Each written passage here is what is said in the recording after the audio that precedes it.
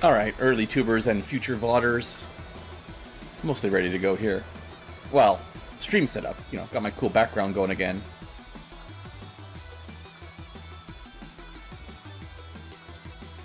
So theoretically, if the game crashes, we don't get a black screen anymore. Yeah.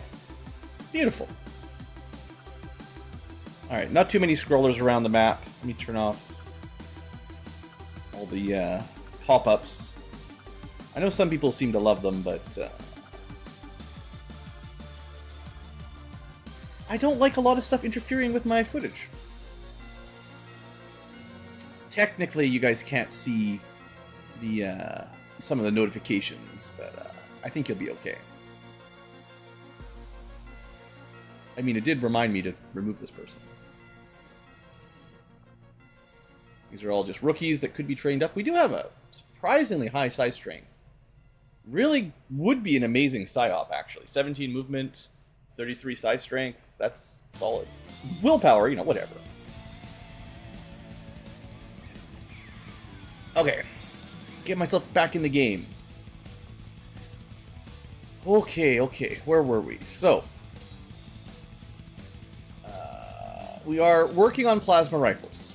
I did take a little break to do some autopsies, and we could research the Stargate, but it's not very important at this exact second. I think there's a new contact region we could do. Maybe we'll get around to that today. Get almost every region connected at this point. We've got a bunch of master sergeants looking for spies, recruiting if necessary. Actually, we have Eastern U.S. recruiting. Everywhere else is looking... Oh. Pretty good. Caught that. We had two people just idling, doing nothing. Alright. We got a fair number of mechs, all the little blue squiggles. Decent. Decent. We've got some covert ops going. I think these are fairly easy ones. Hey there, David. Should be safe from ambushes, if I remember correctly.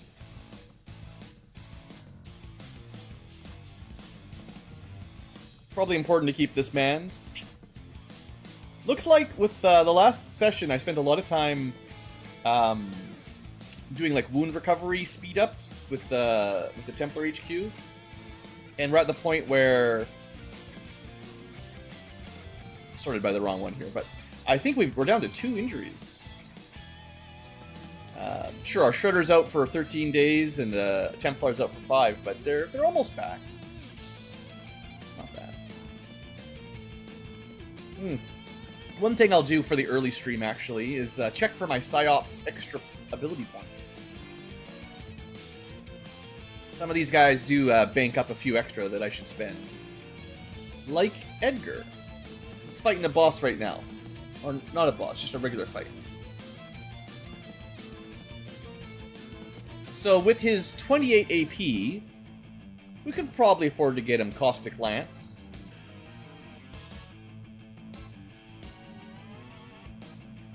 That's probably the best option. He's already got a Null Lance, but this gives him a option to do Acid as well.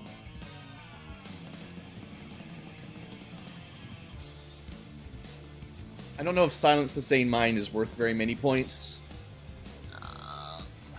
It's kind of questionable.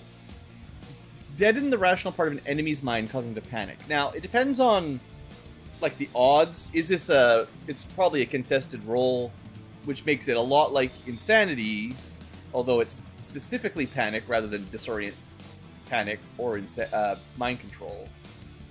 But if it's the same kind of ability...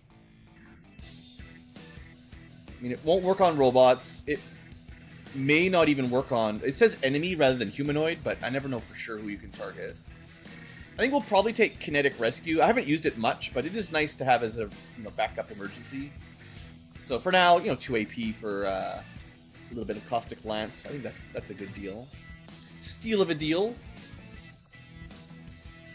In other... Everybody else generally gets their AP used when they level up and I catch it. But, yeah, the PsyOps don't get the usual level up, so we're just checking them. 13. So 25 is pretty good. And they generally have really good combat intelligence anyway. So we have that thunderous roar.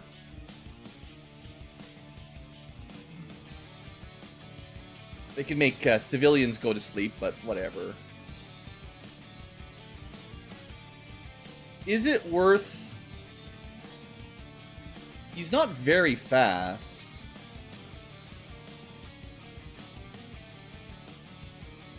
I think... I mean, you could drop his aim. He doesn't need aim that badly. Because he doesn't need, to make gun checks very often. But especially given that I pretty much always give these guys SMGs. They don't need a lot of gear. Can't really afford a movement PCS, but I could maybe give him a light armor, mobility armor as well. Maybe. The rest of the group would definitely get some value out of that speed shift.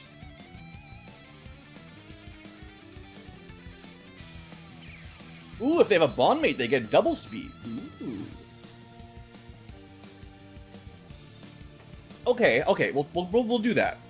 One of these days we might do some bonding. We'll see. Only once everyone has a friend will I start making friends, I guess. We're not leaving anyone friendless. If one person can't have a friend, then no one has a friend. Although I don't expect the Shivs can do that. But like, for instance, this Snake Eyes guy, he needs some bonding. Alright, Psyops. Anybody else? 8, 12. That's about as high as we've got left. I don't expect 12 will be enough for anything too good.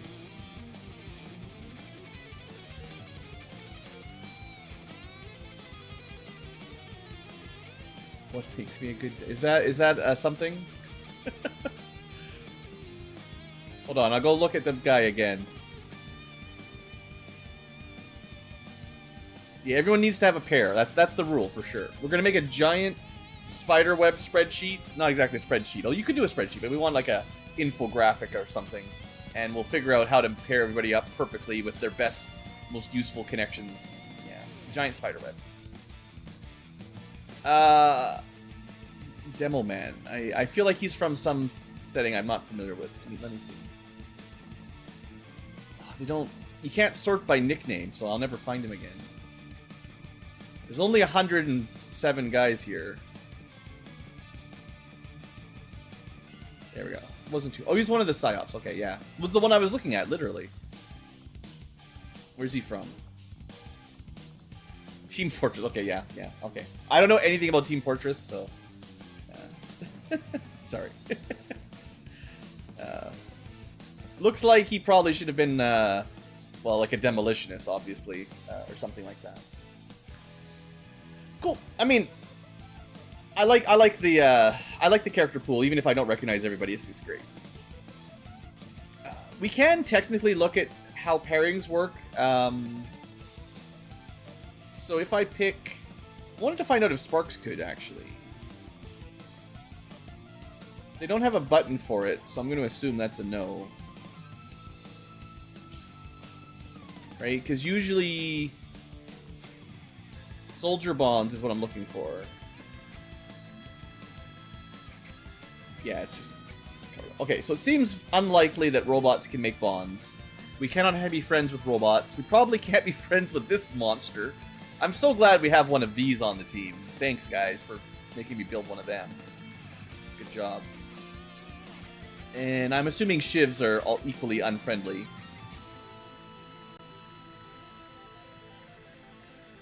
A little bit of screen flicker there, no big deal, don't worry about it. But yeah, if we look at, like, someone who just doesn't have a friend right now, you can still look at the chart and try to figure out someone that has good cohesion. Well, I guess cohesion is what builds up. Compatibility is how easy the cohesion builds up. So if we sort by the most compatible, even though, like, that's the thing, we don't need the bonds ready, as long as we can match up 9s at least. 9.9s, you know, we just gotta put this guy with this guy or girl, and they'll be friends pretty fast.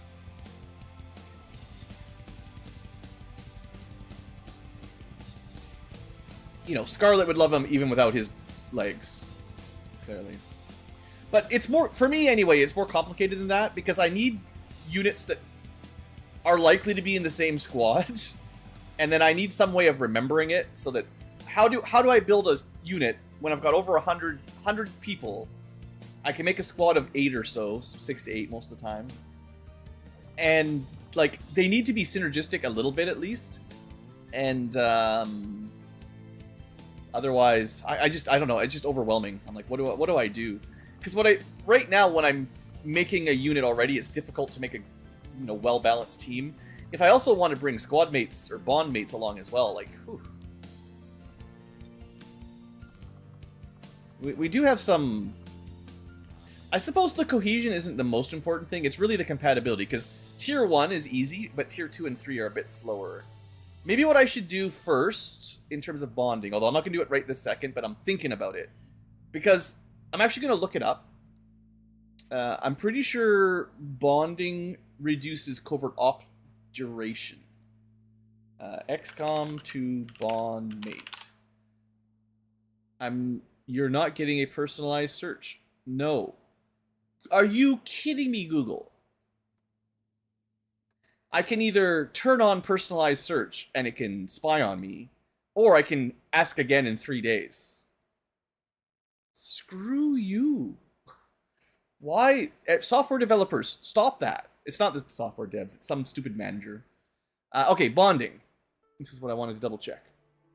At level 1, you get teamwork, which gives an extra action to your bond mate. Hey there, Strange Mind. So yeah, bond mate, or the level 1 teamwork ability is basically like the officer's command, except only towards each other. Like, you can do it once per mission, give 1 extra action, consuming 1 of yours. Situationally, pretty good. Not necessarily the game changer, but it is nice to move actions around. So you want to bond people, maybe ideally someone who doesn't need all their actions. They can spend 1 action on someone else and still do something. And then the other person really likes extra actions. Like a ranger who would love to shoot 3 times bonds with someone who... Probably not a sniper, because the sniper needs 2 actions to shoot. But the ranger plus maybe a specialist. The specialist could heal and then sort of do the teamwork ability at the same time. Something like that is just naturally better. Rather than just random pairings, right? And I need to deploy them both on the same mission, so they've got to be some synergy. At level 2, in theory, if they're both on a covert op, assuming Long War doesn't change it. Like, this is just vanilla behavior, but I'm assuming it's not changed in the mods. The vanilla behavior for level 2 bonding is 1 day less for covert actions.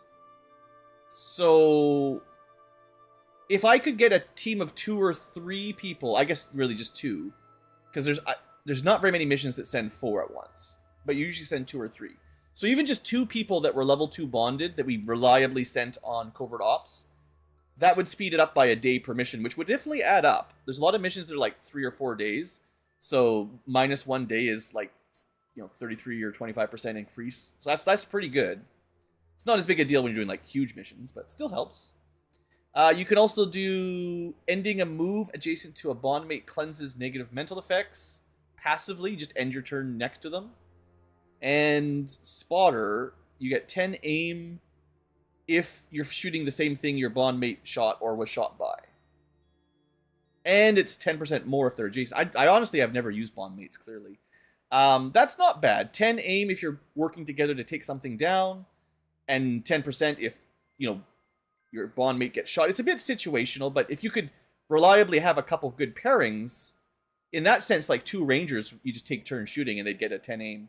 And similarly, if they're adjacent, that's 20% bonus aim. That's actually quite a lot.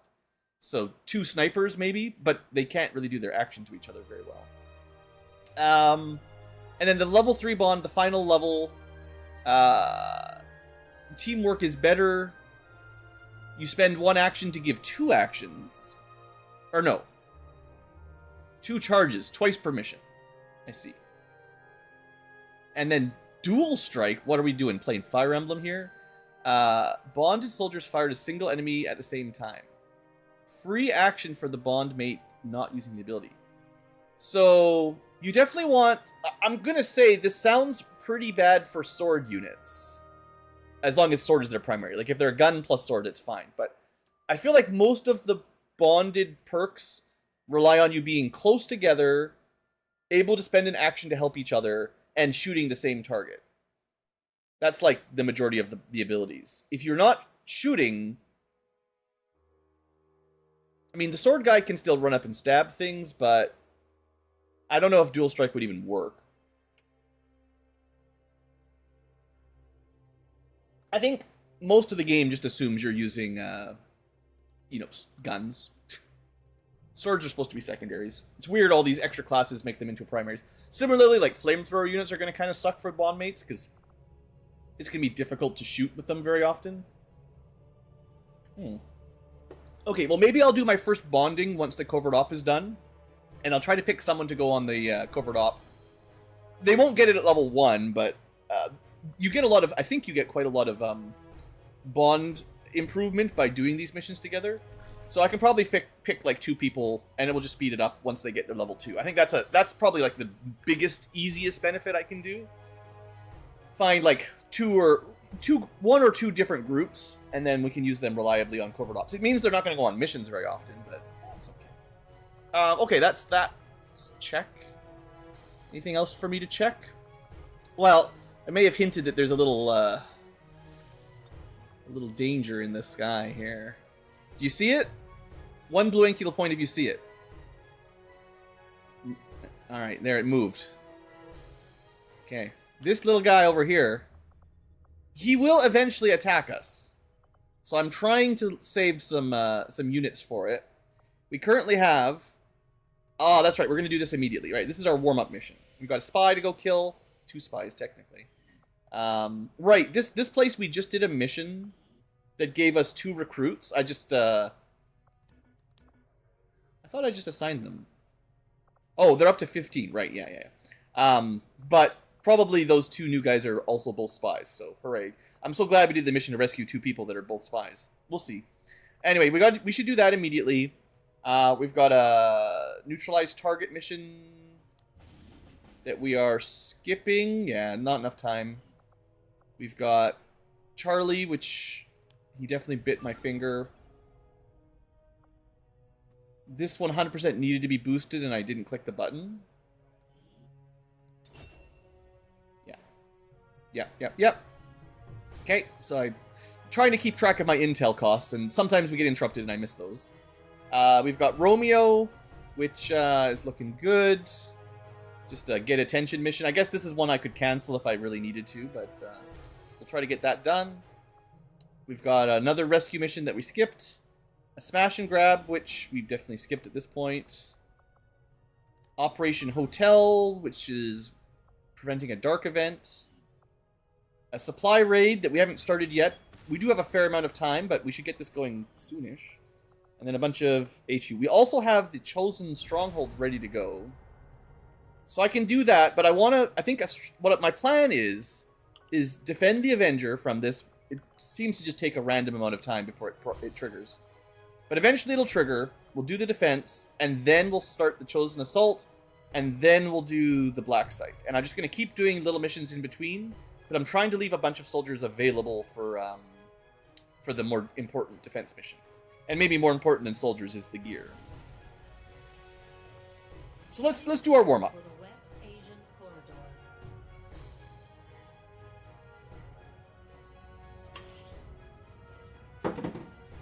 Hope you guys are doing good tonight, or doing well. Tonight, this morning, whatever time it is in your part of the world. I suppose, speaking of Fire Emblem, I am only like halfway through my last Let's Play on the channel that I can't remember what happened. Like, I was doing good, playing along, I was making good progress through the ROM hack I was doing. I think Cerulean Crescent was the name. It's pretty fun. It's a good game, good mod for one of the GBA Fire Emblems. And for some reason I paused. I took a break. I don't know why. And then it's just really hard for me to get back into it. So yes, I should try to finish it. I'm having a really hard time with motivation for general channel work. I don't know. The streams are like okay, but something about commitment, man. I got commitment issues. I don't know. I've definitely been a little down the last year or two. Co-op stuff and stress and just life, the world. making things harder than it is. I mean, I'm enjoying streaming. This is all good, but the bigger projects, the more commitment seems to be the issue. Okay, so yeah, we have basically a no-name group. We do have Xiaoji, one of our original infantry, maybe our only infantry, actually. I think I was planning on making a second, but he'll be fine. He's got, Master Sergeant skills. He's got all kinds of cool stuff, but only a basic laser rifle because we're just protecting from Faceless out here. We also have a laser rifle guy, a laser shotgun guy, boo. Laser rifle, good enough. Mag shotgun, I mean, at least it's mag. And a mag SMGs. Not a great layout of weapons. Too many shotguns and SMGs. As soon as we finish plasma tech, we should unlock coil weapons for these guys, which, once again, gives them slightly better options. So, yeah, let's just get to it, I guess. We are near the road. Probably shouldn't have Xiaoji scouting. He's the only one that must survive. Everyone else is super expendable. Alright, well, let's just, we'll just play a little fast and loose on our warm-up mission. I'd be surprised if there's anything on the left. It's not impossible, but I would be surprised.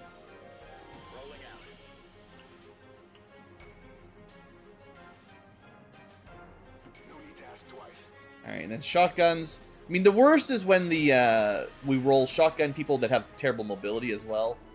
So, hopefully, the units that equip shotguns are at least reasonably speedy.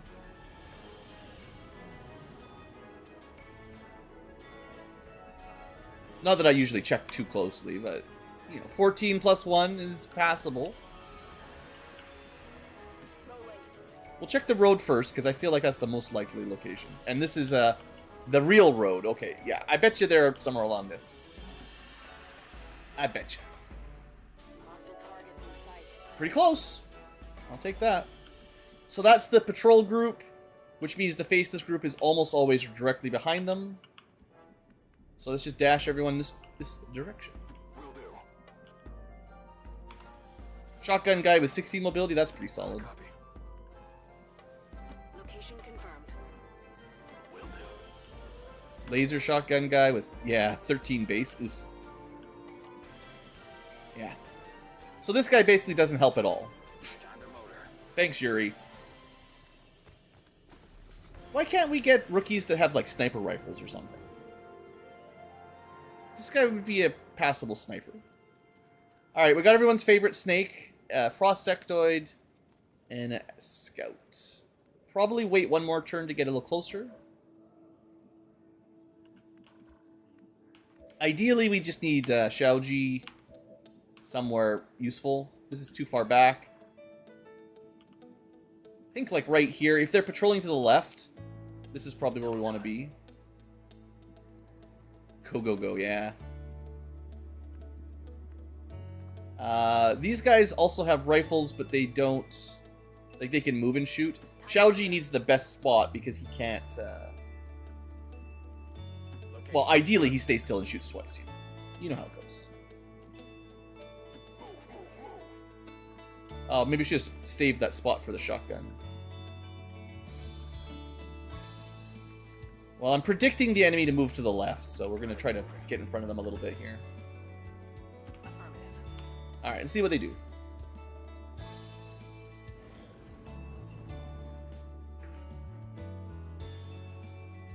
Alright. Oh! Oh! Who's that? Behind the barn! Or the... Not really a barn, the... What do we call this? It's kind of like a garage, except it's kind of missing a wall.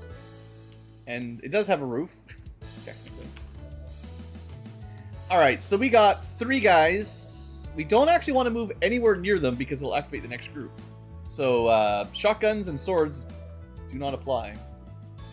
I suppose we could open with a flashbang. And maybe...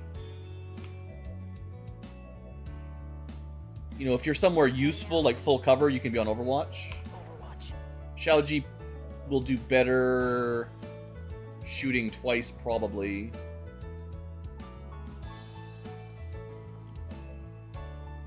And then everyone else is just gonna have to clean up.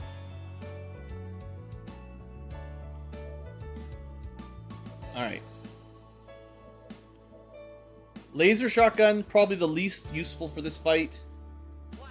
Flashbang. Did I sneak it in? Did you guys hear me? Get that snake. Okay. So, Xiaoji, I need you to kill. That's pretty good. Kill. That's why we pay him the big bucks. And then for your second shot... Oh, I thought you had suppressing shot. You just have regular suppression. Without an extended magazine, that's not too good. Well, either one, honestly, needs more ammo. But 91%. 91% of the time. You tickle them for 3 damage. Not amazing.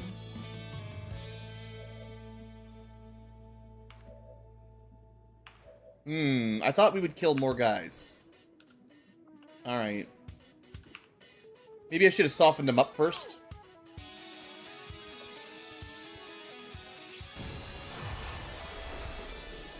Very soft now. And, he's disoriented, at least.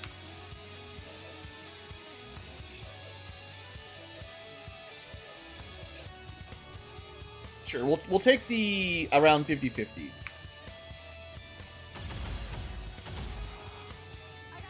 Oh, wow. I don't want to move forward, because you know what's going to happen.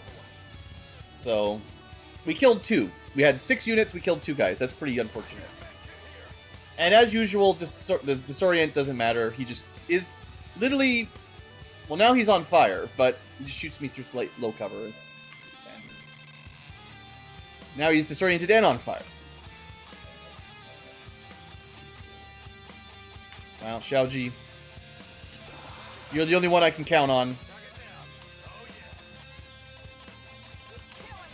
Okay, I'm hoping that we made enough noise that the next group just walks towards us.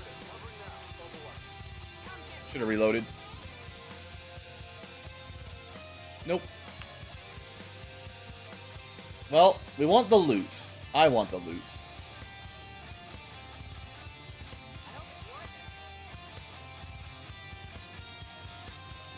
Just meld, but meld is good. And yeah, if I'd moved the shotgun guys up, you know, this definitely would have activated, given them an extra turn.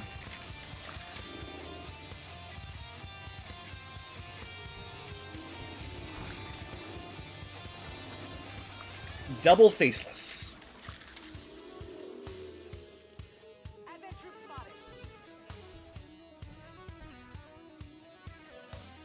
Well, I guess on the plus side, they're both melee, so we can just stay back. We should be able to get a flank from here, but it's only half cover.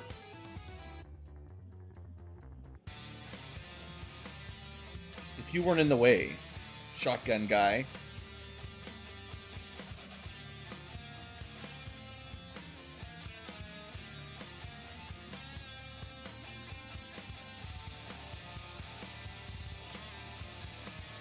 The car's already been exploded once. Useless. Okay, but that should mean Xiaoji can get to real cover. And he's definitely going to kill this guy, right? Not even remotely close. I mean, we got the crit, we got 9, but yeah. These enemies are a little bit tanky.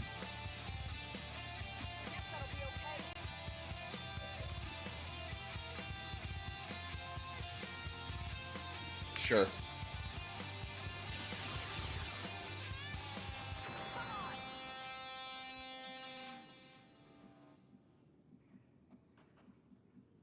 I'm gonna try to leave my rifle guys behind trees. I'm not really super happy with how this fight's going. It is clear. Moving to designated coordinates.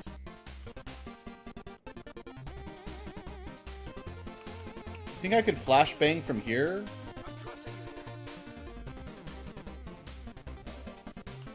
I'm trusting you. Okay. I don't know exactly what that'll disable for psi units. You know, I never know exactly, but maybe he won't be able to do too much junk. Well, he can still Holy Warrior, which is going to be... Well, if we can finish him off, it'll be fine, but it's going to be really hard to kill these faceless if they're buffed up.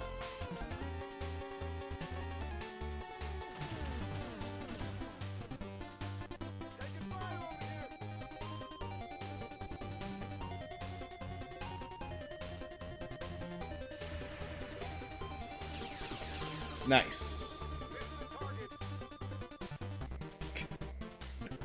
Something about these spy missions, man. The rookies are just...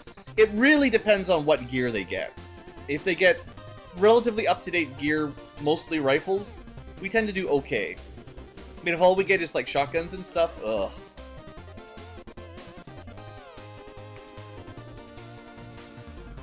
So Xiaoji can't even see him.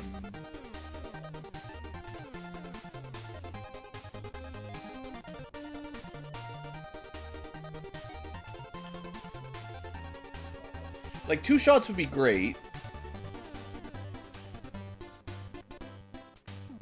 I guess,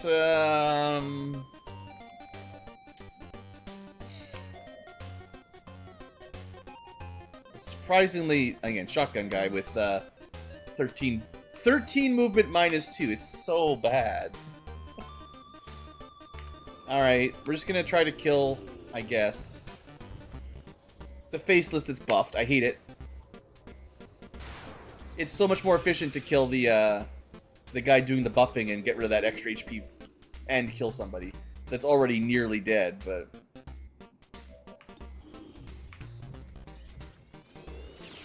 We should be able to kill both the faceless, and then we've got a half-dead priest and an engineer, or grenadier, whatever he is. Target eliminated. Rock and roll. Maybe I should have used the shotgun to kill this guy and then overwatch with the rifles, but you can't expect much from rookie overwatches. Can't even expect much from rookie regular shots. I'm running low on ammo. Yeah, okay. There you go. Well, is that 5 actions to kill 2 guys? Pretty much what I expected. I guess, grab some loot and hide behind the house? Ooh.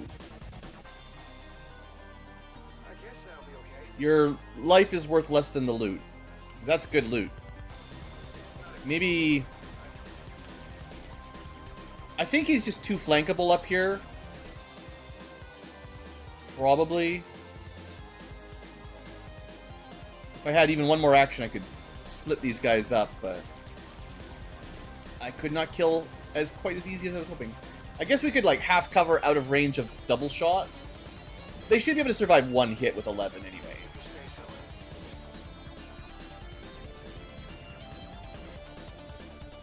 How does that not have a cooldown?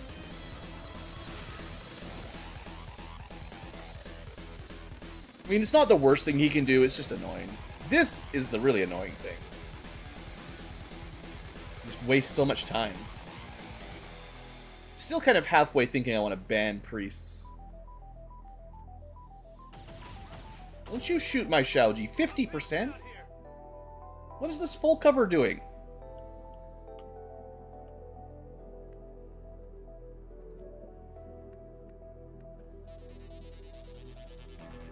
Yes. We can't even kill the priest this turn. So we have to reload.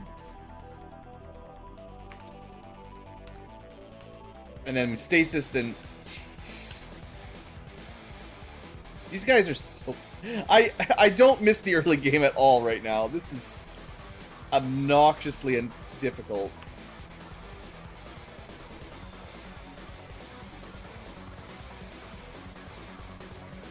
Maybe we can get a grenade or something over the building.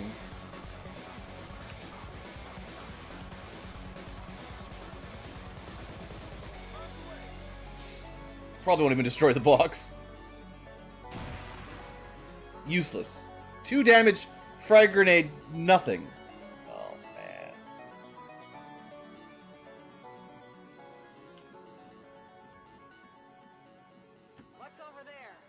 Trying for a flash this time. Okay, that's a pretty good flashbang. That's right. In the early game with rookies, all we do is...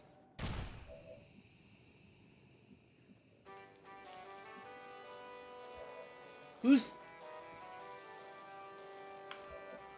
team are you on? Alright, I give up. You guys we lose. It's ridiculous. If you're out front and you get shot at this point, I take no responsibility. I mean, they're not hitting their shots at 50-50, but even runs out of the smoke. The real trick was to just do something stupid, and then the AI turns off, because it's like taking pity on me, I guess. What is this? This guy's like completely exposed now suddenly. And the priest didn't even do anything this turn.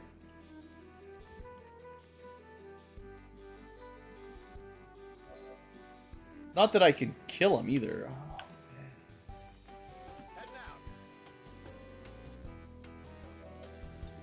well, I might be able to kill him. Unless we rolled 2 damage again. Alright. Yeah, right. Can't kill him because he refuses to die. I still hate that ability.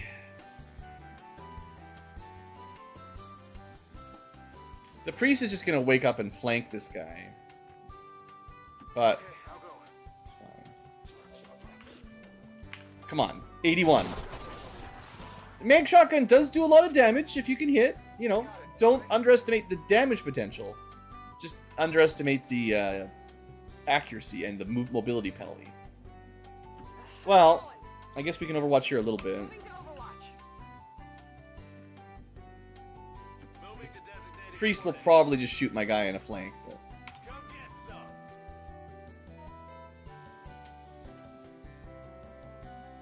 if we put a bunch of overwatches on him, he'll probably just stasis my guy again, at least. Hey, Dirigible. Hacks? What hacks? I hope not. I'm a very honest Ankylo. Alright, he just shoots me. It's fine. Okay, we're close enough though, right?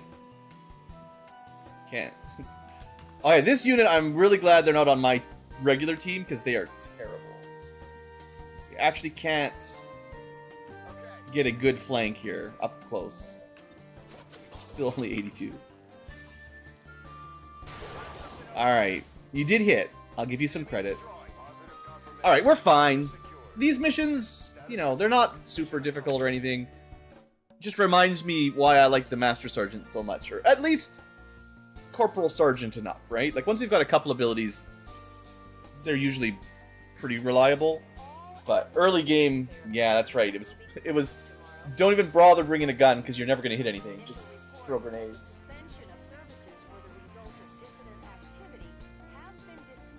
So maybe those spy faceless missions, they're good for reminding you how far we've come. And yeah, that's fair too. Warm-up mission, that's fine. Gets me thinking tactically a little bit. If it was just a super stomp, then I might get too overconfident. The moons don't even matter because they're not real people. We got 2 cores. That's the best value, really. And then nothing else really matters too much. Well, the psionic corpses are good. Okay, done.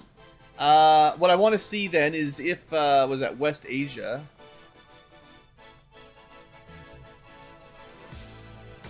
So it wasn't the 2 hiding necessarily. I'm not sure how it tracks them. But in theory, everybody here should be human now. If I understand the game correctly, once you've done a faceless mission, you find all of the spies in that region. And then you're clean until you recruit a new one. And then when you recruit a new one, then they could be a spy. But for now, there's 0 spies in West Asia. I'm pretty sure.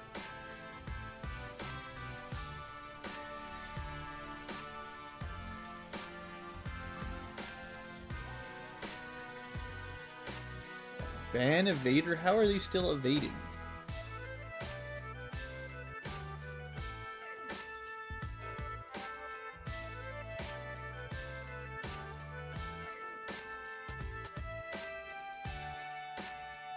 Okay, sorry guys, I've got a... I guess it's not a big deal, but...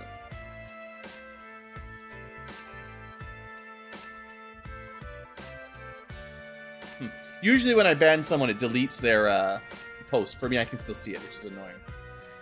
Anyway, Twitch and their chatbots. At least on YouTube, BestTube, we don't get very many chatbots, or like spam bots trying to sell garbage. Smash and grab for 4 days, we probably skip. We're back in this mission spam. We got our own spam bots. Liberation 5 days. Could do.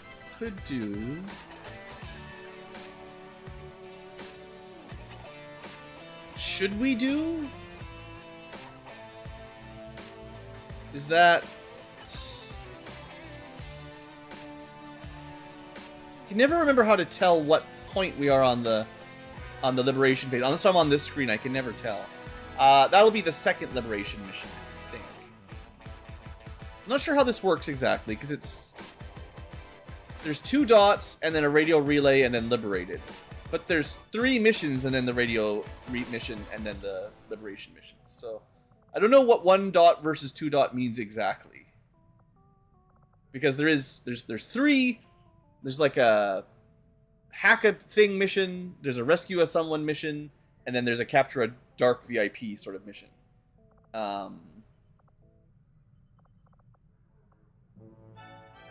But the dots don't tell me exactly how far we are.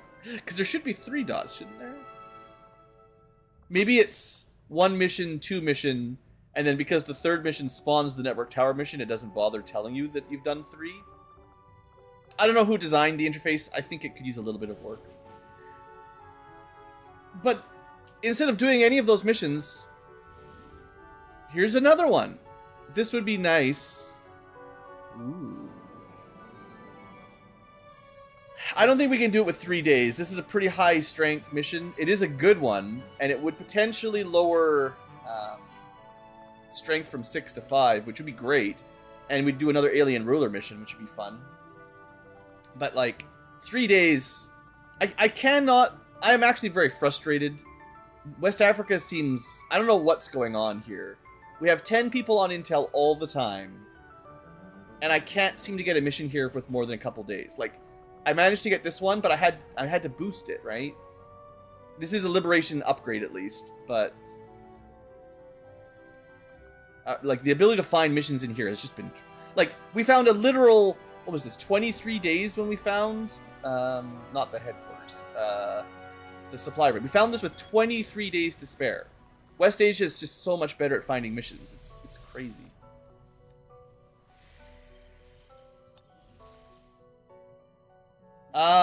So we currently doing. Let me keep count here.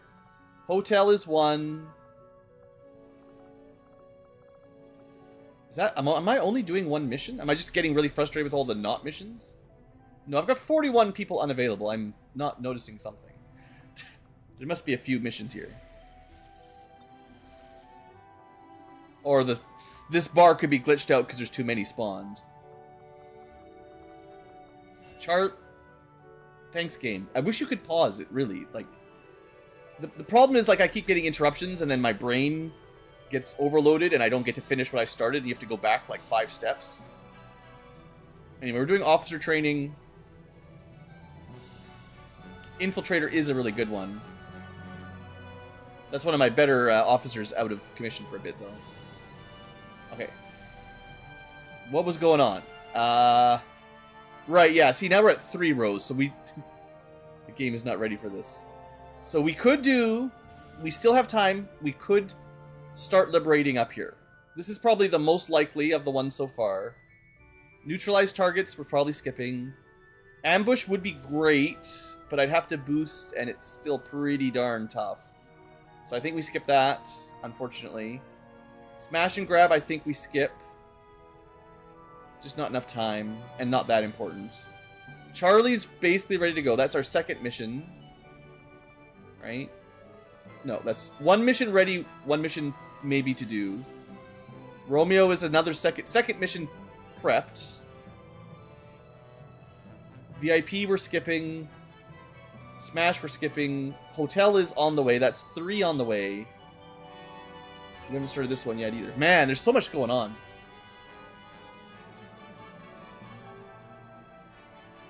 Rescue the defecator. I mean, there is a sit rep that has a story about stealing the shields from an Advent officer while he was on the toilet. So really, there actually is a defecator mission. So you're not too far off. Jeez, I'm just overwhelmed by the number of missions with bad timers. I think we do the 5-day, 15-hour mission. We can probably send 6 units on it. Should be relatively easy. Commander Tigan and Shen aren't going to be happy. Shut up, Central. Skulljack to good use. We should have one of our soldiers Shut up, Central. before they deploy. Go for the Archon King. If I get a mission with more than 3 days, yes. I need to send a properly... And I need to send, like, a geared squad as well. I can't be sending my good gear right now when we're about to get attacked on the Avenger. We could send 327. Tracker 327. I don't know if that's supposed to be a name that I know, but...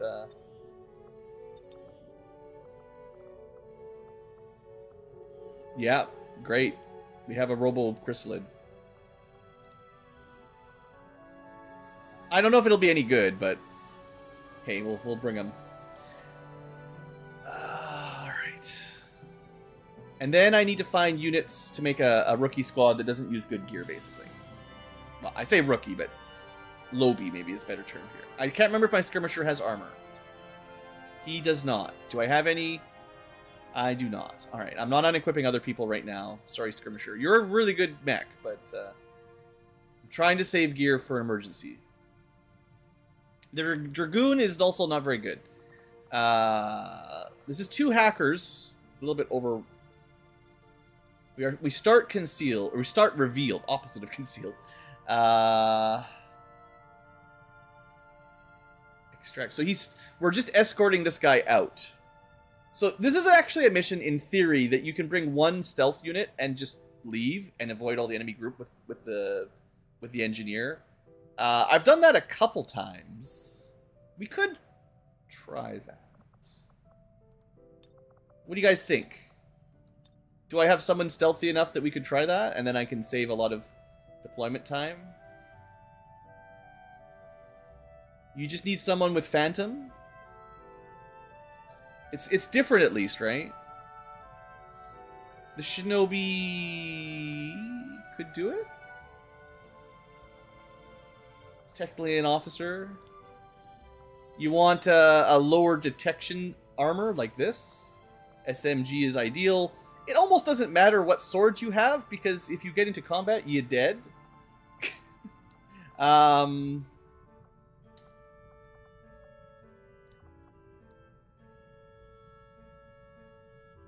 What can I give him? We could give him walk through walls. That could be good. Actually, the problem with this guy, I don't think... The thing we really need, actually, it's not just concealment, it's spotting. Like, seeing enemies through walls is pretty important. Someone I don't care about. I'm pretty sure I can do the mission, though.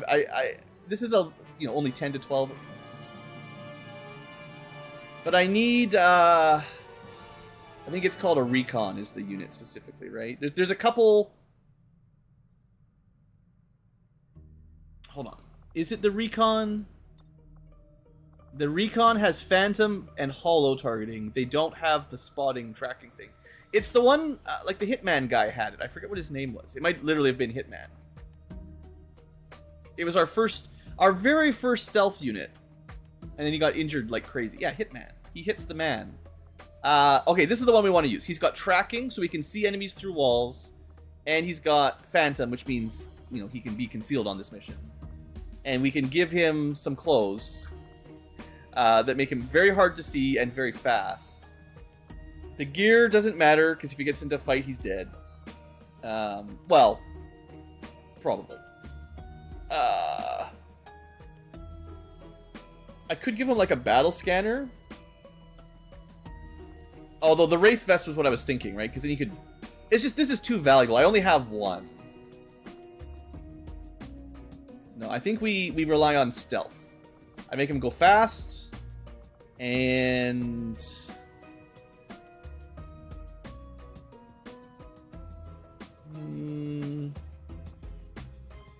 Does he get any kind of battle scanners for free? Yeah. Every 4 turn he can battle scan. So he doesn't really need a way down. Here we go. Perfect mission.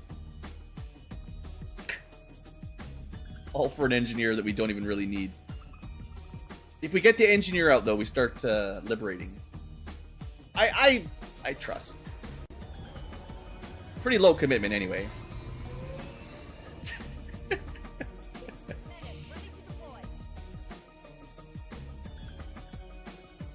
Could you over-infiltrate? Yeah.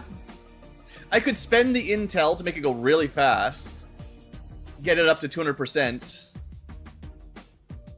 I think over-infiltrating may even lower their detection radius. Sure. I got intel to burn, sorta. That'll just speed everything up by a bit. We can technically wait till it's at 200% if we want. In fact, the intel was kind of a waste, because I'm just... One soldier is busy, right? Like, oh no, I don't need him to come back a day quicker. It doesn't really matter. But I kind of want to see that mission now. Okay, sure, we'll give that a try. That's exciting. Those are the easiest missions to stealth out if you're going to try it, though. Actually, what you really needed, I didn't even think of it. If you have a unit... Because you have to escort the engineer out. The engineer is not concealed, so they're the ones that can activate if you make a mistake. There are items that... Or there are abilities that let you conceal a friend. So I might have a soldier who has Phantom and can conceal the engineer, and then it would actually be quite easy to get out. I didn't think of that in time. If we get another one, I'll maybe try that. It's a fairly high level ability, though. Not a lot of units have that. Okay. Is there anything else I want to try to do? I'm sure chat would love to see the Archon King. I'm not really super stoked about that at this moment. Not with 3 days. You know, if I could send a real squad, this would be a great mission. This is not going to be fun right now. Not with like 5 or 6 people. So... There's not very many injuries left. Maybe I just go get some intel. I guess I could scan to try to get better missions. We're getting so many missions, it's crazy, but... The sooner you find them, I guess, the better, still. Oh, I know what I was going to do. With my... I'm not going to do it right now, but we are going to contact for 80 intel. That's a good deal. I want to save a little bit of intel. Yeah, I know. We'll deal with it the only way you're allowed to deal with it in XCOM 2.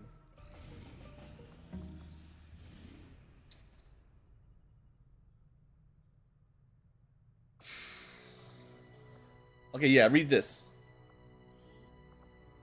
After having been attacked by resistant forces while attempting to use the restroom, the local Advent field commander has ordered that shields be deployed to protect all enemies from the first instance of damage. There you go. This mission will suck then, so no. It has enough time, but I hate shields so much. We could deal with it. There's too many missions. I have to skip some of them. See? Maybe we'll do this one. It's another liberation mission. They're all liberating missions. Setting course for Sector 5, India. Yeah, the shields are... I hate them. Commander, we'll need to have one of our troops equip the Skulljack for use in the field. Okay, this is a vehicle, so we need a proper infiltration to get this. 5 days is still a little tight. Let me see if I've got enough lobies for this. This was the group I started preparing last time, so...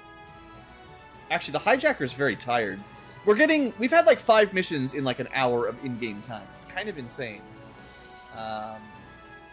Yeah, that hijacker is very low will right now, so maybe the dragoon is our hacker support garbage. And then psyops are easy enough to gear usually, just because they get their own special armor. I do need to bring out that awesome new Requiem weapon, but I think I'm going to save it for like a hard mission. And I've got enough. I think I can build quite a few advanced psi underlays. I can probably reliably send those out right now. And if I remember correctly, tac vests are my standard here. And if they have enough mobility, I'll give them like a med kit or something, but this is fine. I'll give them a med kit.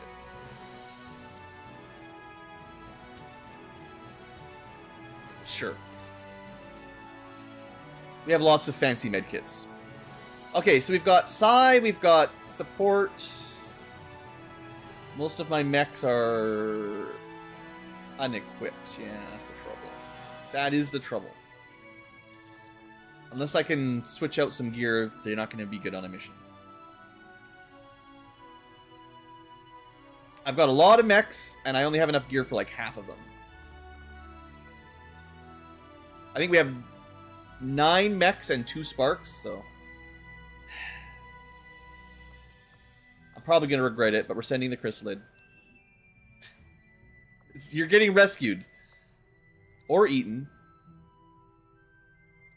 Alright, in this section we've got officer stealth. We've got not officer. Actually, the dragoon might have been a good officer, but you know, I just didn't do that. So stealth officer, hacker, psychic, melee. Marksman is my pseudo sniper. They're more of a knife, short range. This is it. 5. Oh, that's not good. I think I have to send more and then boost if we want to do this mission. I don't want to do this with 5, especially low gear, relatively weak enemies, weak units. We have to spend intel to boost every single mission right now, and I'm not in love with it, you know.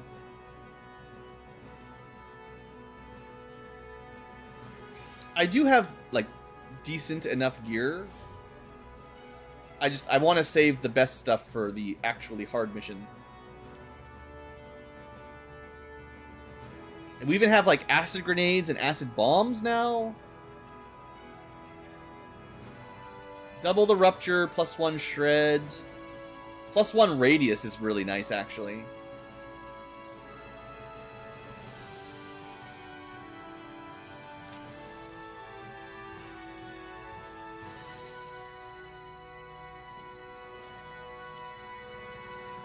Alright, quick gear.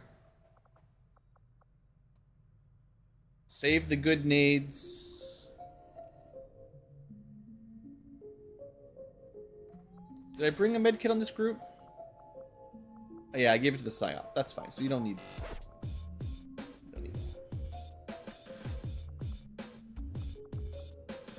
They do have lots of mobility though, so if anyone should have an extra grenade, it's probably this one. I'll just give you. I guess a flashbang is nice for a weak mission. But yeah, we're gonna have to boost this one. It's my last Pathfinder armor. I don't really want to give it out. Stun Lancer armor to go fast and more dodge. He is a ninja. Still not giving you the coil sword or the. We're not giving you any good weapons. I'm too cheap for that.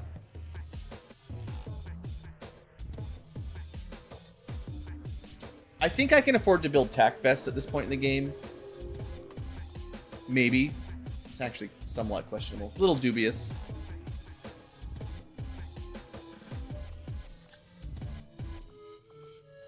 Alright, so what am I really missing here? If I can bring like 1 or 2 more. We have support. Psychic, pretty strong. I don't know, we'll see. Stealth. Not really sniping. Not really sniping. As always, I just need more firepower, I think. don't have any explosions. I think the freebooter was actually pretty good. If I remember correctly. As much as it's a weird name, you're not a priest. No. That's no... Oh, come on, why do I keep thinking? It's because it starts with a P. I'm going for Predator armor. They look exactly the same. And they both start with a P. PR, even. His trick is to not actually use a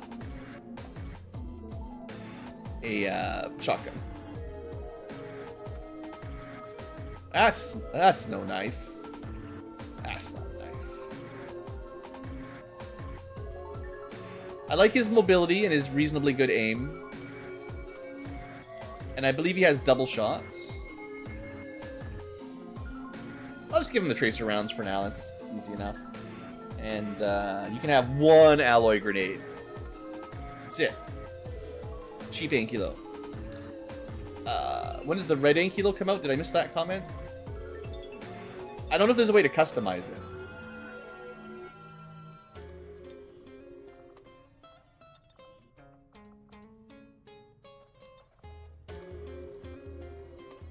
I don't think it works.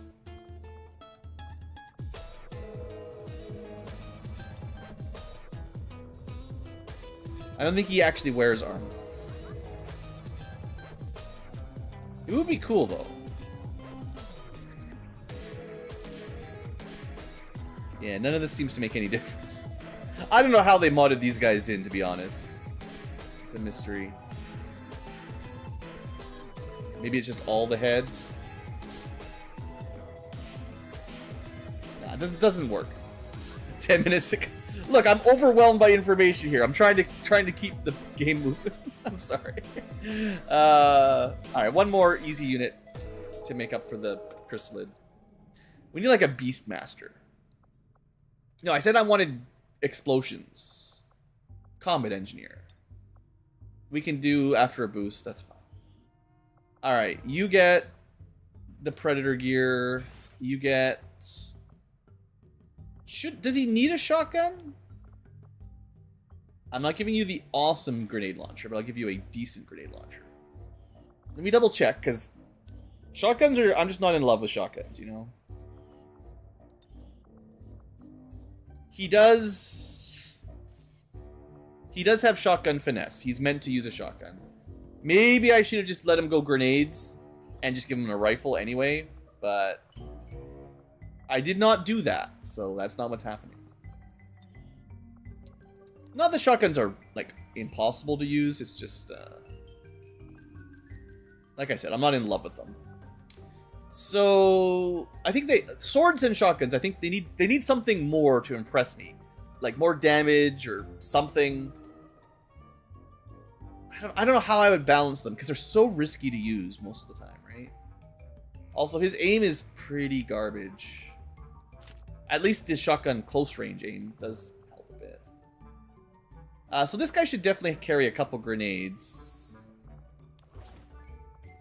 I don't remember if he can build his own, but I'll give him a plasma and an alloy. I can certainly build a few of those if I need them. Slows him down a bit. Might not, though, because that grenade slot might be free. I never remember. Sure, well, we'll give it a try. 115%. Alright, we're probably a little bit overcommitted here, but... I'm trying to keep some missions going, and I'm skipping so many. I'm trying to pick the ones that have value and aren't going to be an impossible death show. But it does require a boost. That puts my intel to 77. I'm glad I didn't start making contact just yet. We will be able to get that power upgrade before too much longer. Alright, I think we scan for intel. We try to get at least a second or two pass in game.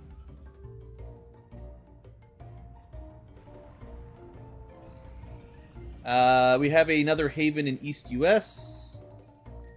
Puts us at 9. That's good. I feel like I had some pretty bad rolls here, just never recruiting haven ops. Do we have another 100, or is it just warning me the UFO is about to get me? Yeah, Charlie, if I can find you. Alright, well, let's go do less of a warm-up mission and more of a real mission. So we've got A big squad, oh yeah. 8 mans. 2, 4, 6, 8. Couple mechs. That's where all our mech gear is. I gotta try to remember to only send 1 mech at a time. As much as it's nice to send lots of mechs, I only have enough gear for a few. And if I want 1 per mission, then I gotta save them. Because I don't have enough gear. Checking for dangerous enemies. Muton Beleaguer Captain. Maybe dangerous. Pathfinder, Priest, Rocketeer, Codex. Biozerker. Okay, that's a corpse we don't have. So ideally we try to grab the Biozerker corpse. Maybe the Priest. Definitely the Pathfinder if we can. Okay. Biozerkers. I don't think we fought one yet. I'm pretty sure we have not, but I did see them in the list of craftable gear. So there is something that if we bring them home, we can make some unique, well, relatively rare items out of. It's probably like armor. Hopefully my warm-up warmed me up enough. An hour into the stream and we get a real mission.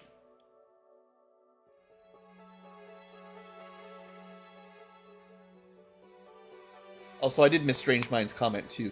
The Shiv versus the Archon King, I would not be betting on the Shiv. I've only fought the Archon King a couple times with it's, you know, in the DLC that I didn't ever really get.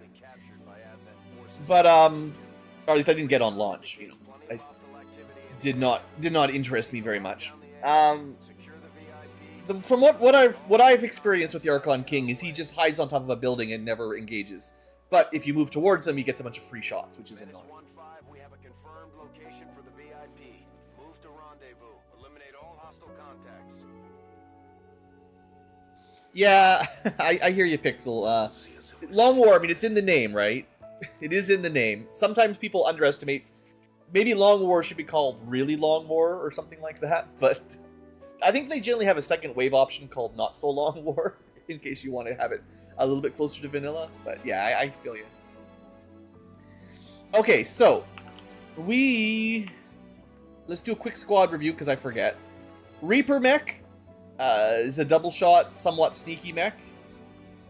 Protector mech has the overpowered coring cannon. That's not really like unique to the mech, but it really gives them some versatility given they're mostly about shielding. We've got a mercenary with the Sword of Sniper and hacking. A Rook, the standard shield Overwatch. The Psyop with Null Lance, and I don't think we've used Ball Lightning before, so that's cool. I think it's basically an EMP grenade. Basically. We've got the Quartermaster. It's been a long time since we brought out the Quartermaster. Don't mind the SMG. What I have to remember is not to tap Y for Overwatch, but use my mouse to use the pistol, because their pistol's way stronger than their main hand. And then we've got the Geneva, everyone's other favorite flamethrower type unit. On the plus side, they do get a couple pretty sweet rockets. We've used the Toxic Shrapnel one a couple times. I believe the Acid Splash one is new, and that's a big rocket. We also have a Plasma Rocket, so they're pretty good with rockets. There's only 17. Only. Oh yeah, finally, we have a Gorilla. This is our sneaky unit, so we'll go with them first. So we start in nasty low ground.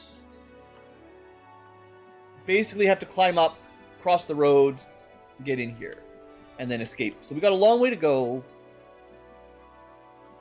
I think we go to this high ground in the middle, although the civilians will make that not really possible. I think maybe we go this way instead. Hug the map. Hug the edge of the map, maybe. There's a lot of civilians. That's going to make it very unreliable to jump up. I don't like that much.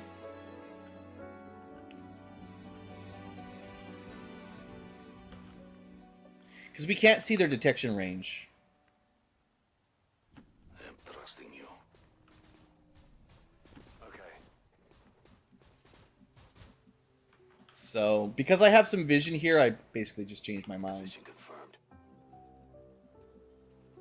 Moving to designated position. Yeah, I'm not like in love with this. On the move.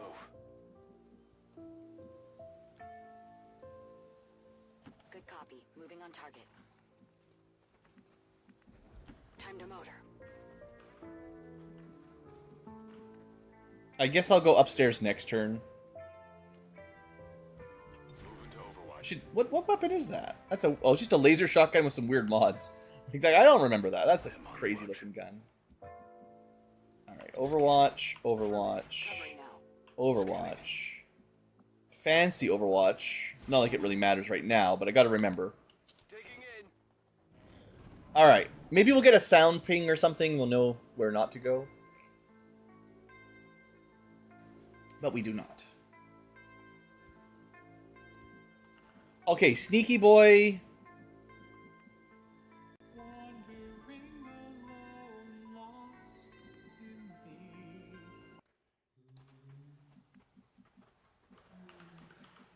Well, given the knowledge we have gained,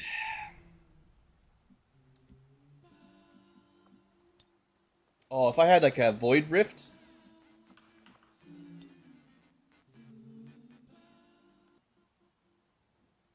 could probably hit a couple like that.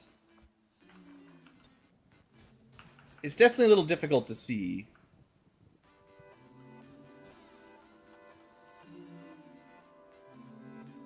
If I knew I could hit 2, I might do it. What else do we have?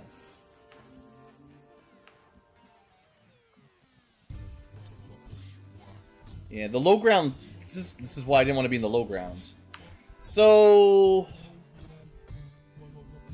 what do I do? What do I do? This is where those beam grenade launchers would be also really nice.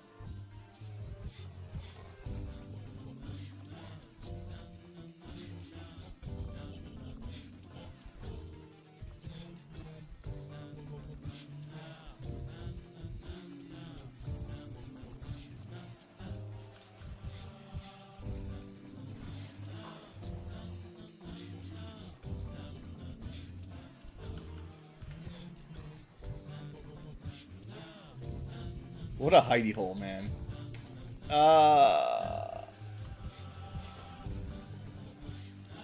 You're a scout sniper. Alright, I'm putting him, like, super out of sight in this weird corner. And letting him scan, so we can officially see them, I think. Which means now I can find out if I can pull off a cheeky, you know, shoot through a wall or something, right? There's a way to hit all 3? Oh. I'll take that. That's too good. We destroyed the stairs too. Nice.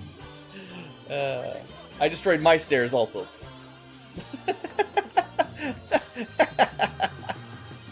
That's good fun. What happens? I guess there's always ladders. You can't destroy everything on the map.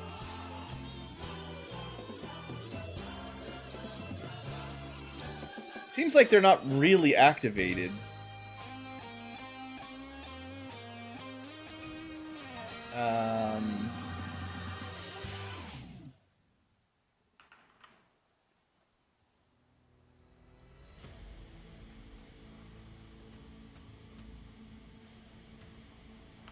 I think we probably throw a grenade at them, right?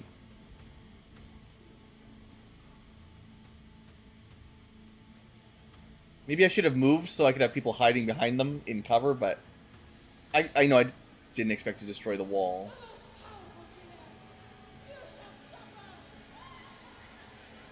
I'm not sure I'm going to be able to throw the grenade, but I'll try. Oh yeah, no problem. Good angle. Now, I probably won't be able to hit the priest down there. It's probably asking a bit too much.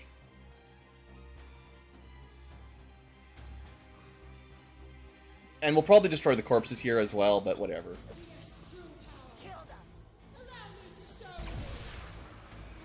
Okay. Sweet. So we're no longer concealed, except for William Wallace, who can't really get past all those civilians. I mean, we could just hop up, shoot the drone. I can technically sneak with the Reaper mech. Okay, that's what do we do? I am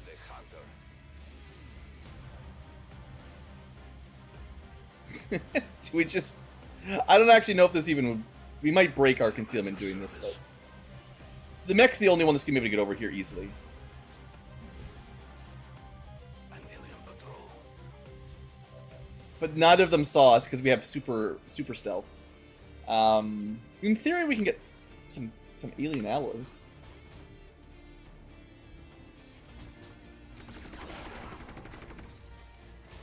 I hate sustain. We did 14 damage, They found us. and he still didn't die.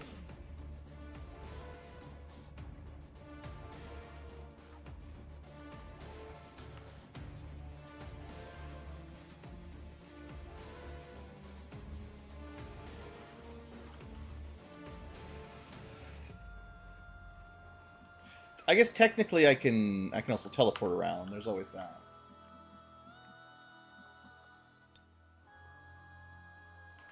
Alright, what I'll do is... kind of want to activate that drone.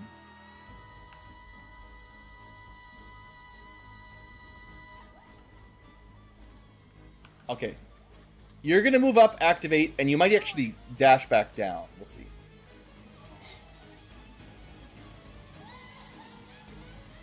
But I want that drone closer. Oh, are you freaking kidding me? Every time, man. They cheat. They cheat so much. Take a drink. Take a drink every time a drone flies directly to the tile that can spot a flanked phantom unit.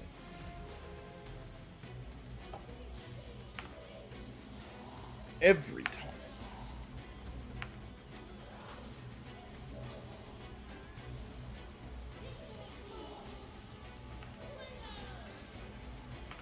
Well, so much for being sneaky.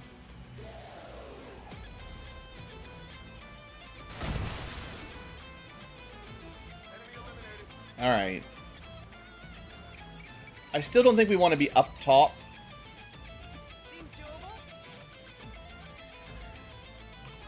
Right now.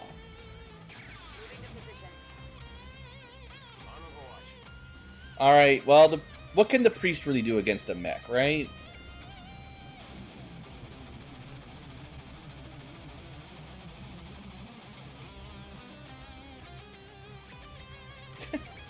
Of course. He can waste my time. His #1 strategy of time wasting.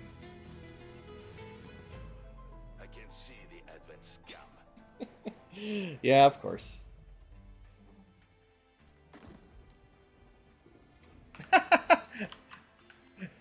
The corrosion blast actually killed him. The requiem poisoning or whatever it's called. Corruption, I think. But we're still stasis, even though he's dead. And of course, now I can't see the drone because we're in stasis. And I know there's another group up there. What's over there? Line of sight, crushing me on this mission. I've got eyes on an advent position. Sure, of course.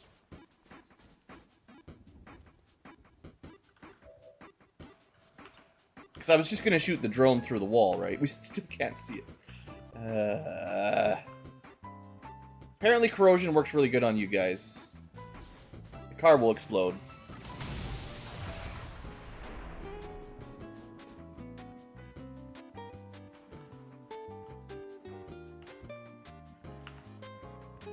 The mech being stasis, and then another activation while trying to clean up the drone that activated.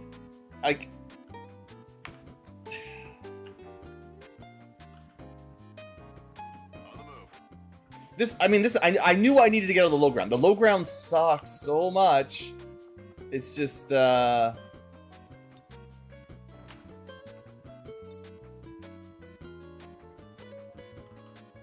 should have teleported.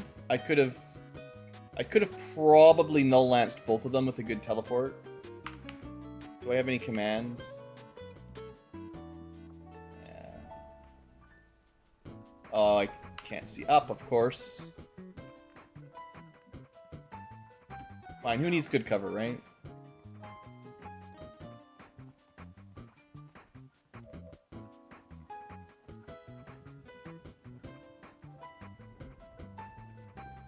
I mean, sometimes you can hide behind a car and it's all good. I certainly don't recommend it. Alright, so this is silly a little bit, but this is the button I should have clicked. And maybe, I don't even know if this is going to help now that I'm looking at it. I mean, I can move closer. Maybe I can get close enough for a ball lightning, yeah. I'm on it. Or a fireball. This may Get fireballed. There you go. Once you're on fire, you can't do psi stuff, maybe. And then stay on the high ground. We can see the drone now.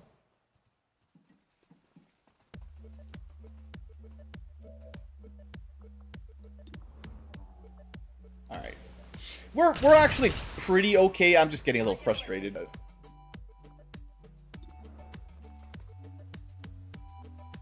no guarantee this hits, but we'll take it. Of course not. You can move again. No, probably not. Yeah, I know. Flamethrowers. What can they ever do to help?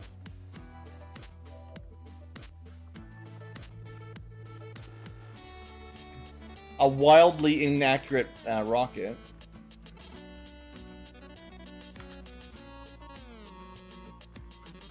Apparently 13 mobility is not enough to do anything. Alright. got it covered.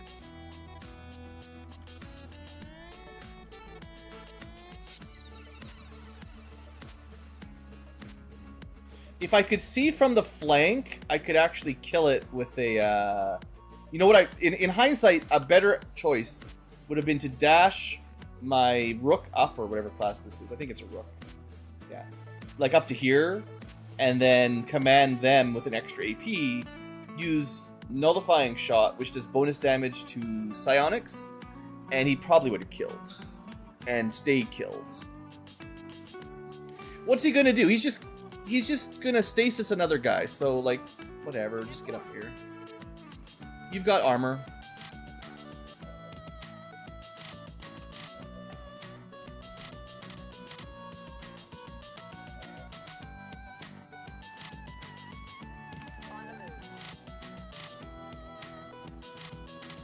Alright.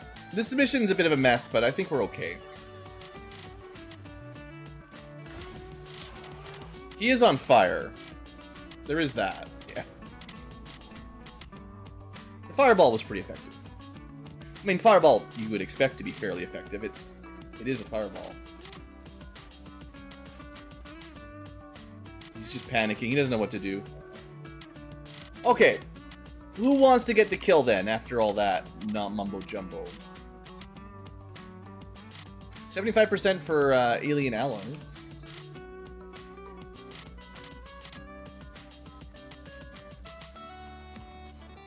Did manage to avoid any good flanks. So I think I take a high ground shot here. And we hope to get a finisher, basically. 96%. I'm pretty sure I can hollow target it. Yeah. Pump those numbers a little bit higher, please. That's pretty cool, Pixel, though. You do get some pretty awesome stories in these games, that's for sure. Alright, this guy should be super dead.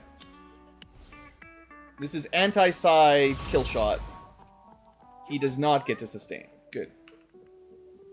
Okay, let's just take a turn to just relax. You know, don't move up. We don't have any concealment anymore. I'm on it. We still have lots of time. Blue can just relax. Get a breather in. I can handle that.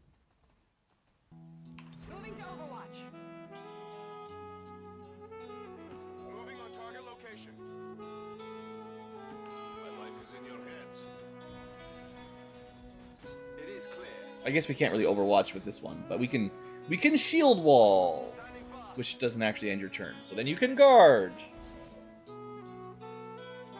Do I try this hack? The problem is, if we fail, we get reinforcements. And we don't have... actually, I'm not sure.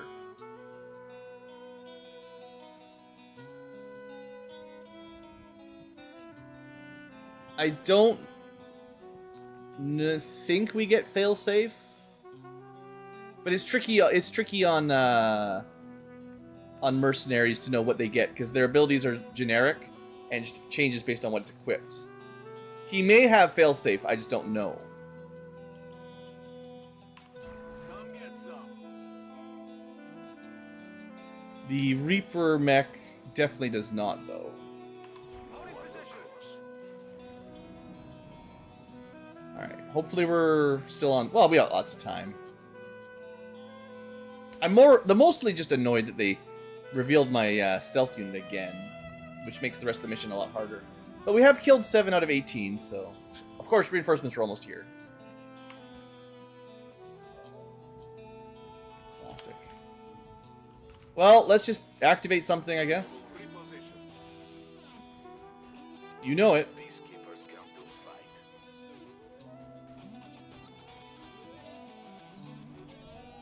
Alright, another priest. It's getting really old. They all ran away, which is actually quite sucky. Hmm. Alright, I'll go. I don't like having a Rocketeer act, awake. Take cover. There's no overwatches on this mech, so they might as well just blow up the drone, right? I love that gun. So cool. So there's a priest and a Rocketeer. The priest will probably, like, stasis us. The Rocketeer is going to try to blow us all up.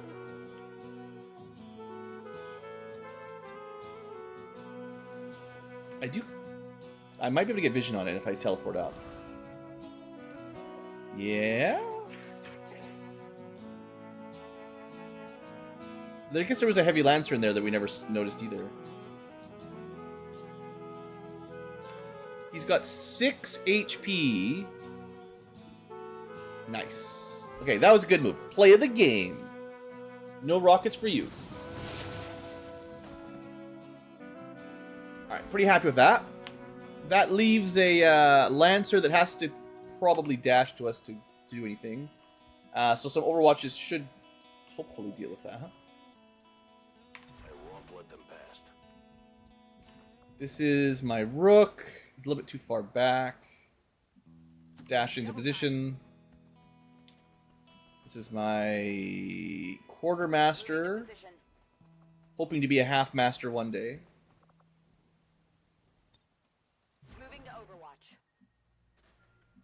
Probably nothing we can do here with our Geneva. And our stealth shotgunner, again, this is not the way they wanted this fight to go. Heading to that location. Got it covered. Alright. We'll play. We'll play ball. 41 miss. Not even close. 10 hit. That's a good shot. Priest's still alive, but not looking great. And of course, it does exactly what you expect. It moves down and stasises my mech. Again. Seems to be all they ever do for me. Which means we don't have an Overwatch. Oh, we have one. We get a graze. That was enough! Oh, that was sweet. Okay, that worked out. I wanted the Overwatch to get the Lancer. I was worried the Priest was going to draw all our fire. Okay, there is 6 remaining after this Priest. Every time we get stasis, it kind of slows me down a little. It does make it a little hard. Covering. This hopefully just deletes it. No sustain, right? Yeah. Please. Please, no more sustaining. Let's do this. Locked and loaded. I do think we hold position for a turn, though, while we're stasis. Heading out. This is definitely a map that's taking a lot more time in turns than usual. 10-4. Advent troops. I hate you so much.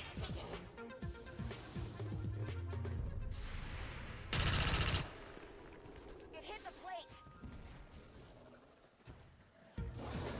Activation vision is just the worst. That was one tile over, and technically from here we have vision in this tile, so it's really the leaning over that activated that group. Why every time?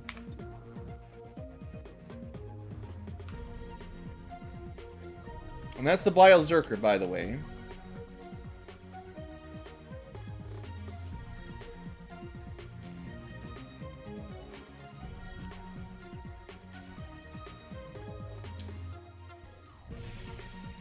I don't know. I don't know. We're gonna try to pull back here a little bit again. It's not much, but...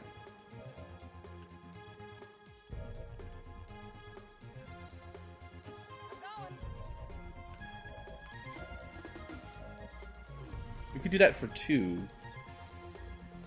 If I can get these guys out of half cover and further back, I think it's probably worth the rescue protocols.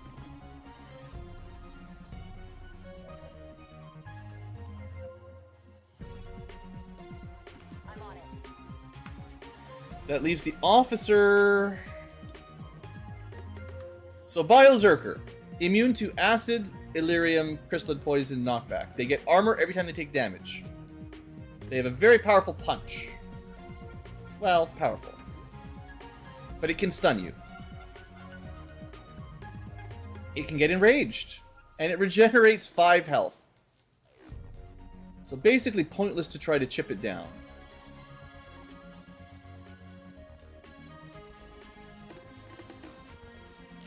You have to rush it down. Wow, yeah, this guy's pretty tough. He's very tanky. Maybe the most tanky enemy we've seen yet. I wonder if we do damage to him, can he turn raging and hit his allies? I don't think that works in Long War. I think there was a way to do that with Berserkers in Enemy Unknown, but... Well, I suppose we should hollow him, probably. Next turn we could focus fire him. We could do that right now, I guess.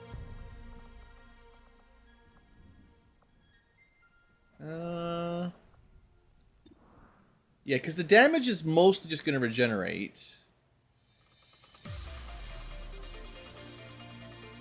Get some. Twice per mission, spend an action. No, not that. Focus fire. Spend an action to pinpoint and grant your squad aim and 1 armor on resets for the rest of the turn. So we want to do that at the beginning of a turn. But the hollow targeting should last, depending on our builds, it should last more than a turn, I think. We do shred armor.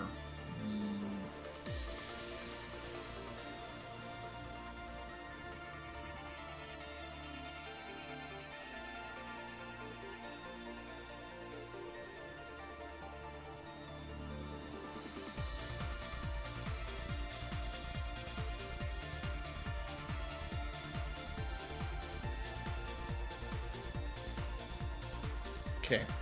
Regular hollow targeting for now. And then slug shot. Maybe he goes berserk and kills the Codex. I don't know. Very unlikely, but...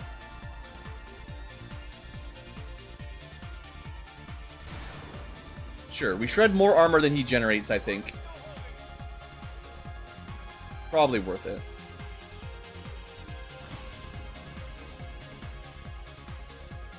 It just all comes down to what they do and whether or not we can deal with it.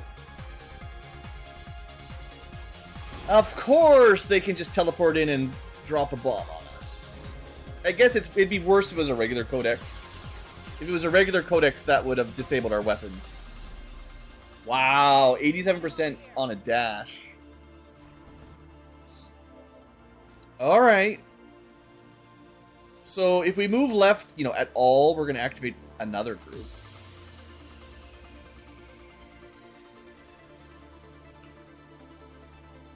I really wish I knew the exact radius on this, but...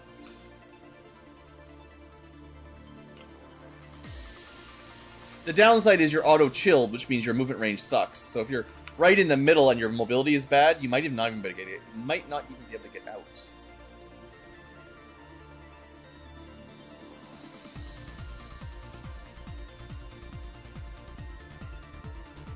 This might draw an Overwatch. That's not a huge issue for this unit. Yeah, 6%, right? You couldn't even see the...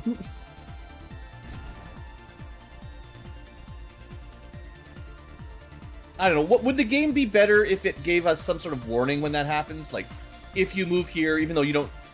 Just like an alarm, be like, you will activate an enemy. Like, it would give you some information that you wouldn't normally have, but it's just so frustrating. We're gonna put some smoke down, probably around here. This is fine. There's gonna be some units on this side that are gonna be in half cover, so... No! No! You can't...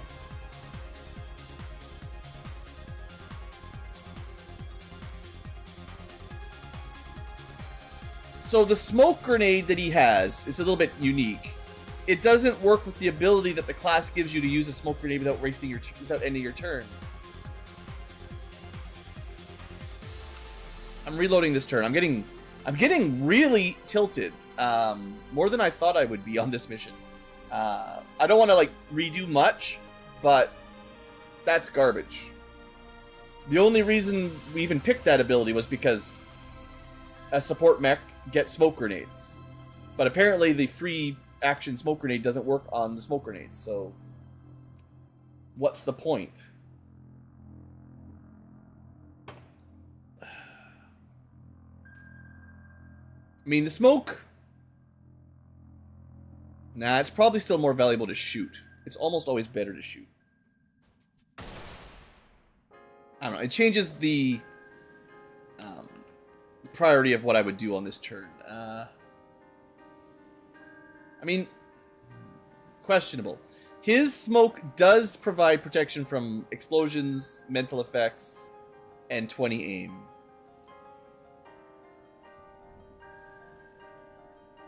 Okay.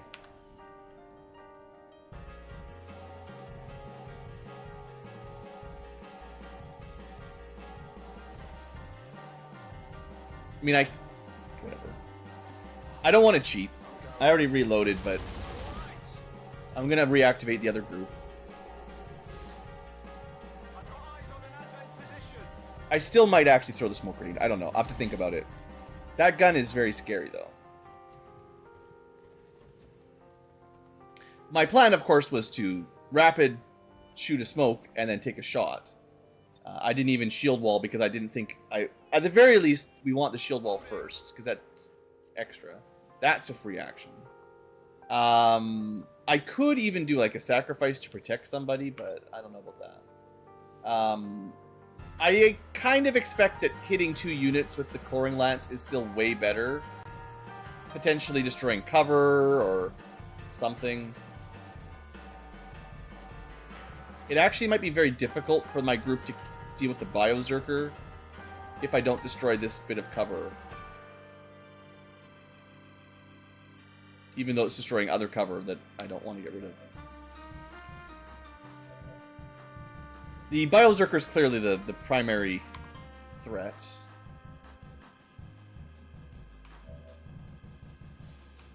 I mean, let me look around for a second, see what I can do. This could be a good face-off if I could get anywhere useful. That frost bomb actually from the Codex really messed my plans up.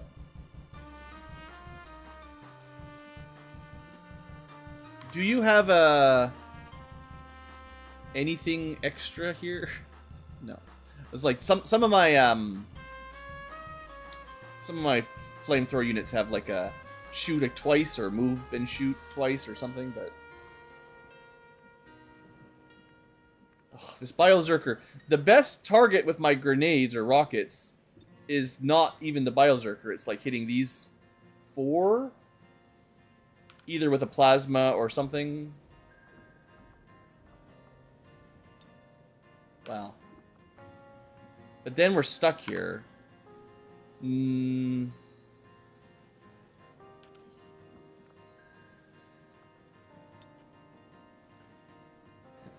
I going to be able to kill everything on the map? I don't know. Let's just roll with it. This is a pretty good rocket to open.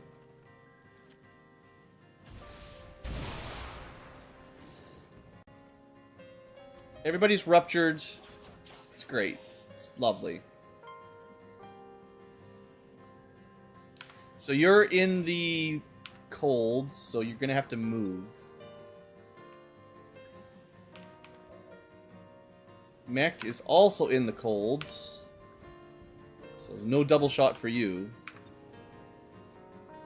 We did destroy part of the wall, actually. That's pretty sweet. So no cover for them at all. Yeah, the rocket did a good job. I was kind of hoping he would drop the Pathfinder down too, but that's too much. So...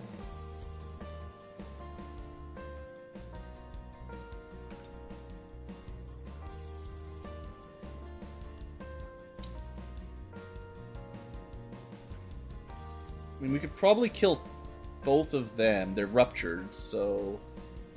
Is that the best use of my action here?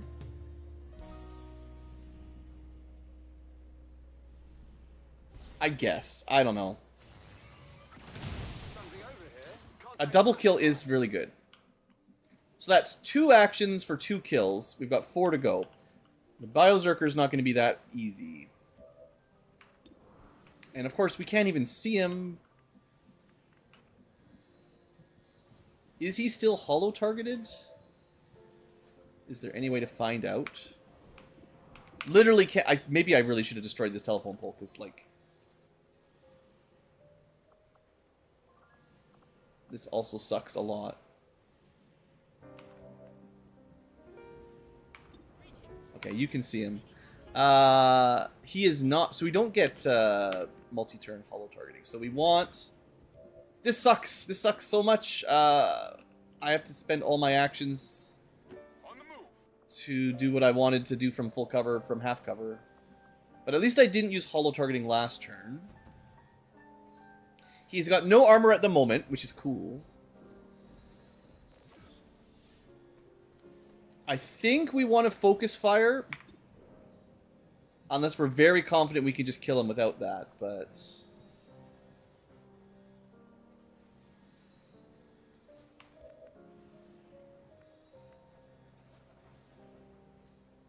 Just want to see what the damage looks like before I commit. 10 to 14. That is a lot of damage.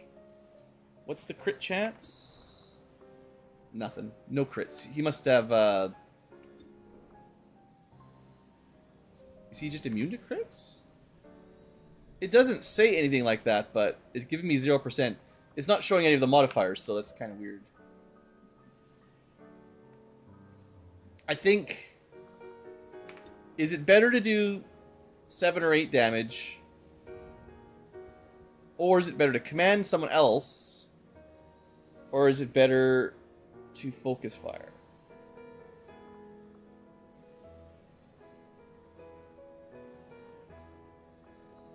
It's a pretty difficult question. Command is better than shoot. I think just commanding the mech to shoot twice might be enough.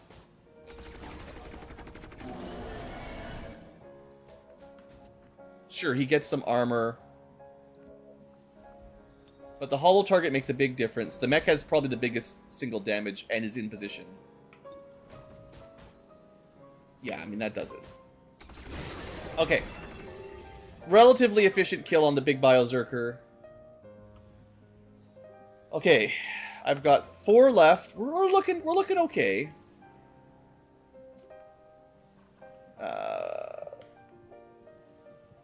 I think the Beleaguer Captain is the next biggest threat. He's got a fancy AoE attack that's definitely going to hit everybody. We could fairly easily hit the Frost Codex.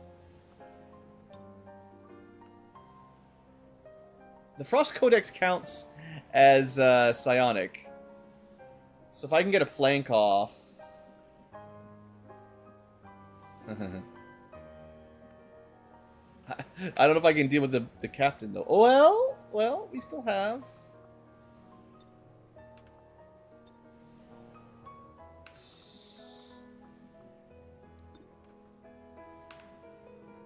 What's the willpower on this bad boy? 85, pretty hard to just mind control him, or whatever, but...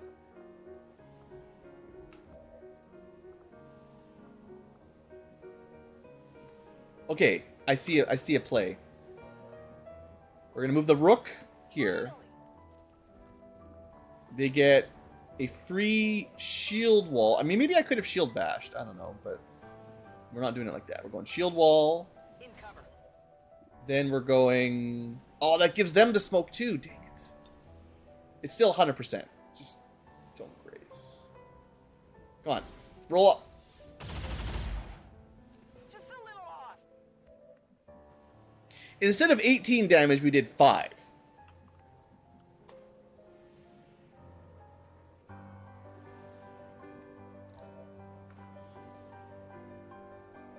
That's brutal. Absolutely brutal. Alright. So much for my cool play. Really needed that codex to be dead.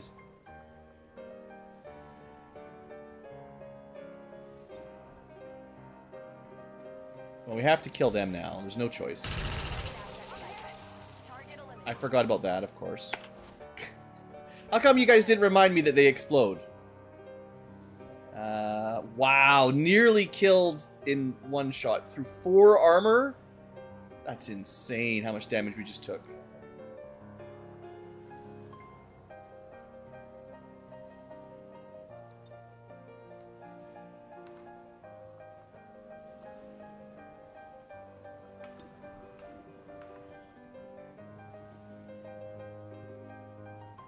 They don't have any melee protection? Oh, but there's a civilian in the way. Oh, man. 83%.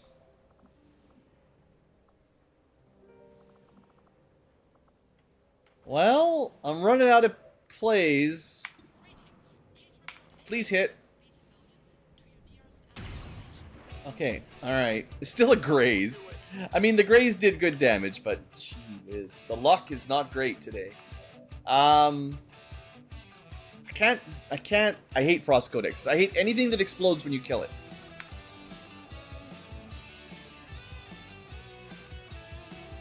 They still have 2 actions somehow.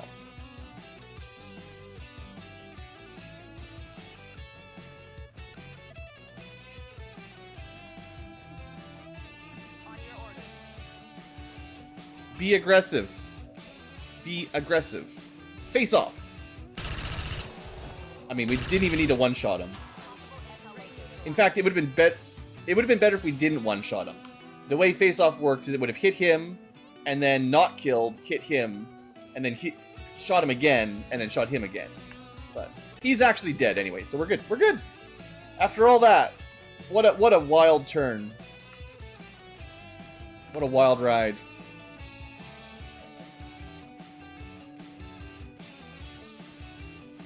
And the only damage I took was technically my own fault. I mean, this was a pretty good play in theory, just didn't quite work. Yeah, 5 damage. Okay, I'm gonna pause here for a second. I am getting cooked. But I will be back in a minute, and we will continue this mission. I just need a breather. Oh boy. So much for my chill stream. No, we're not ending. We're just taking a little break. No, not technical difficulties. Just a walk around the house for a minute break. Where is... There we go. Short break. Okay, be right back.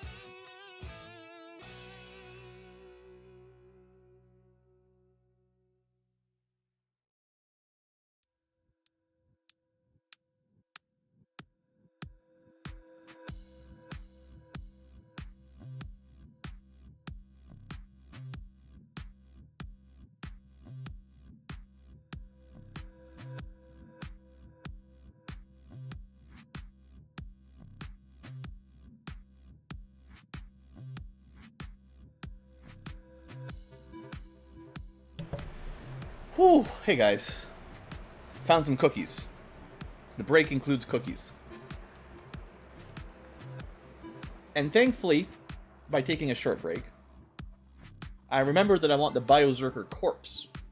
Now, it might be tricky to get it out, given there's still a bunch of enemies and reinforcements and all that. But I want to try to bring it, because it's a new corpse. I doubt the Muton is all that unique, but we could bring him if we can.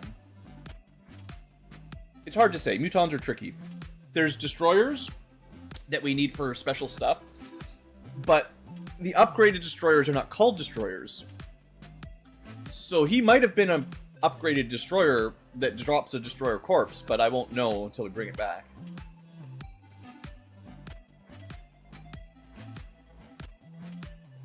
Whew.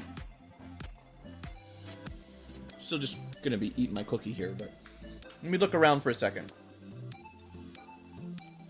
Our squad is in good shape. We did take a little bit of damage, but we healed up most of it. Just lost the ablative. The rocket was great. Hollow targeting worked well. The mech kill was great. Soaring blast shot did an amazing job as well. It's very tilting, but very sad that fastball doesn't actually work with my smoke.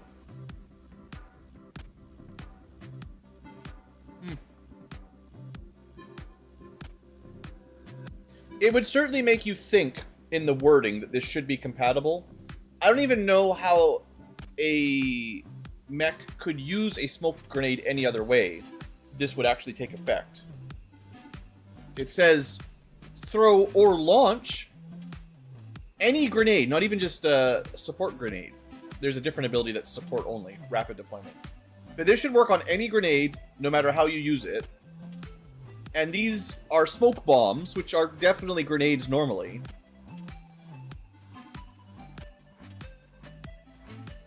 And we have the ability to just use an action, our first action without ending turn. That's already pretty good.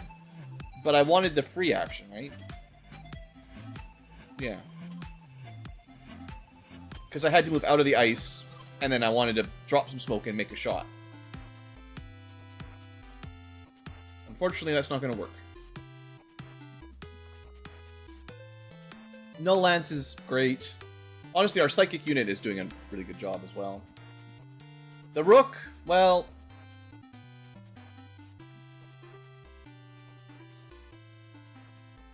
the graze on the psionic blast or nullifying shot was brutal.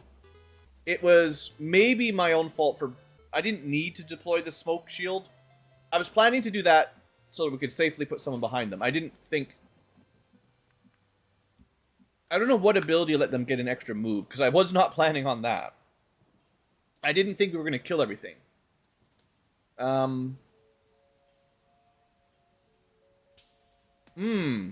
No. Implacable. So because she got the kill... But that's only in movement. How did that work then? Because my quartermaster moved, shot, moved, and shot again.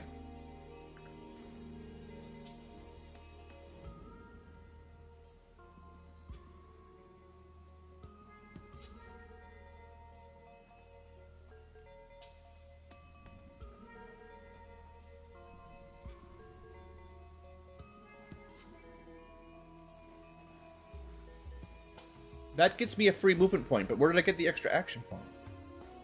Oh, I lightning hands. That's what it was. I moved lightning hands to free action, which gave me a kill, which gave me implacable, so then I could move and use my normal action. Alright. Well, it wasn't exactly planned, but it certainly was effective. Good job, pistols. Basically 3 kills. That's the face-off ability. I didn't even get a great use out of it, but still pretty good. Just gonna finish my cookie and then we'll play again, I promise. Yeah, that was pretty good. So Biozerker. Maybe a muton, bunch of loot. We actually have a nice, easy access to the prisoner, and there are actually 0 enemies remain. So we're actually done. I don't even really need to think about this. Okay. Well, reinforcements. I thought I had more to worry about, but that was the whole map basically. Just one big fight. This was a rough map. The deploying on low ground and then getting spotted by the drone, man. Pretty rough. Okay, let's see if you can pick this guy up. Not good.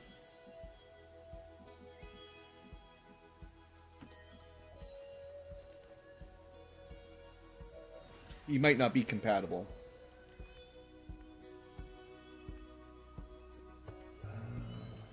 The mechs can't do any pickups. There isn't anything else other than the reinforcements on the way.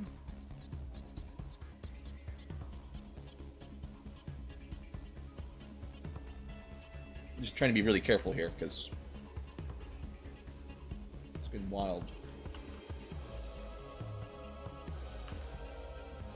Moving to position. Asset secure. And technically, there's an officer ability that delays enemy reinforcements. I might use it. Okay. Let's go. Gotta run these bad boys out. On the move.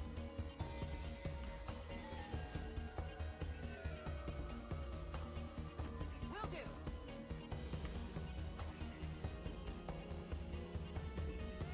It might be a little difficult to get the upstairs loot. I think I may have accidentally blown up all the ladders up. Well, there's the one inside, I suppose. Still a pretty big run. Was there anyone else I pick up? There's a Frost Tech. There was a bunch of dead psionic priests around. It's probably not worth too much hassle, though. Getting it done. I know some people want me to loot everything, all the bodies, but Oh, here it is. let's just take the win we can get, right? Oh, I see. There's an easy way to get the loot.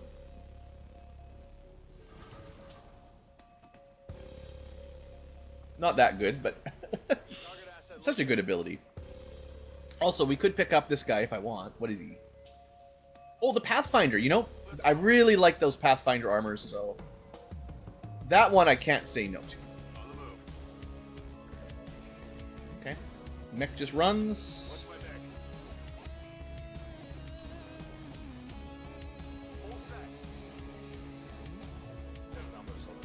Okay, next turn is reinforcements. Where's my officer?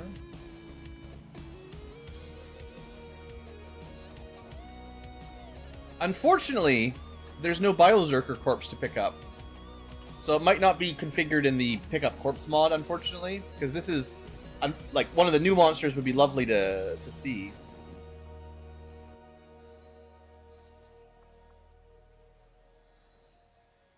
It only adds 1 turn. I mean, I guess it gets us close to the exit point. Maybe 1 turn's enough.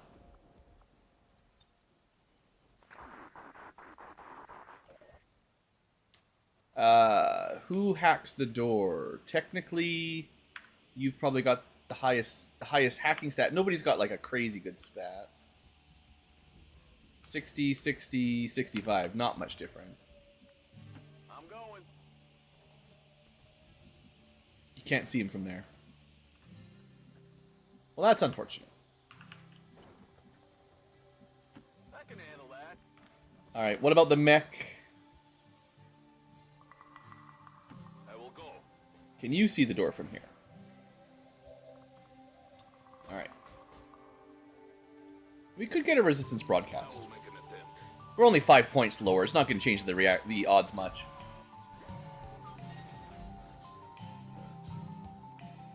Sure. I don't think I would have gotten the PCS if I'd rolled gambled. But we get one more spy for whatever region we're in. Unfortunately, this did not open the door. Let's move already. We got the VIP in tow. Moving to evac.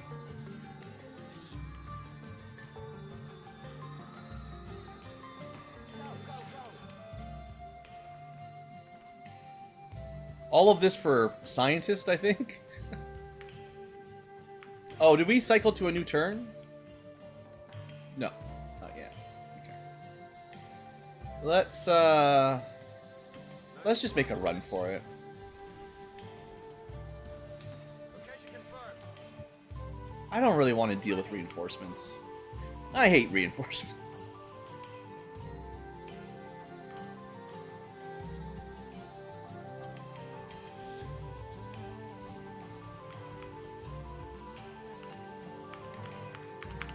In position. But we did buy an extra turn, so even if we can't... Yeah, in fact, I will say the officer ability makes this a lot easier. We're not going to get out this turn, but we might get close enough that they can't stop us, basically, right? Imagine if the enemies had dropped down on us that last turn. Or, I guess, the beginning of this current turn. We would almost certainly have had to fight them to get out. So, pretty good ability. Even just delaying it one turn helps. Now, if they drop down and get a bunch of overwatches, we'll have to do something about that, but... Everybody's one action point from the exit, I think.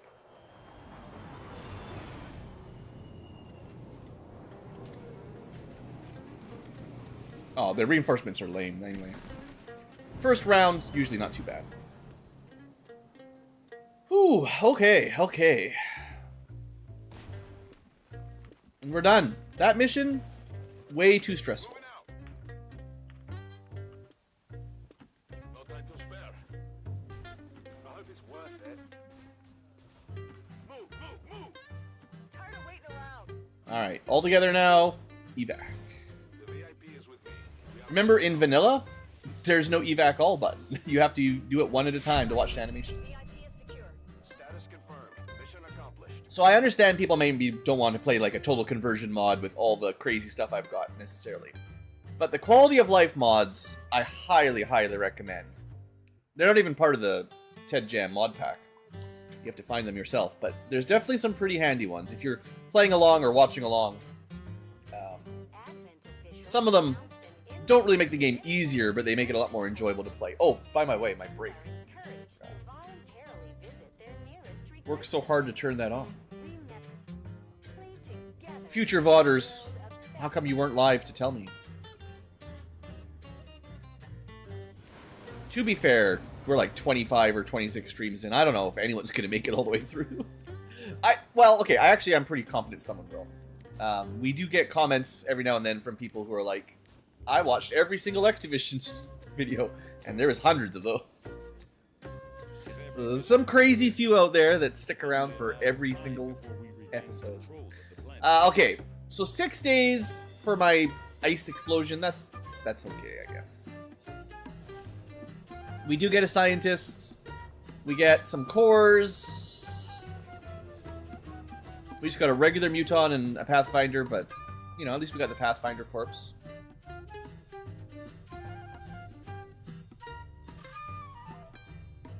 You think it's more work? Not if you're playing 500 missions like this, but, it's basically go to Steam, Workshop, type evac all, click subscribe. It's pretty easy. Pretty easy. I guess you might not have it in Steam, but, you know, if you do, it's pretty easy. Alright, little promotion party. That always brightens my day. But there's more than just evac all. There's a lot of other mods that I think make the game a lot more playable. The filter here is not that valuable, but what is it?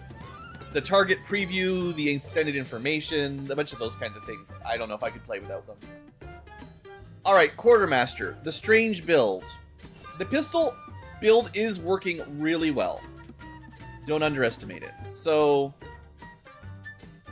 the Implacable also really helped that last mission. Gotta give that some credit. Grenade doesn't really matter much. Run and gun is good. It is good.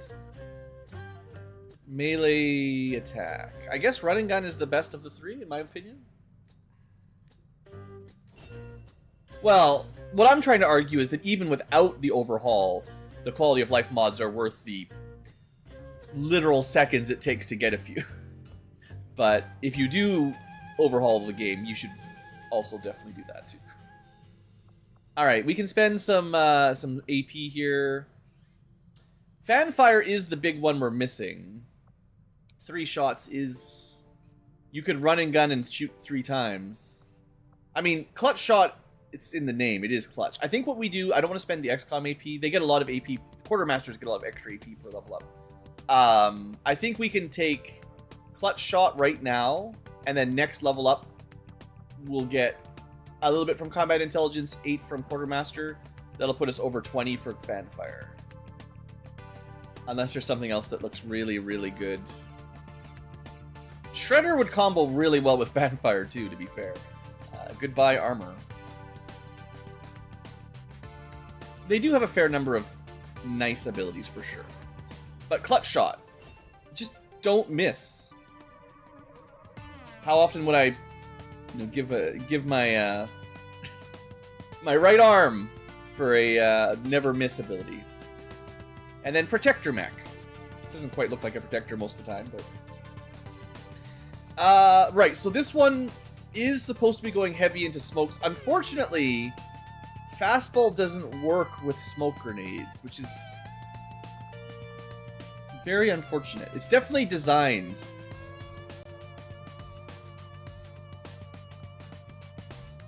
Oh, this is tough.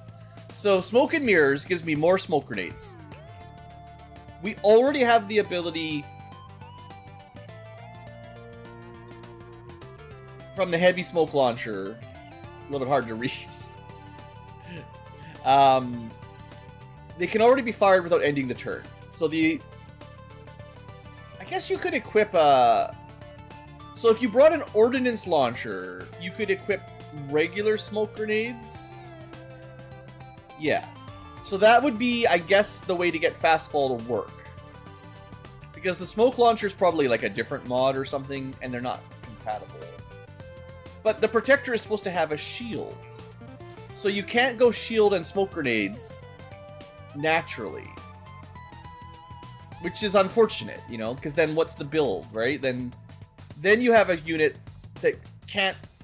The bottom row, you can't equip a shield on your protector mech that's supposed to have a shield. They literally have a base shield ability upgrade. So I feel like the heavy smoke launcher is meant for fixing this problem, but the perks just aren't compatible with it, which is probably why smoke and mirrors is not good enough. 1 extra smoke grenade, but it might not even work with the heavy smoke launcher. Interestingly enough, the combat drugs, well, I'm not even 100% sure. I need to pay more attention. Because the smoke launcher seems a bit weird, I need to make sure that it's providing all of these bonuses. Otherwise, we'll have to respec or something, I guess.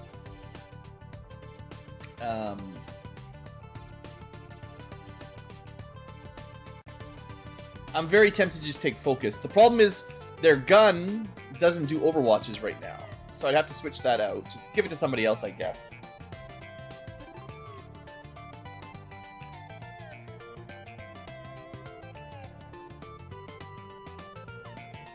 Alright.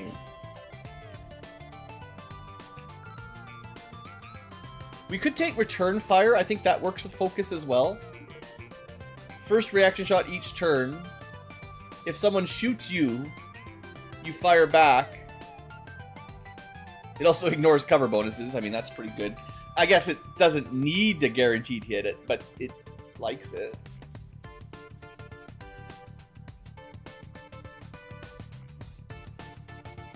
Maybe the open fire is good enough. Just 10 aim and crit.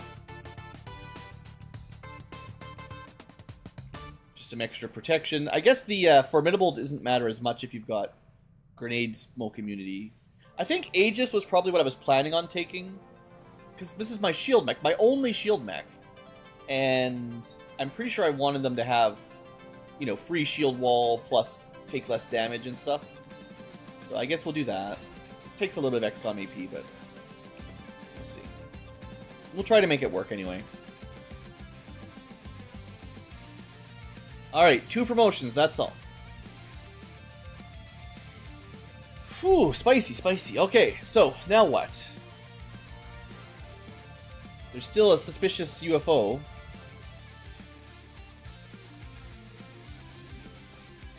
Yeah, we're skipping. I think all the missions are either queued up or being skipped right now. We just count them out. We got golf is 1, uniform is 2, Romeo is 3, hotels. We've still got 4 missions in play. That's plenty. I don't need to feel bad about skipping them if I'm like, if I've only got 1 or 2 missions queued up, I should probably not skip so many, but if you've got 4 or 5 out and you want to do more, you know, we've only got so much gear really available. So I think I was just sort of scanning, trying to find other missions.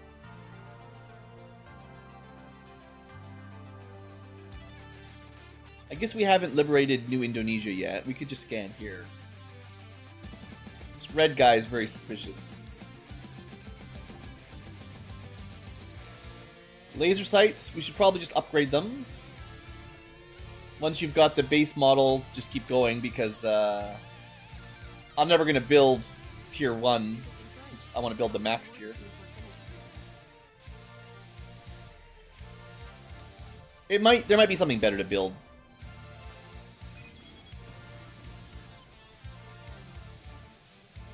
I don't think we can do this. Requires 100% infiltration. 1 day. 13 days. There we go. We can definitely do that, and we can wait a few days. It's got a dark event counter. Nice. Seriously, game. Give me some friggin' breaks. I don't need a gorilla. High concentration of robotic enemies. That's cool. Very large map. It's an escort. You could... I could try my crazy strat.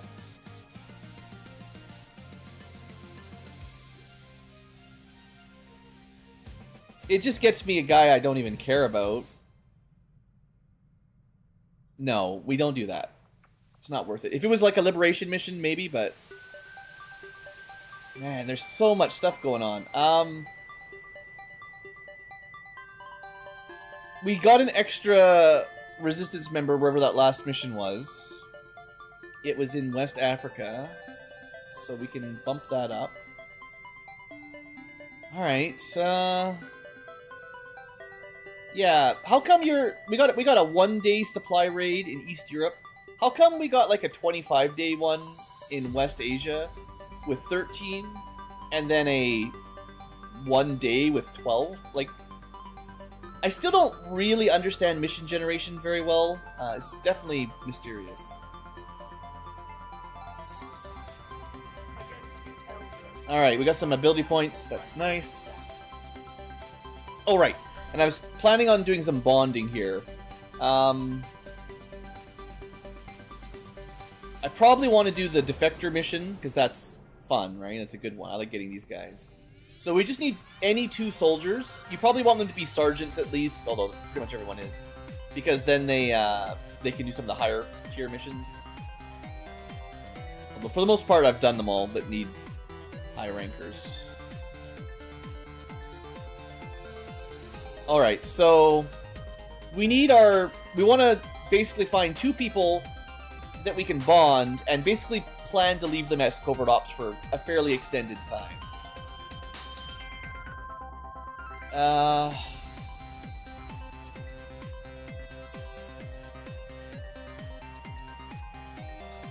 Maybe we take like...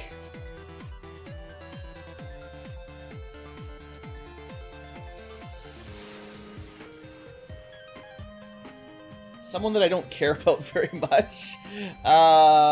Two somebodies I don't care about very much. Like, I've got 2 sparks. Although we can't make them, they can't have friends, so that doesn't work. I have a lot of psyops. I could certainly throw one in.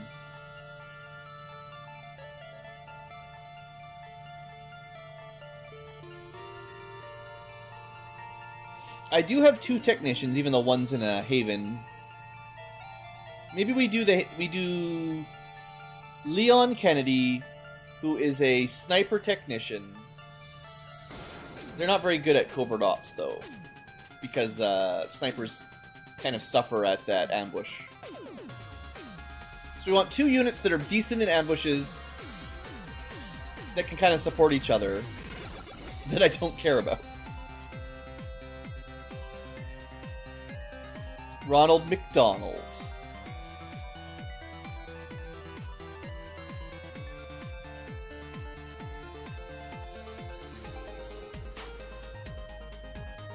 Maybe regular assault.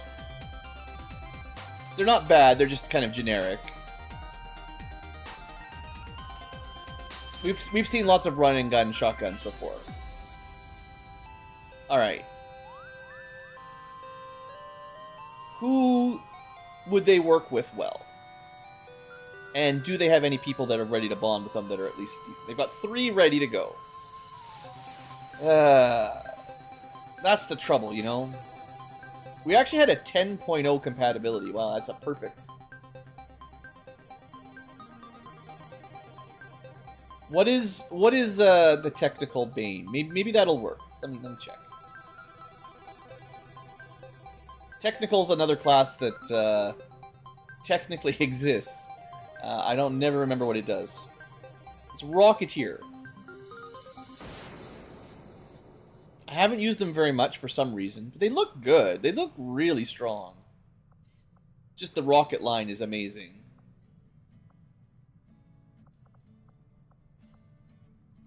A Rocketeer basically with an assault. I don't know if that's a great combo. It's probably not. This is a really good unit, actually. Rifle with good suppression, hollow targeting, good rockets. I probably should have been using them more. Okay, swipe that. We're going to start with someone else that's not the assault, because their best combo is not someone I want to lose. Now, I have 2 saboteurs, but they won't work. I think you get... Phantom doesn't generally work when you're ambushed, because they spawn enemies right beside you and then you're flanked. I'm actually leaning to one of the psyops. So if we can find a psyop that has a reasonable friend...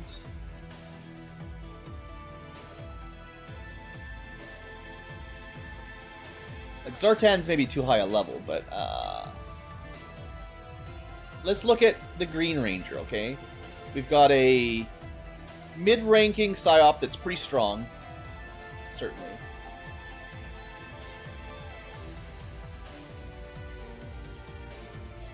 And we could pair him up with...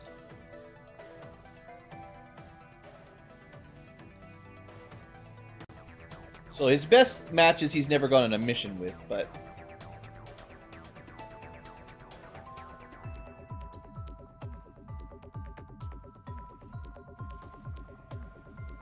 I'm not a huge fan of the hoplite. They're probably pretty good at short range, so maybe we go Green Ranger plus hoplite? I mean, they're only 9.0, but that shouldn't take too long to bond up. This is why I haven't done bonding before, if you're wondering. This takes forever. They're actually good friends with Guile, the technician that I said I have 2 of. Although they're a sniper. Well, they're not friends, but they could be. I'm going to try to find someone that's ready to bond already, because we're so late in the game already. But I think one psyop as permanent fodder for covert ops is fine. I did build a bunch. This is another mid-level Psyop, they got some pretty powerful abilities. Should make ambushes relatively trivial, honestly. They don't have any bonds ready. They're actually very unfriendly. They don't really like anybody. You can send them the quartermaster. That's no. I want these bonds to go relatively quick. Man, that guy, nobody likes that guy.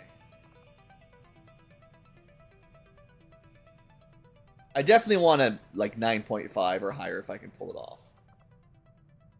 Alright, what about Terra? Everyone loves Terra, right? It's the whole thing.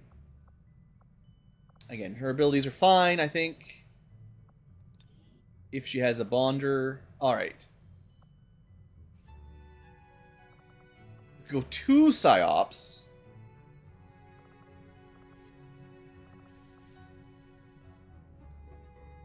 I don't actually think that's a very good combo. Because the whole thing with the bonds, they give... You can give each other a free action. But you spend your action to give them an action.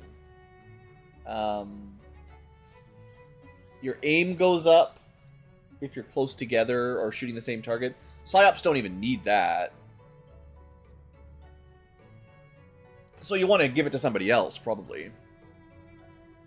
Yeah, I guess we could do the scavenger. It's not... It means we're not going to be using the scavenger, though. That's the problem. Okay, you know what? You know what? Roleplay Ankylo wins out. We technically have 2 mercenaries. Even though they're really good at just filling in a lot of roles. I know it only says 7.3, but whatever. Terra and Shadow are from the same game and had a fair number of interactions, although they definitely weren't very close.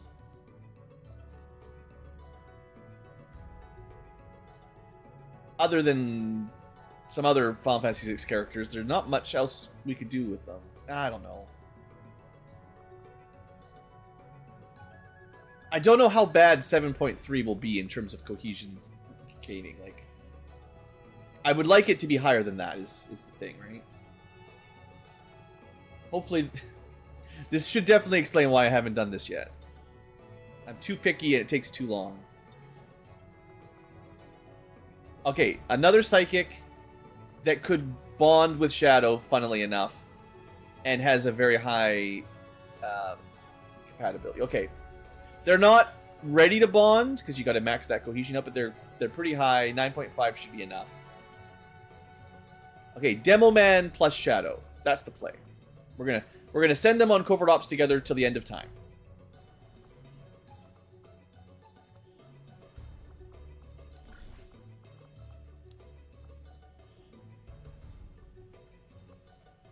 But once they get to level 2 bonds, they will do it faster than anyone else. Now I gotta find them. So we can find the Psyop. I forget what the Demo Man was already. Was he? No, the Demo Man was the Psyop. There we go. And then Shadow was a mercenary. Very roleplay for that one, I guess. Didn't I already sort this? Okay, hold on, music. You're too powerful for me. I cannot survive. Mercenary Shadow. Alright. We will bond them once they get a little bit of experience. I didn't check their gear, but it doesn't matter because there's no ambush. Alright. We did it. There's still no bonds, but we're planning for it at least. I'll probably forget by the time they come back.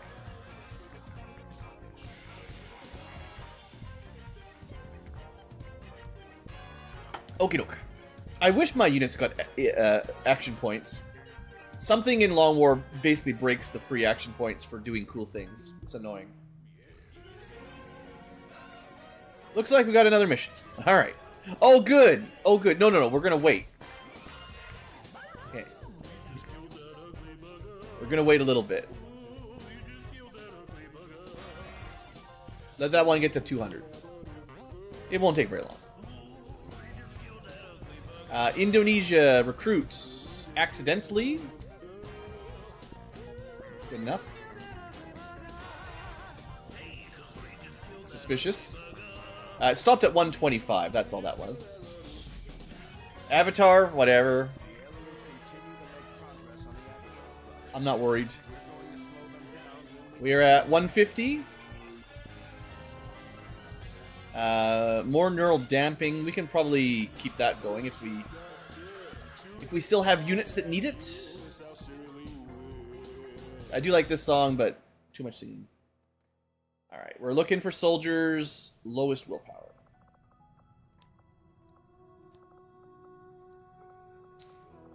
That we haven't already modded. I think we just did the Wraith Commando. I'm pretty sure I've done the Agent. I don't know about Psyops. It's tricky. Heretics. The Commando, I think we've done. A lot of the people in this list are psychic-ish. I think we're going to give it to the Bishop. The Bishop has some Psi attacks, but not very many. Not enough that I think I would want to use a, like, Chaotic Mind or something. I still haven't even tried this. Plus 30 Psi Strength is a lot, but it means I have to be very careful using the Psi Operative.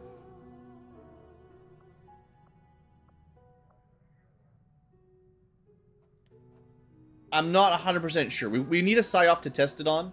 If they... I don't know if this means... So it says you get a huge Psi offensive buff. But at the end of their turn, damage all units within 2 tiles, including allies. The Mind Shield item, or Soulless Aura area of effect, which is very rare, will suppress it. Soulless single target active ability will not suppress it. Which is fine. But is it a Mind Shield that the person who's modded wears? Or all the allies around him need to wear? Because if I can just Chaotic Mind you and give you a Mind Shield, that's fine. But if everybody else needs it, that's less fine. Anyway, for now, we'll just keep damping people.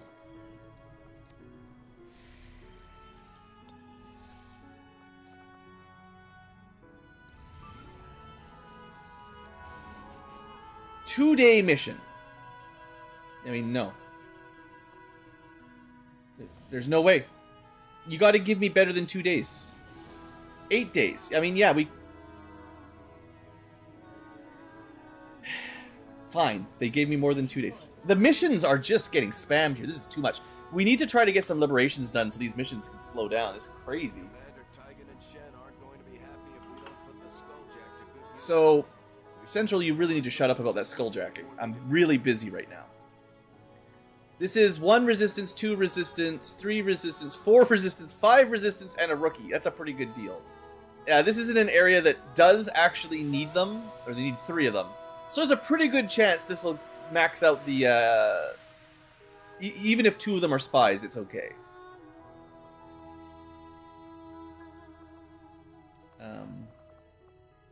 We have too many missions again. I can't... The mission tracker is literally broken. It's not just me complaining. The game can't handle this either.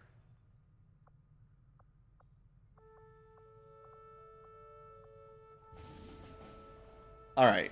8 days. We could wait a little bit. Let's see if I can send a squad out. Please shut up, Central. Why do you repeat that line every single time? I don't need to know. Alright, so Hijacker is geared, a little bit low will, but they're fine.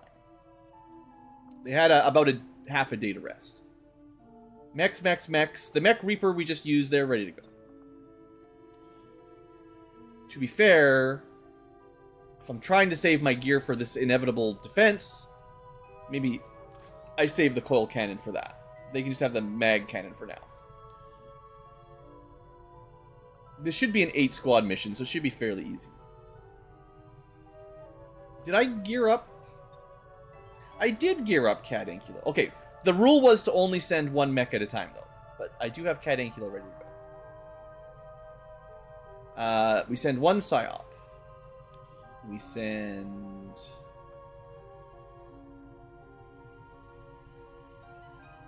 Keep sending the Geneva out. They didn't use their flamethrower even once on that last mission. But they had a cool rocket, so... The technician was one of my covert... Oh, this is the... He was one of the Haven Guards. He is the not very good sniper one. I think I had 2 technicians. He's the one I'm pretty sure I was planning on switching to rifles. Because his mobility is better than his aim.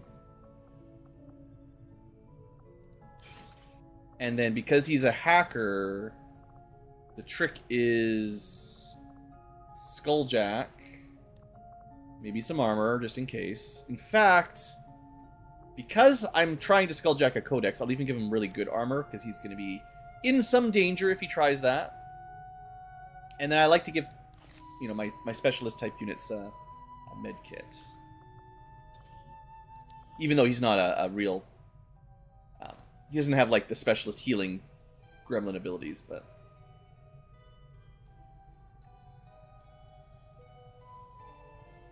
Alright, we'll give him a couple mods in his rifle. Oh, that's right, I built, I started to build some of the really powerful underbarrels. I don't know who should use them right now, but... These seem very powerful. Underbarrel beam launcher, yeah. I don't think this is the guy that needs it, but...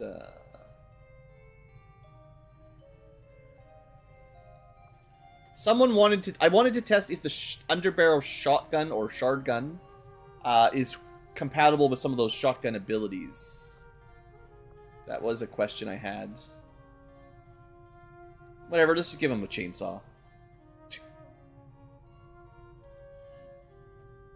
Might as well play Gears of War again. It's been a while.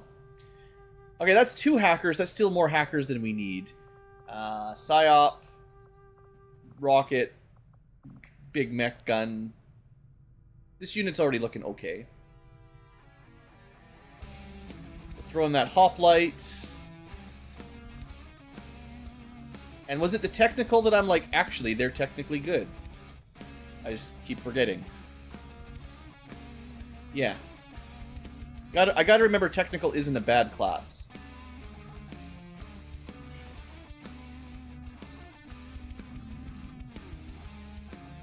Don't wanna give up all my coil rifles. I'm gonna need some. I always need to double check if it's a gauntlet focus or a rocket focus, though. They are a rocket build, although they could go flamethrower for the gauntlet. So I believe in this case, rather than using our gauntlet, it's probably better to send them the rocket launcher. Because then I can equip them some good rockets, assuming I have any. I mean, I have the anti-strong unit. It's a single target rocket. Nothing else is currently available. That's fine. Oh, there's so many things I'd love to build. We need so much money and supplies. It's crazy. Oh yeah, his mobility is... Okay, I think the reason I haven't been using him isn't really because his class is bad. It's because he's got 13 ability. And it's hard to bring him. Once I can afford Warden armor, then I won't worry about, you know, the ablative HP quite as much.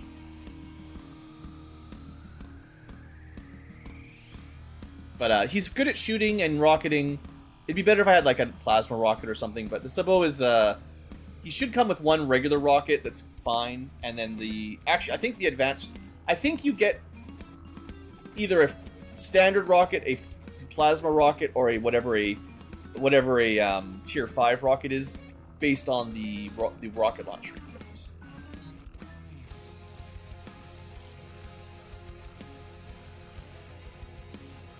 Like, these are tier 2 rockets.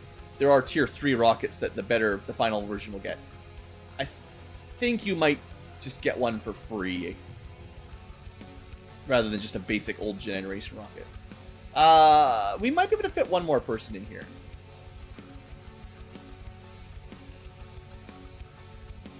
Storm Rider, oh boy. Everybody's favorite. Ronald the McDonald's.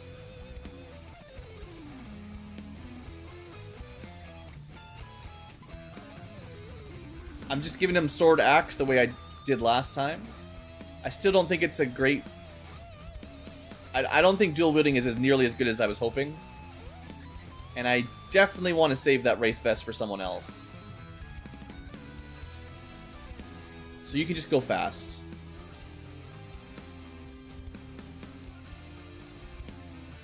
And someone should probably bring an extra med kit. I don't know. It's more like he brings a Happy Meal with him. We have got a couple we got lots of med kits. All right, that's an 8-man team, 100% infiltration. That should be okay. When you can deploy 8 people without a boost, you can definitely get away with a little bit lower gear for sure. Alright, game. I really need this UFO to finish doing whatever it's doing. Please. It's trolling me.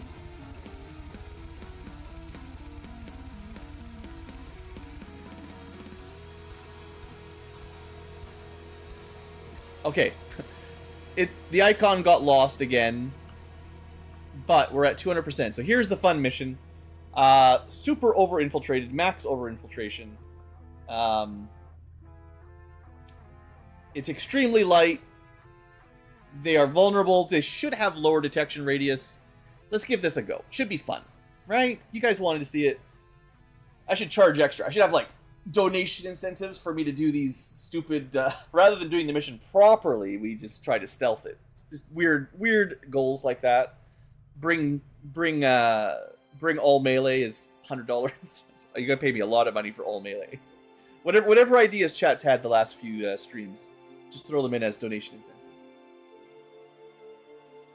I'm not going to do that, just to be very upfront. But if you want to make money, if you're a streamer, maybe you should. Maybe that's what the real pro streamers do. And then they scream and act like children and get all the views somehow. I don't know. Is that still what people do to get views? I see just so much overacting when I'm watching big YouTubers and big streamers. It just turns me off so fast. I like relatively chill commentary. Alright, here we go. So, I don't need Central to explain nothing. In fact, it would be better if he just shut up. Okay, so we gotta escort the engineer out. The trouble is, he is not concealed, and I can't give him concealment, right? No. I can actually give him a pistol. I forgot officers can do that. That's just a free officer ability. That's cool. So, looks simple, just get out.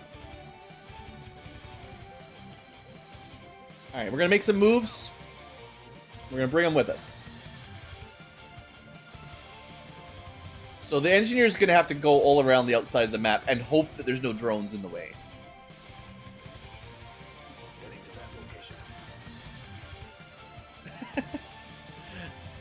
I mean, it might not be worth much for $100 because, like, I might just deploy 8 rookies, give them all swords, and just let them all die.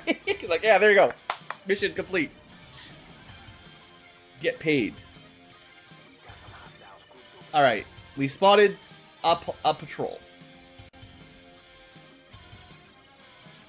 Right, he's not concealed, so it doesn't show me the activation range. If they see him, they activate. So we need... I can figure it out from here. We have to stay behind, for now, this line, which means we really want to stay, like, way over there. I mean, that was the plan. We're gonna go all the way back. In fact, cover might not even be worth it. It's probably better just to hug the edge of the map. Legitimately.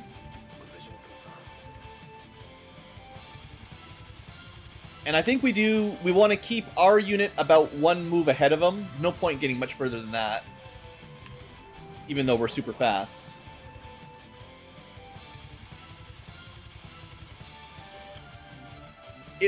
It's a bit of skill, and it's definitely a lot of luck. Because you need a path around these pods, and there's no cover. Like, there's no walls at all.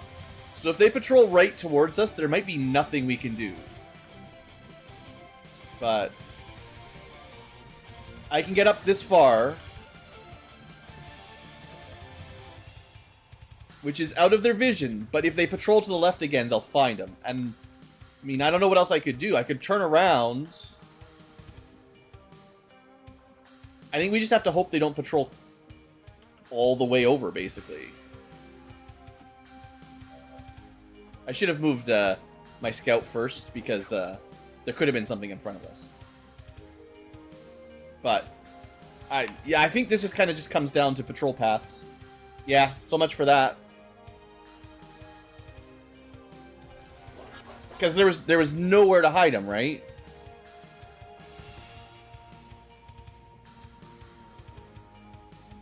Now, my guy is fine, but this engineer is not going to have a good day. He's probably dead. Maybe I'll reload the mission or something. I don't know. It just feels like there's no play here. It's just...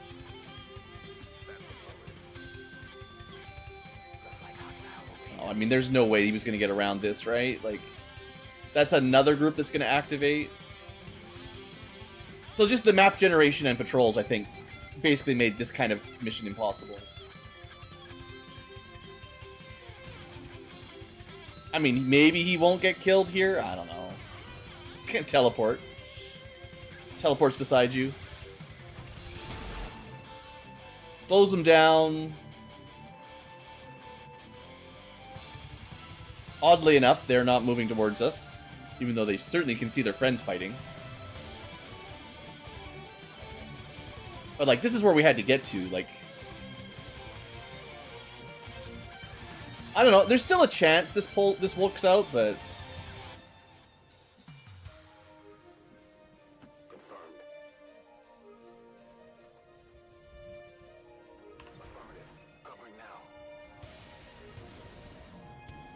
It's not like they're gonna forget about him. They're just gonna keep chasing. I think if he had better base mobility, he is really, really slow. Higher base mobility might have made this a bit more plausible. But they're gonna keep gaining ground on him every turn.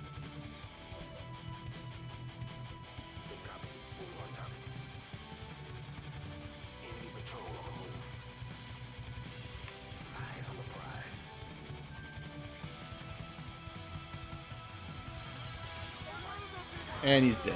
Alright, alright. I kind of want to try it again, because this is intriguing. It's just really annoying that, like, I didn't get to even give it an honest try. Like, they just spawned us in the middle of an open field, basically, and the enemy just pathed right towards us. There's, like, what could I have done differently? The only thing I can think of is I'd run away from them into the corner and just hope that eventually we get out. So I want to retry that mission. I want to reload the map.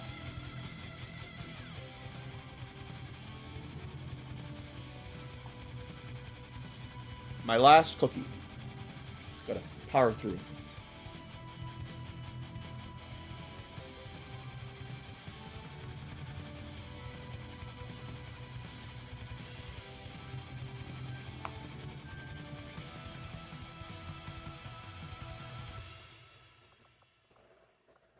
I don't think we went backwards very far.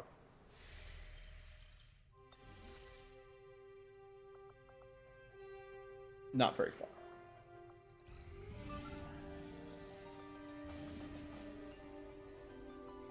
Yeah.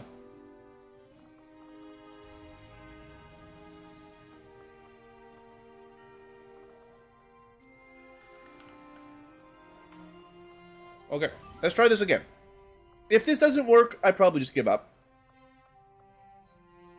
But I will try one more time.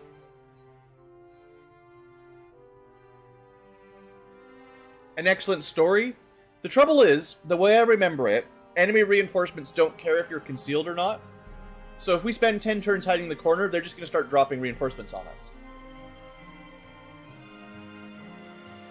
So it's due to what I consider bad game design, in my opinion, at the very least, that's not an option either.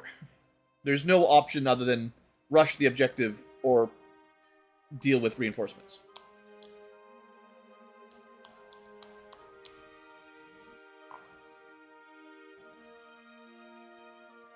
The Resistance is asking for our help in extracting a VIP who had been providing reconnaissance. But maybe with a better map generation.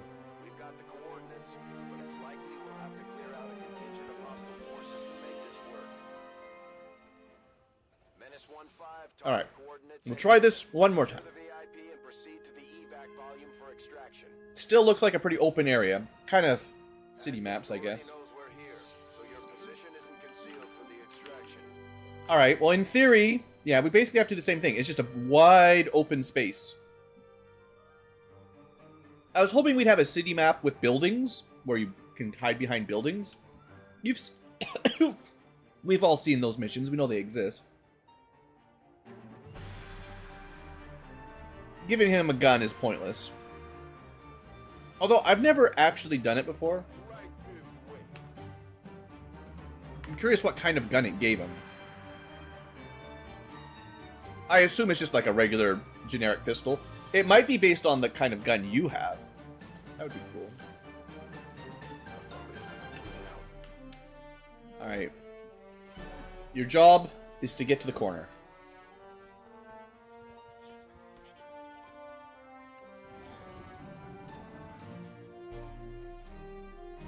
Hopefully the patrols don't completely wreck us.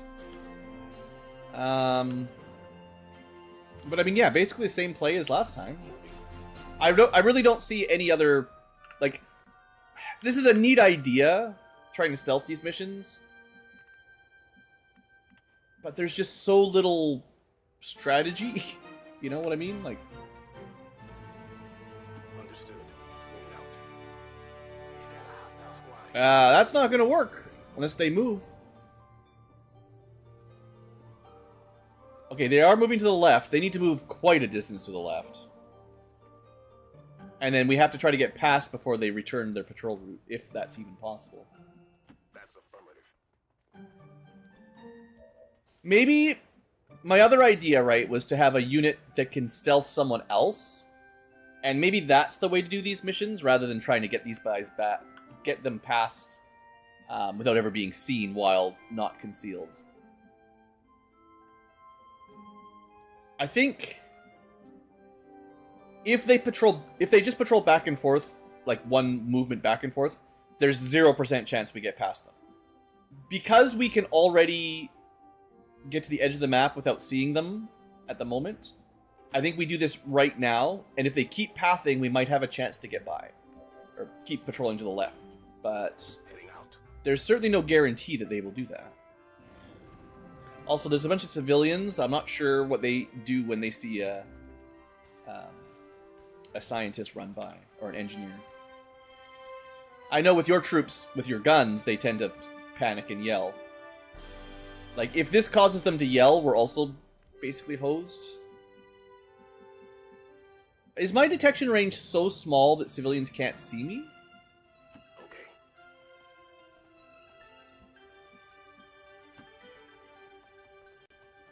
Pathfinder armor. I don't know. Yeah, they're gonna move. They're gonna yell. So it is possible the advent will just come right back towards us now. Yeah, so they panic just by seeing a guy walking around. Very roleplay focused game. We're getting close. If only we had a civvy with 22 mobility, they could get out.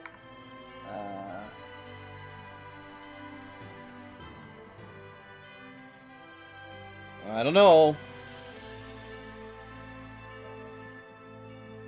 I have a feeling they're gonna, maybe not yellow alert, but they're gonna move towards us. There's not a lot of space over here. Okay, I try to avoid them. Civvies. Moving to designated coordinates. I'll try. I'm trying. I'm doing all I can. They're coming. But maybe we can sneak past. But the secret timer is almost up. Okay, so from here, you have basically one tile of safety. They almost caught him. In fact, one square to the south, he would have been spotted already.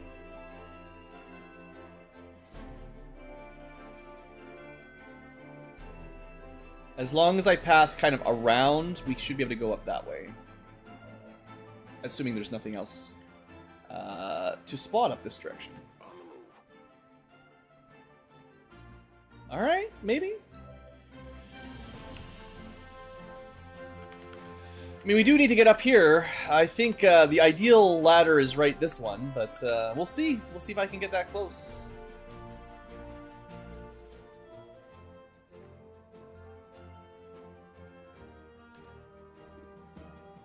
It literally looks like we can see him right now. So how he's not active is already a bit of a mystery, to be fair. He may lose this as soon as he moves.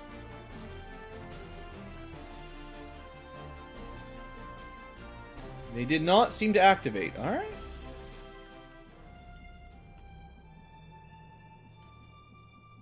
Well, we'll keep at it. We'll keep at it. At least my real soldier can always just book it. Okay, so if we can get a bit closer. Orders confirmed. On the move.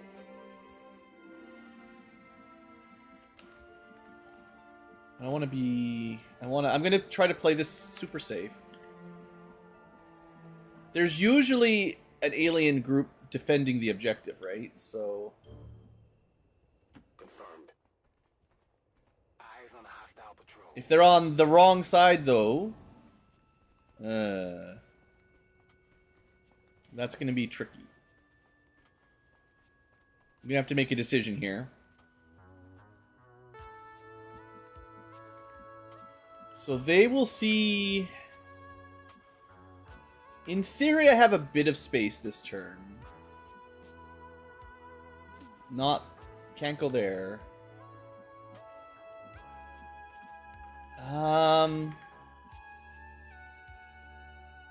Like, if I end my turn here, you think he could get out next turn? We could count it out. 1, 2, 3, 4, 5, 6, 7. Ladder, 8, 9, 10, 11, 12 with some diagonals. Can you move that far? 1, 2, 3, 4, 5, 6, 7, 8, 9, 10, 11, 12, 13, 14. I don't think so with diagonals. I think we still need to be a little bit closer. This might do it.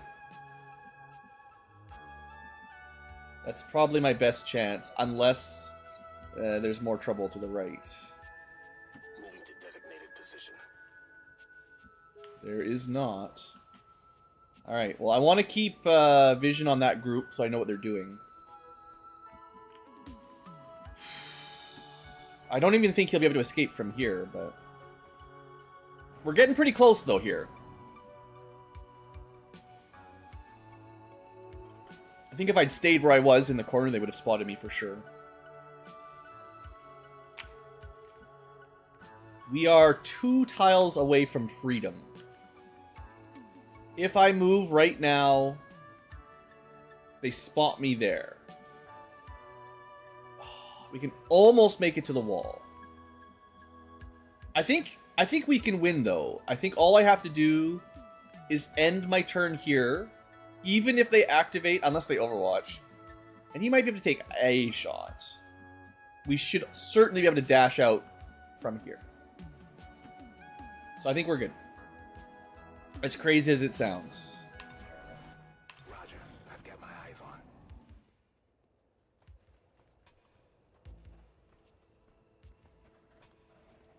And if somehow they lose line of sight by weird walls, then... now, once again, I think we've had 2, like, perfect shooting star moments where technically we're in vision, but just at the very border, and somehow they didn't activate. This never happens to me normally, but we're out.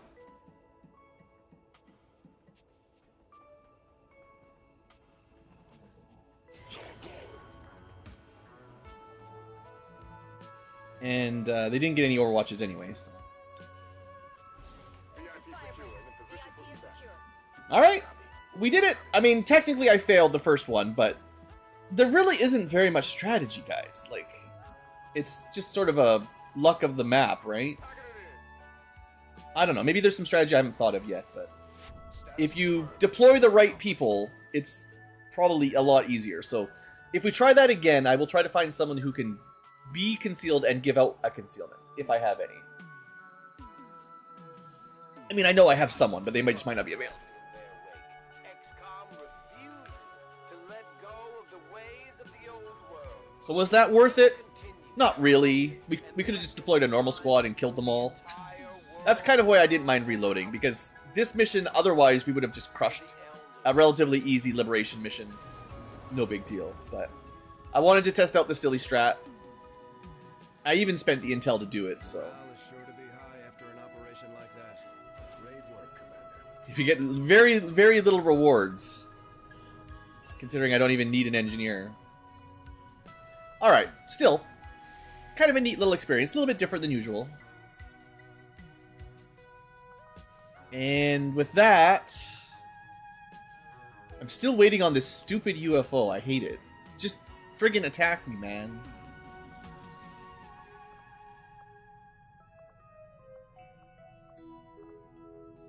Just seems like I can't commit to any missions until the UFO finally does its job.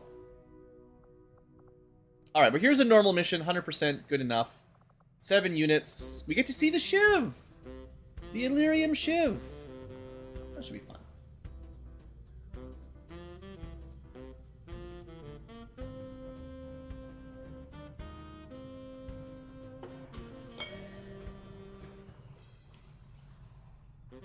Excuse me.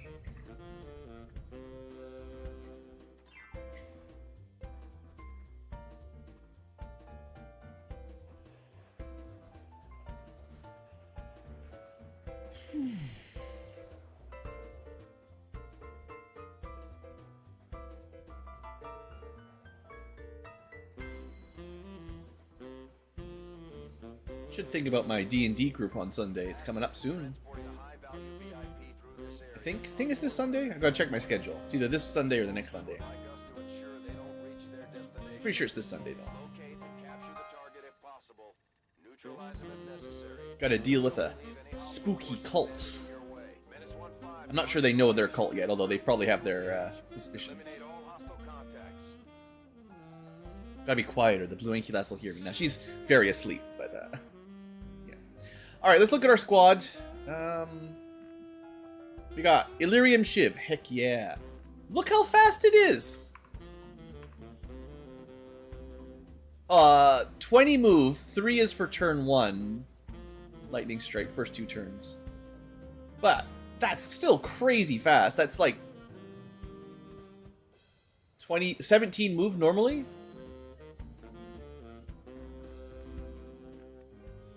Yeah, those Haven defense missions are brutal.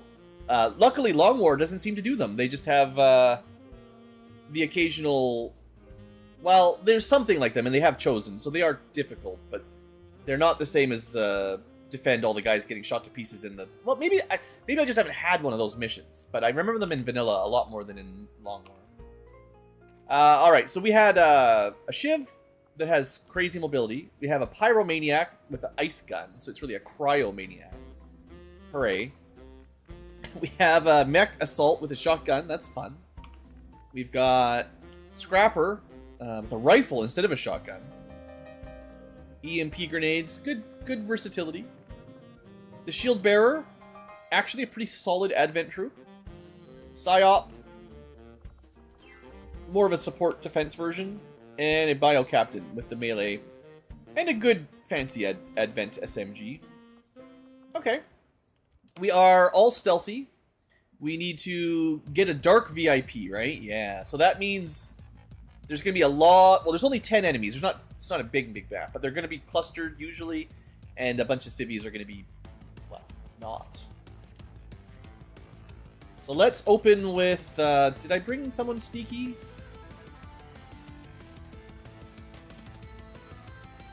No, Really? Well, sometimes I remember, sometimes we just don't have the units. Let's take a look. We are very close to the objective, which is spooky. Yeah, there they are. Alright, so that's 2 pods. We've got Pathfinder Hunter. I love the corpse if I could get it. Sentry, drone. These are strong drones, upgraded drones. We got Biotrooper, Elite Duelist, and then another drone behind us. That's 1, 2, 3, 4, 5, 6, 7. There's still 5 more we can't see. 4 more, because the marked target is considered 1. Cryolator guy, not really noted for being good on ambushes most of the time.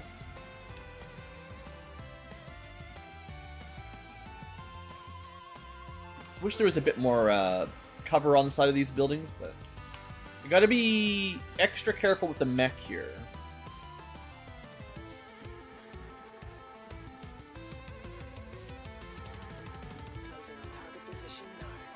And the Shiv too, actually, not very good at stealth.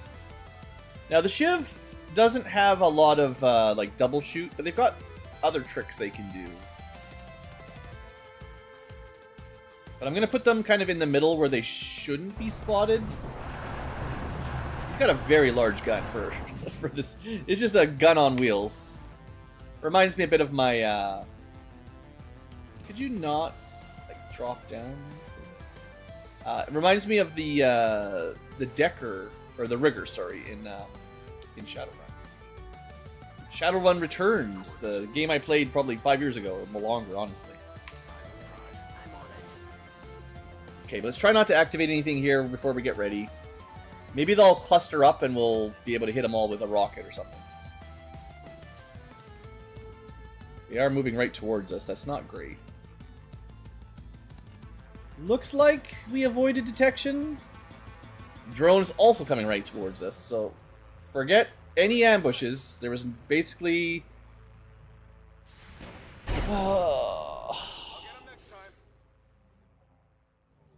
I mean, what could I have done? Again, where could I have possibly hidden the mech? I didn't know which direction the drone would go, and if they go towards us, I mean, there's nothing. Alright, well, this game is on. I did not get any kind of ambush. Half these civilians are probably faceless. Technically, I could drop down and ice cryolate a bunch of them, but it doesn't seem super amazing.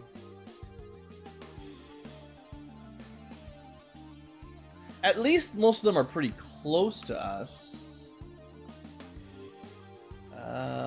We could... We can shred 4. That's a pretty good shredder gun. It's not going to do a lot of damage. It'll destroy their cover. Is there anything else I would do with whatever your unit is, your scrapper? We could fastball... Okay, yeah, I'll try to be efficient here. Fastball an EMP grenade.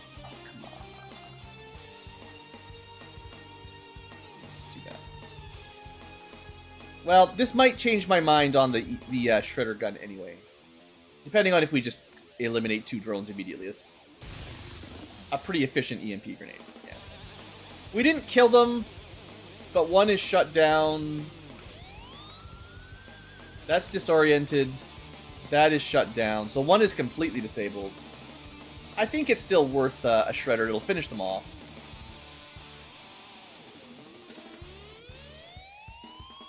Kind of want to hit all the civilians, but...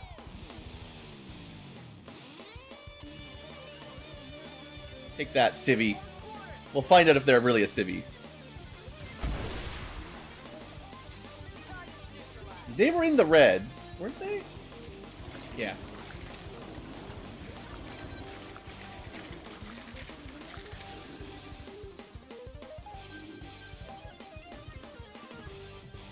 Also... There's more than one. That was a bio advent. The shredder gun did not destroy the full cover like I was thinking it would. I could do... I don't have a null ward. Different units.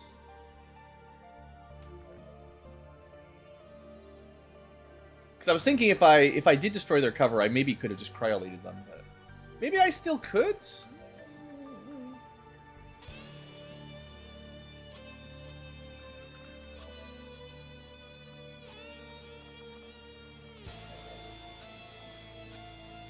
Most of my units are short range or melee.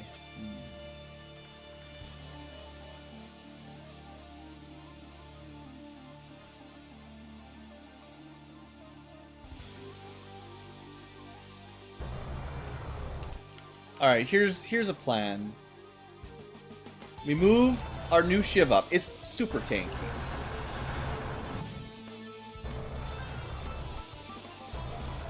It's actually got pretty good aim up here. But no, I think I'm pretty happy just using collateral damage here. Destroy the cover, let me kill the rest of the advent down there. They're all grouped up. Because now...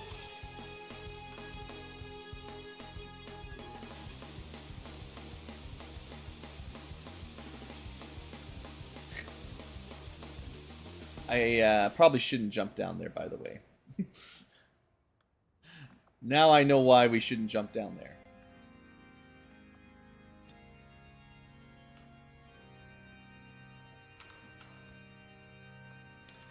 But I got all these melee units. What am I supposed to do with them?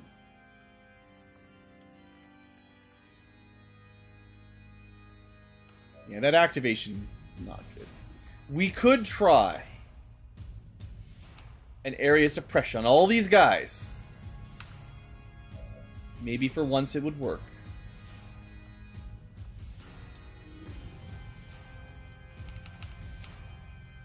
We could just stasis the Pathfinder Hunter. It doesn't deal with the Sentry, unfortunately. Hey, Dark Angel.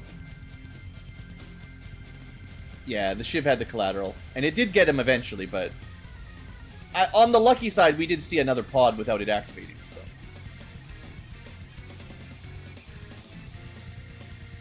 Alright, we... That could kill...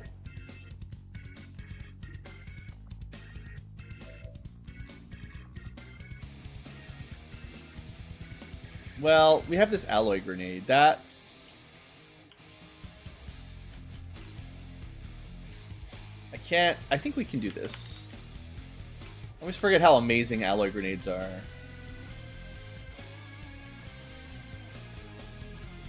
Come on, there's a tile. Quit jumping 2 tiles.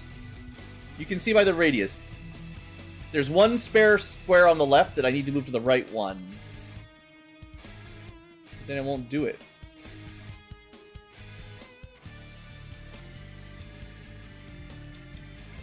I think it's this random lamp that's messing me up. Literally the lamp blocking the grenade. That's... Now, to be fair, the alloy grenade is not really going to do much to the Pathfinder. But if it could even just do, like, a couple damage, then the Psychic could kill it. Or we could just expect all these civilians to be faceless. Sure. Don't be a civilian on a Dark VIP mission. If you're not a faceless, it literally didn't even kill them.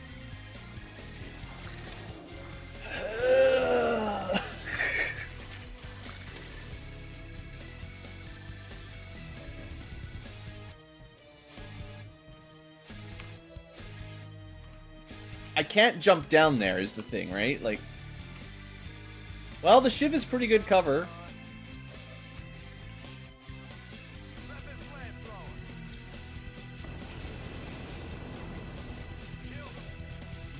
Oh, he's got Cold Snap. That means he can fire it twice. I think it might even be the gun that gives him that. Oh, I will take it. If you can do even 1 damage, well... You might be able to light him on fire. Yeah, you know what? We got him. Well, he moved, but that's okay. That was a pretty good turn for my Pyromancer, whatever his name is.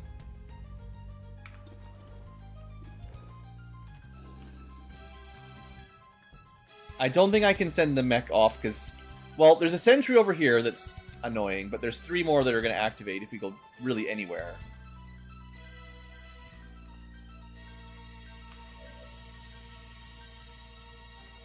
I think I was always kind of planning on doing this, but I think this is pretty smart. Get some shields. Would have been nicer to take a shot as well, but, you know. Okay, we can't see any enemies from here. I wanted to psi attack him, whatever it's called. Can't just run down. Ugh.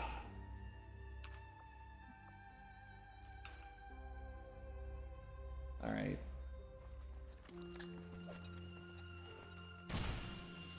Poisoned and on fire. The Faceless won't die because it regenerates first, probably, but... We've done a pretty good job thinning the herd here of the bad activation. 59%. Ugh.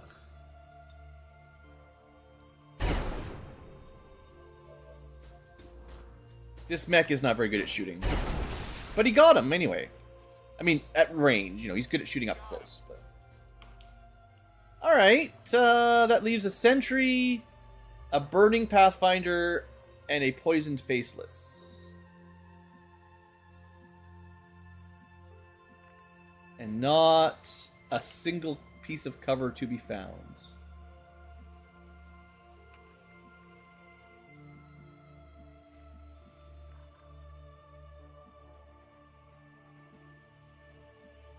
Alright, we can kill the faceless. This is as good as I can do, is get rid of him. My mind is my weapon. But I'm pretty sure the Pathfinder's pretty much done. You see that? Alright, 3 fire damage and 2 poison. He survives a turn, but I mean, what's he gonna do? Disoriented, poisoned, on fire. This is the only attack they get. And he tried to shoot, I think, the Shiv, but did not work. I heard a door open somewhere. Kind of underneath us. Bit suspicious. That group still didn't activate, so we've got another turn to clean up. Maybe we just move up this turn? 5 more? Well, 4 more. I guess that's a group of 3. There's probably 1 more drone somewhere. And then a million more faceless. Now, this guy is on Overwatch. Don't forget. I can remove it if I want. Just with a suppression. That is one of the perks of suppression. You can just remove an Overwatch shot, I guess. Although, usually just dealing damage I consider better. Insanity, oddly enough, if we panic him, doesn't remove the Overwatch. We've learned that as well the hard way. Now, we also have Shadow Step, so we could just go kill him. You know what? I'm okay with that. There's a pretty good cover spot, even if we activate. Which seems likely.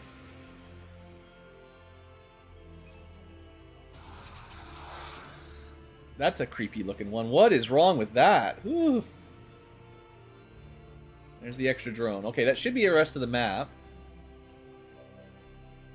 Okay, so the good news is... Well, that's everything, right? What do we do with our... We can kill the drone with our Shiv. The elite sentry does need to die. The poison shouldn't kill it. It won't kill it.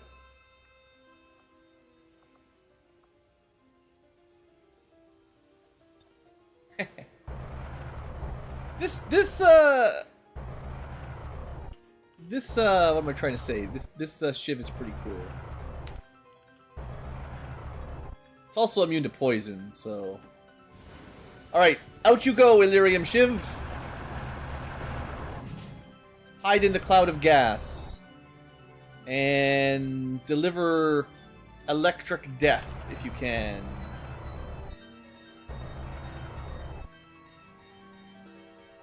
I can't hit them all. I want to make sure I hit the guy that's in full cover, though. They're the hardest to hit, I think. It's not going to do a ton of damage, but disorients, you know, that's nice. Alright, good. Next. There's not much to cryolate, I gotta say. Mech. Also can't even get far enough to do anything other than a punch. I guess if that's the only thing you can hit, you might as well take it. Otherwise, you're not doing much.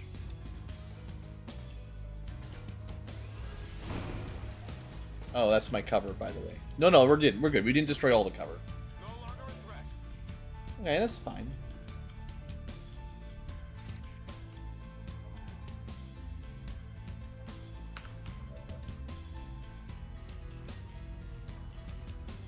We could try that area suppression. So we don't have to worry about the hunter.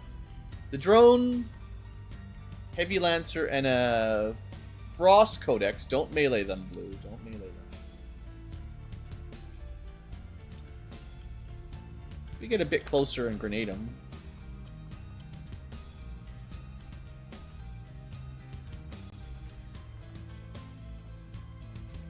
Not much. I don't think there's any reason to stay up top. There's probably still another faceless or two. That guy.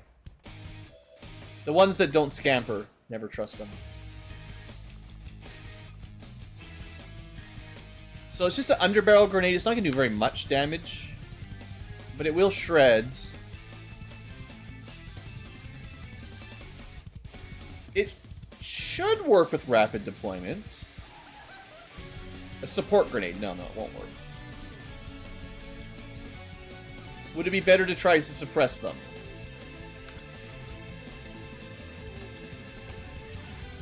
Think about it for a second.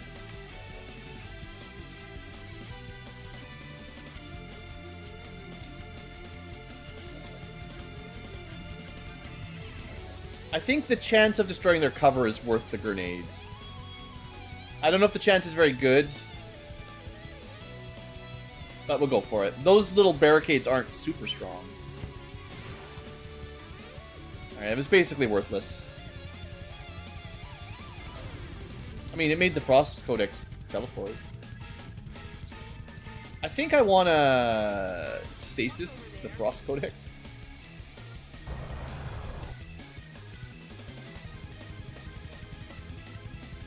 I don't really have an easy way to deal with it, so I wanted to stasis something, so let's get rid of it at least. If I had a hacker, that would be a good way to set up a Skulljack.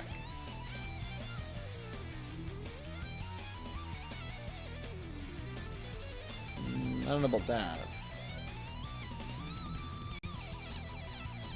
Well...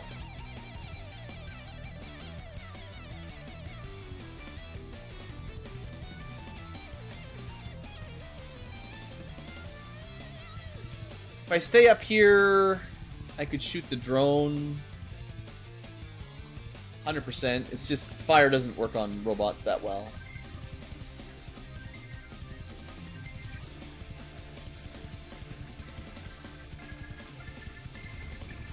This is just too easily flanked unless I can kill everything.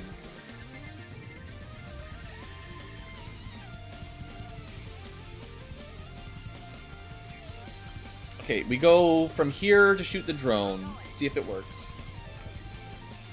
92%. But a good damage range might pull it off. That's not enough. And that's it. Last turn. Well...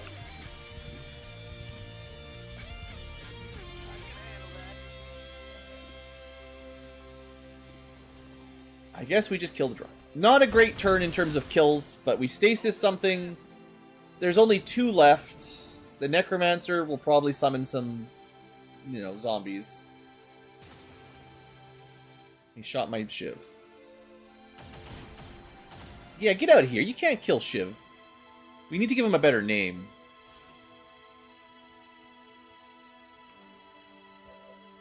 Alright. Stasis complete.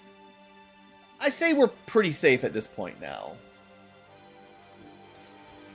I have heard that sectoids, even grody necromancers, because it is technically still a sectoid, right? They don't like getting punched very much. And I happen to have a pretty punchy mech. 23 damage. Just a little bit of damage. Can you stun a codex? It would explode anyways. It's not like a good play, but...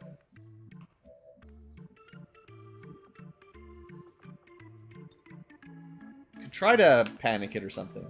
I'm just going to check for Skulljacks. I don't think I saw any. Sadly, our options for this one... again, a mission where we might have been able to pull that that hack off. No dice. I think... another melee unit that doesn't really work against codices. So we'll take the... what you can do is you can kill this guy. Nice to see the melee guys doing alright. And... we cannot flank the codex.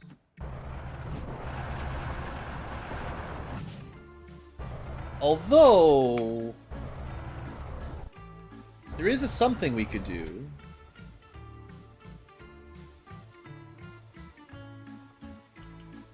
He's got a lot of ablative.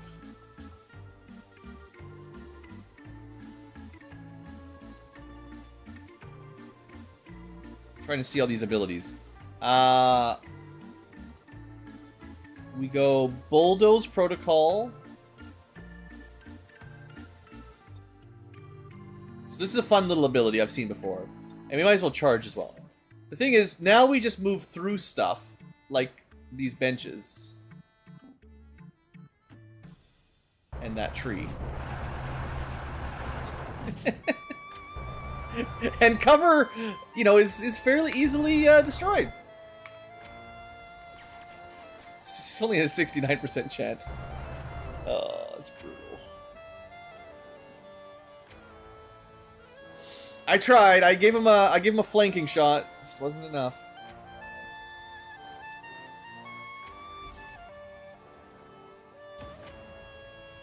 That was a pretty good hit, though. Maybe she can't teleport when she's on fire. Sadly, the flush effect is actually detrimental to our game again. I don't have any damaging abilities. I can teleport behind her, but no real gun finally bites me. Are you kidding? I can't kill...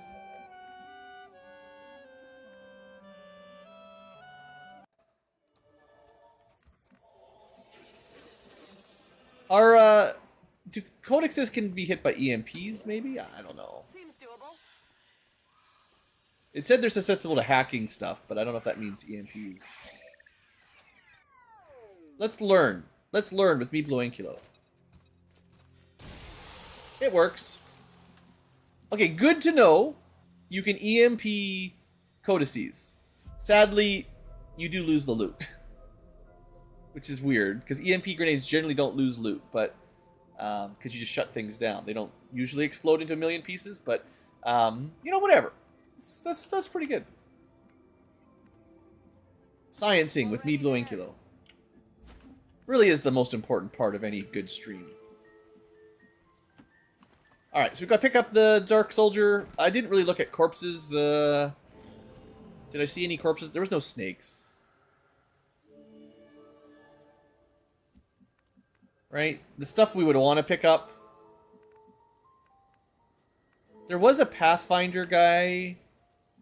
I think his corpse got sent to the moon when we punched him, though. Yeah, it's fine. It's fine.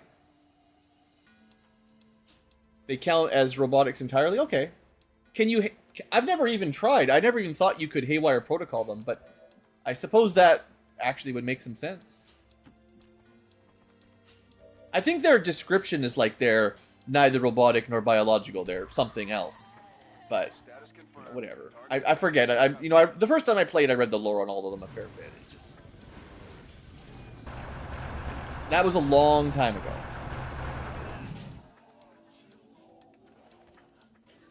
Solid copy. A lot of drones, faceless, dead civilians.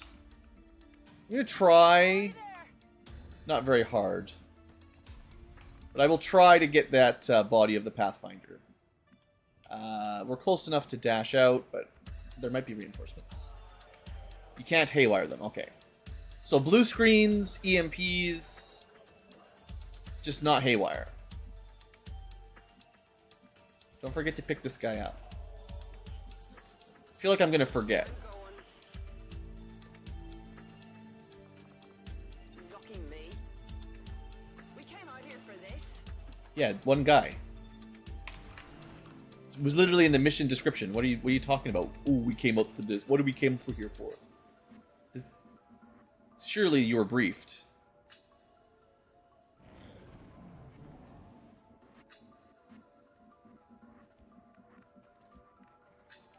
Looks like the Pathfinder body that got punched to the moon is long gone. That might be part of it over there. I don't know. Sure, yeah. It's all good, Pixel. Will do. Solid copy. Oh, we were talking about delays in chat a stream or two ago. One of the things also that is delaying you guys that are watching the text on screen live, future VODers don't really have that much to worry about, but because I'm adding in the chat from both Twitch and YouTube, it's technically through a third-party app on... it's Restream is the app I'm using for the dual stream. And that's where I'm getting the on-screen chat combo window that has both Twitch and YouTube. And for some reason, YouTube to Restream has a bigger delay than Twitch to Restream. So the chat, like I could send a message to both texts, like both chats at the same time, and the Twitch one would show up basically immediately, and the YouTube one is delayed another second or two. So sometimes that will input some of the delay that you think you're getting, even though I can read your message live. I'm not reading the Restream one, I'm reading the YouTube one like normal. I was checking into things before the stream, and that is still the case. Firebrand. VIP is secure. This Shiv is, like, really good. Okay, Illyrium Shiv. Nice. Doesn't get experience, you know, that's okay. But I think actually very strong unit. And we do not have all the upgrades, even, like, I don't even think we have half of their upgrades. So, they're looking pretty good. Status confirmed. Once again, short stretch / drink break on the way back. Should do this between every mission if I remember. Back in a minute.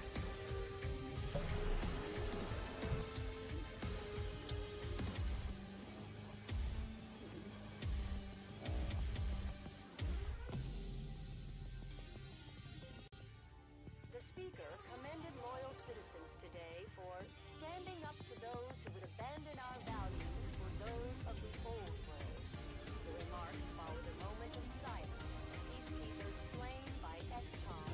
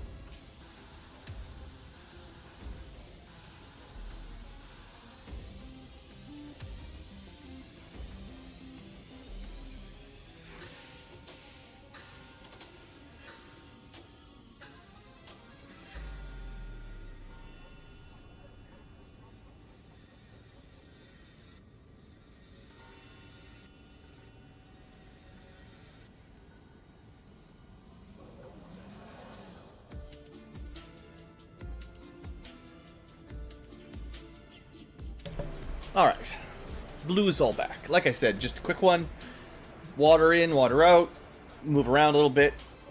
Make sure the blood circulates. Couple stretches, touch your toes, all the good stuff. I'm glad the Shiv is on the Sky Ranger with us.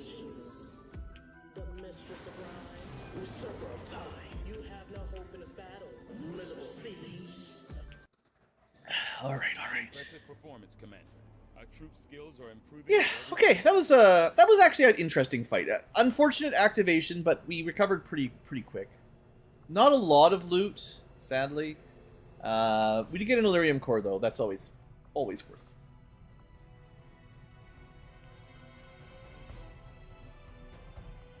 And looks like there is at least one promotion, so we'll definitely take it.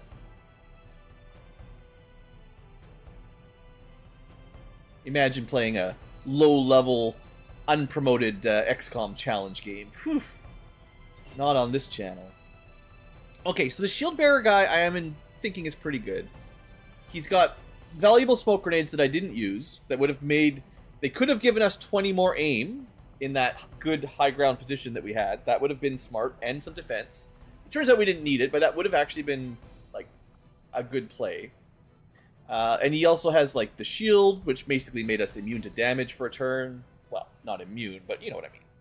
Pretty well protected. And I didn't use the suppression again, but it's nice to have it as an option, even if I generally don't think it's great. I should also give him a med kit, because he is definitely like... He does a lot of things. Smoke, healing, suppression, pretty good shooting ability. Additional shots from area suppression don't even cost ammo. I really gotta remember to use that. So we should probably take improved suppression then. Even though the grenades are nice. Shadow Step is also nice.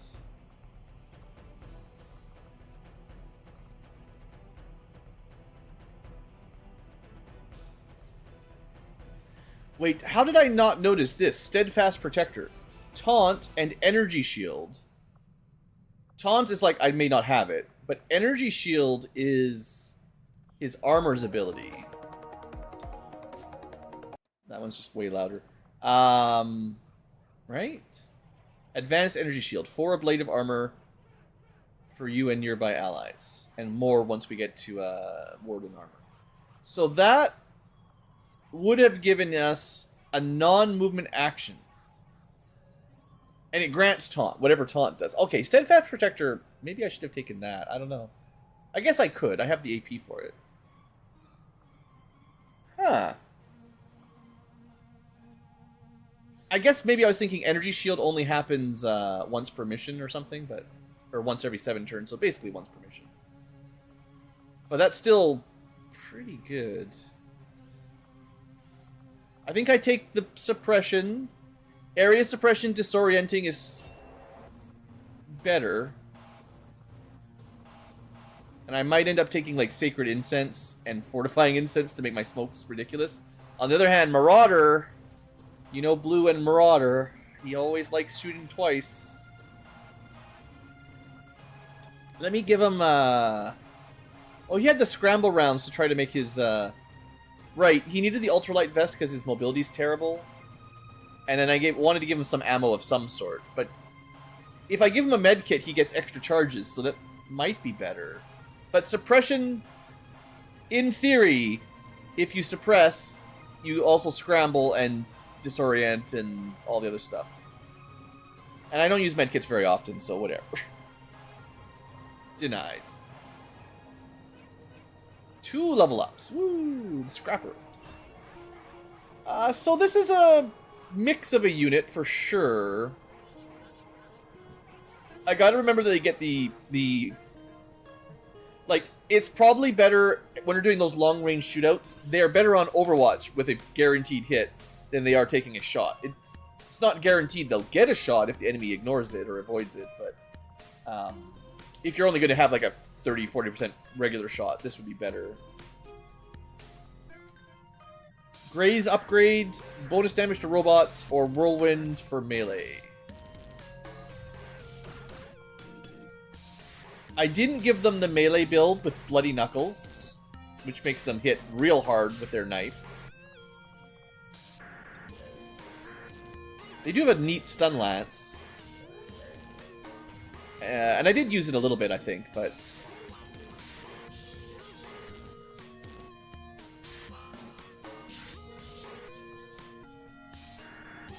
And like beat down Bloody Knuckles. I know I was talking about that last time I used this gal.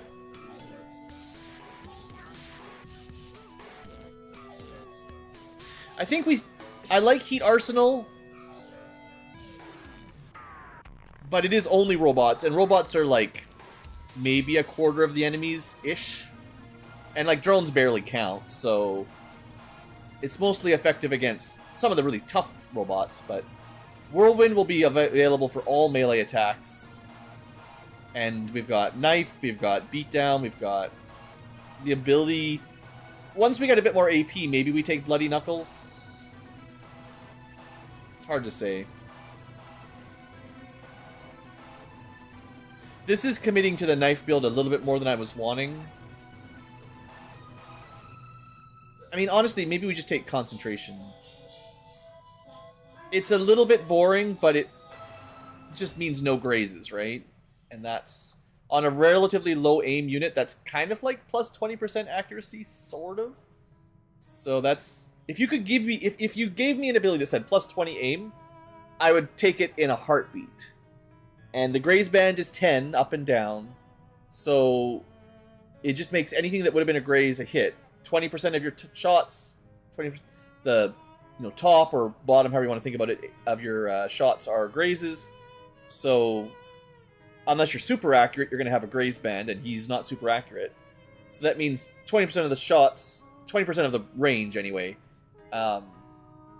becomes a hit that would have been a graze. And that's possibly the difference between a kill and a not kill, so...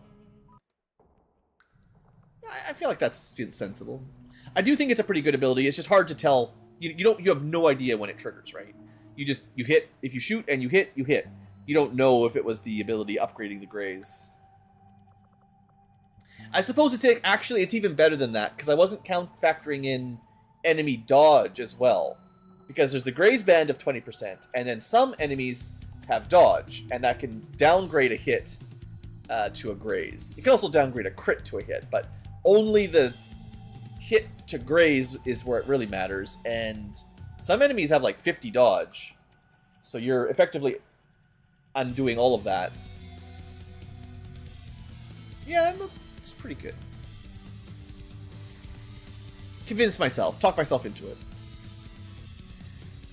Okay, UFO, could you please just do what we're paying you to do? You're right on top of us.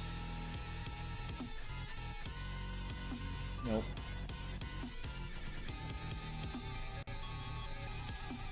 Do we need some resistance personnel in India? Because we could get them. We are at 10. That's one of the reasons I only went to 10, was because then one resistance mission might top them up. Alright. 7 days. It's a good mission.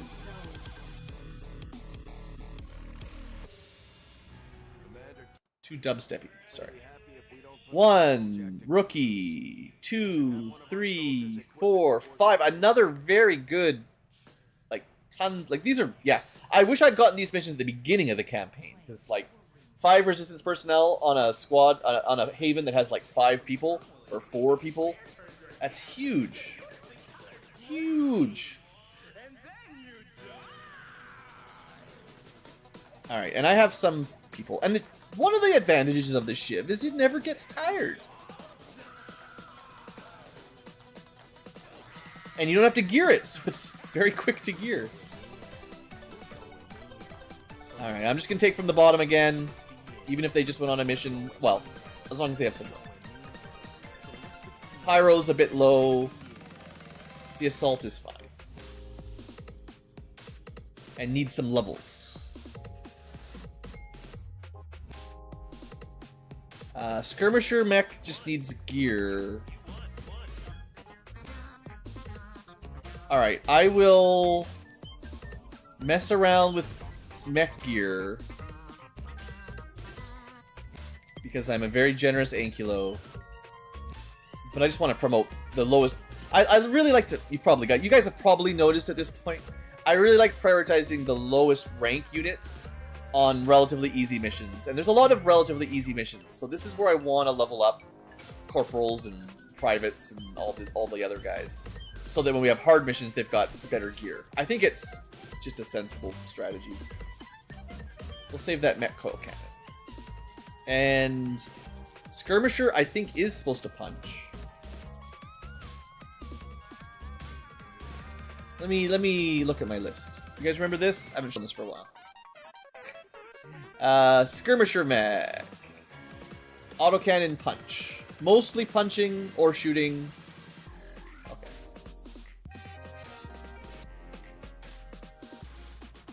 That's 2 mechs on a mission, though. I mean, I did say that was illegal. They need to catch up, right? They're the lowest levels. There's a lot of mechs in these low levels. I know you guys love the spreadsheets. I love the spreadsheets too. Alright, Bio Captain heads right back out. I could send Cat Ankylo, another mech. Sort of. Psyop, yeah. Keep psyoping. That's right, you were, I think I was building you into a, well, I don't know why I gave you a battle scanner. Now that I think about it, I don't really remember. 110 psi strength is pretty good. Maybe I had them in a haven or something, but I think this was the guy I was going to covert off, so I don't know.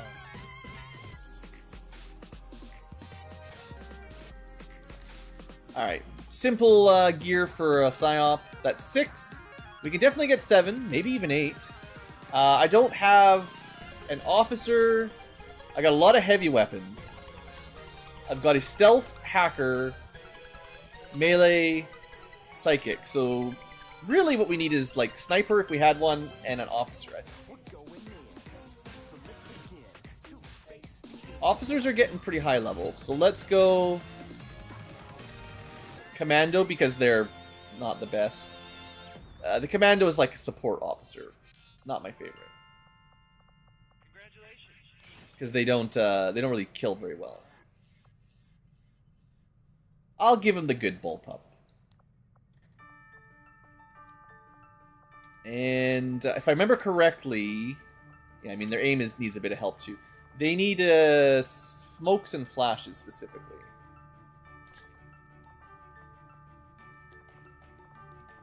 And the acid bomb. Oh, that's right. Yeah. They'll be fine. They'll be fine. They've got the really cool coverage effect. All tiles are affected by their grenades. So I don't think I actually give them the tracer rounds. We just give them a little bit of armor after all. They probably don't even need the better bullpup because they're not really meant to use. Just resorted, confused me. They're not really meant to use their gun very much. To be fair, though, at this point in the game, the 2 ablative doesn't make much difference. But downgrading all the way to laser doesn't feel fair. Laser bullpup's pretty weak. Okay, so that gives me a support officer. Should be interesting. I gotta remember I got, like, sting flashbangs. So the flashbangs really are much better than normal. Actually, did I upgrade? Hold on.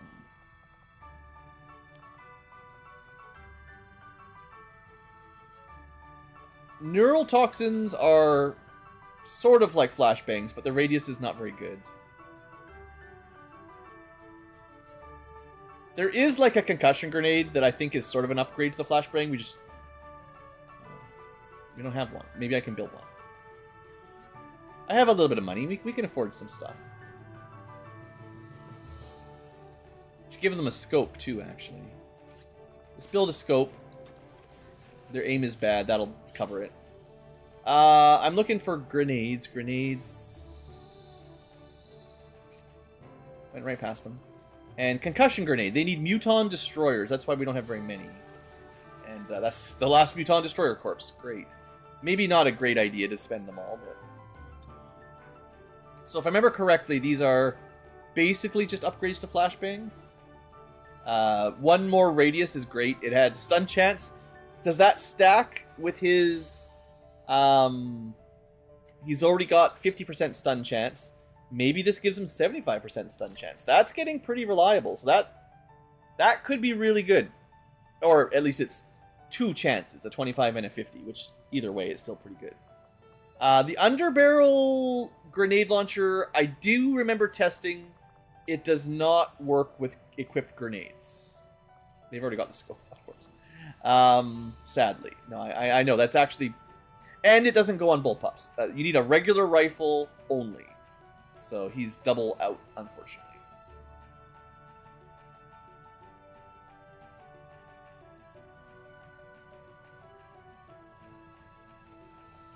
Did I learn how to build hair triggers yet? I feel like I never have enough hair triggers. Oh, yeah, I think we just... This was like the last of the 3 elite mods that we learned.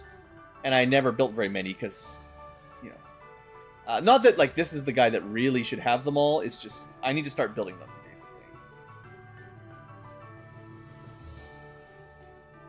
Oh, is it because the suppressor is in the same slot as the hair trigger? Is that the problem? No? I don't know. Hair trigger... suppressor, scope. The suppressor like you can't put like the shiv, like the powered bayonet and stuff on it, but anyway, that'll probably help them a little bit. We do have one more slot, but not really enough time. Only 8 hours to go, so let's just leave it at 7. That should be a decent squad, I think. The mission doesn't look super difficult anyway. Sky Ranger deployed. Menace, ready to deploy. All right, so we're still at like 4 or 5 squads deployed.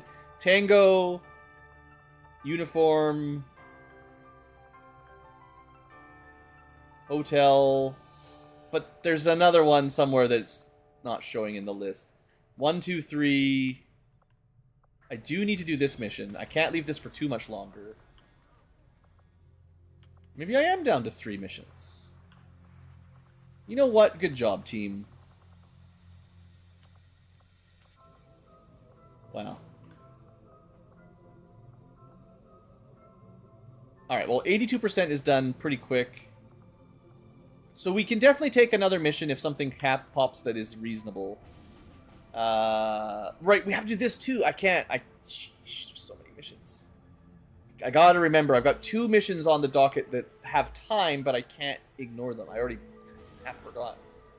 Alright, yeah, these... We gotta be picky. Okay, so the plan, I think, is do the hotel mission, which is pretty close. Wherever it is. This will be ready in 1 day. That's plenty of time to do an 11-day mission. That'll be at 10 days at that point. This will be at 13 days. We can probably wait for like 1 or 2 more. And then we got to queue that up as well. Alright, alright. I will feel so much better once this stupid UFO is dealt with. Because then I won't have to leave so much gear in base, you know. But it's been here for so long. Also, upgrade the neurotoxic grenade to bombs.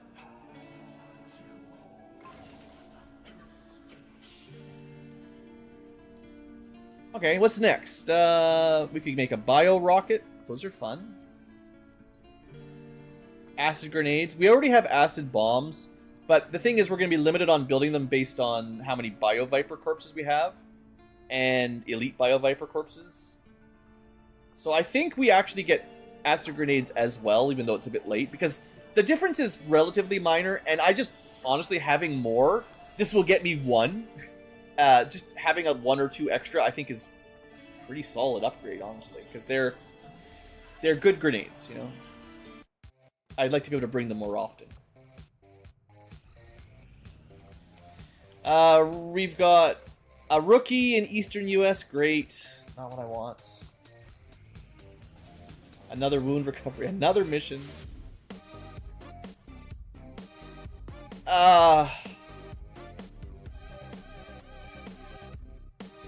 That's lame.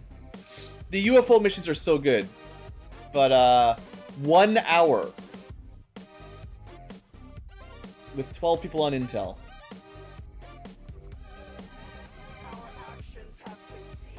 Alright, I gotta check if these guys can be bonded now. Demo Man and Shadow. Also, this spawns another mission. And we'll have to do that as well. At least it's a rapid response mission, so we just go immediately. Alright.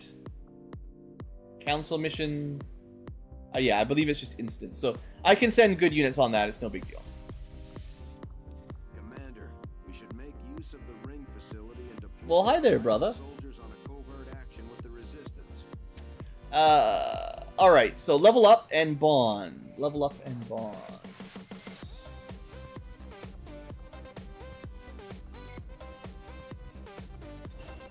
Mercenary, for them, I think I usually just go lightning reflexes because it's a bit more... I mean, it depends on what you want to use them for. If you want to make them a sniper, sure, low profile is good. If you want to be, you know, scuffling up like an assault, untouchable's probably a bit better. But lightning reflexes is just always nice to have one person that can break overwatches from range, you know. A lot of people have Shadow Step, but it is a nice option. 11 AP, probably... Needle Arsenal's pretty good, but... Yeah, I never know what to spend bonus AP on mercenaries. It's kind of weird feats. Was I the one who did the speed runs on YouTube? Speed runs of what? Not XCom, anyway. I'm not really a speedrunner in general, so probably not. Final Fantasy 1. I did do a lot of Final Fantasy 1 playthroughs, not a lot of speedruns. I did a lot of Final Fantasy 1 randomizers and single class playthroughs long before it was cool. All the kids are doing it nowadays. Everyone's got a solo white mage, solo thief, blah blah blah. But I was doing it 10 years ago. I don't know. There's probably people that did it longer, but yeah, it was a good time. Yeah. I might have even had a timer on. Sometimes I was streaming and I'd put a timer on just for joke, really, not because we were going fast. Oh, I can't forget. I almost got interrupted by good chatting. Mercenary bonding. Where are you? Oh, hey, no problem. I actually probably will stream some more Final Fantasy 1 before too long. Just been going through Long War, but I always end up going back to Final Fantasy 1 eventually. Alright, Shadow, Soldier Bond, and we wanted the Demo Man. Yeah, good, very high cohesion. They can be bonded. We're just going to keep sending them on covert ops.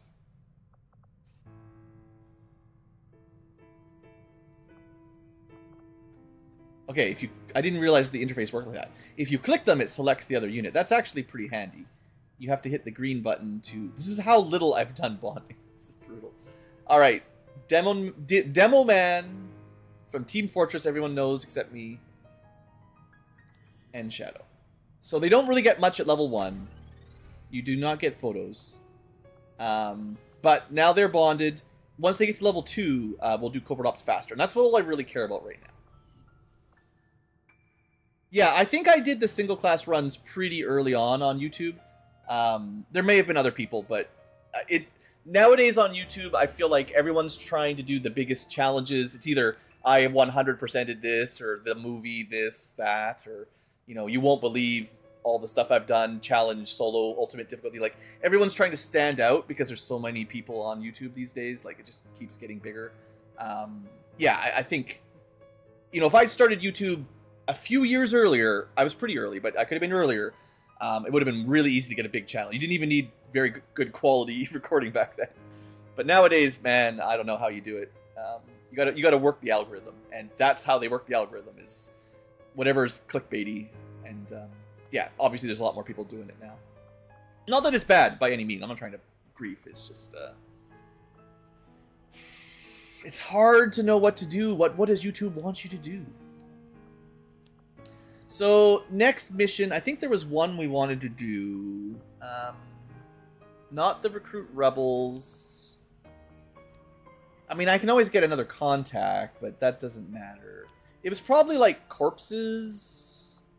Maybe just loot for some alloys and stuff. I mean, we're doing okay, but Illyrium would be good. No problem, no problem. I'm glad you enjoyed. I'm glad you enjoyed. I could get another mission. I can't do any more missions. We have too many missions. Even though large supply is good for income, we've got too many missions on the way.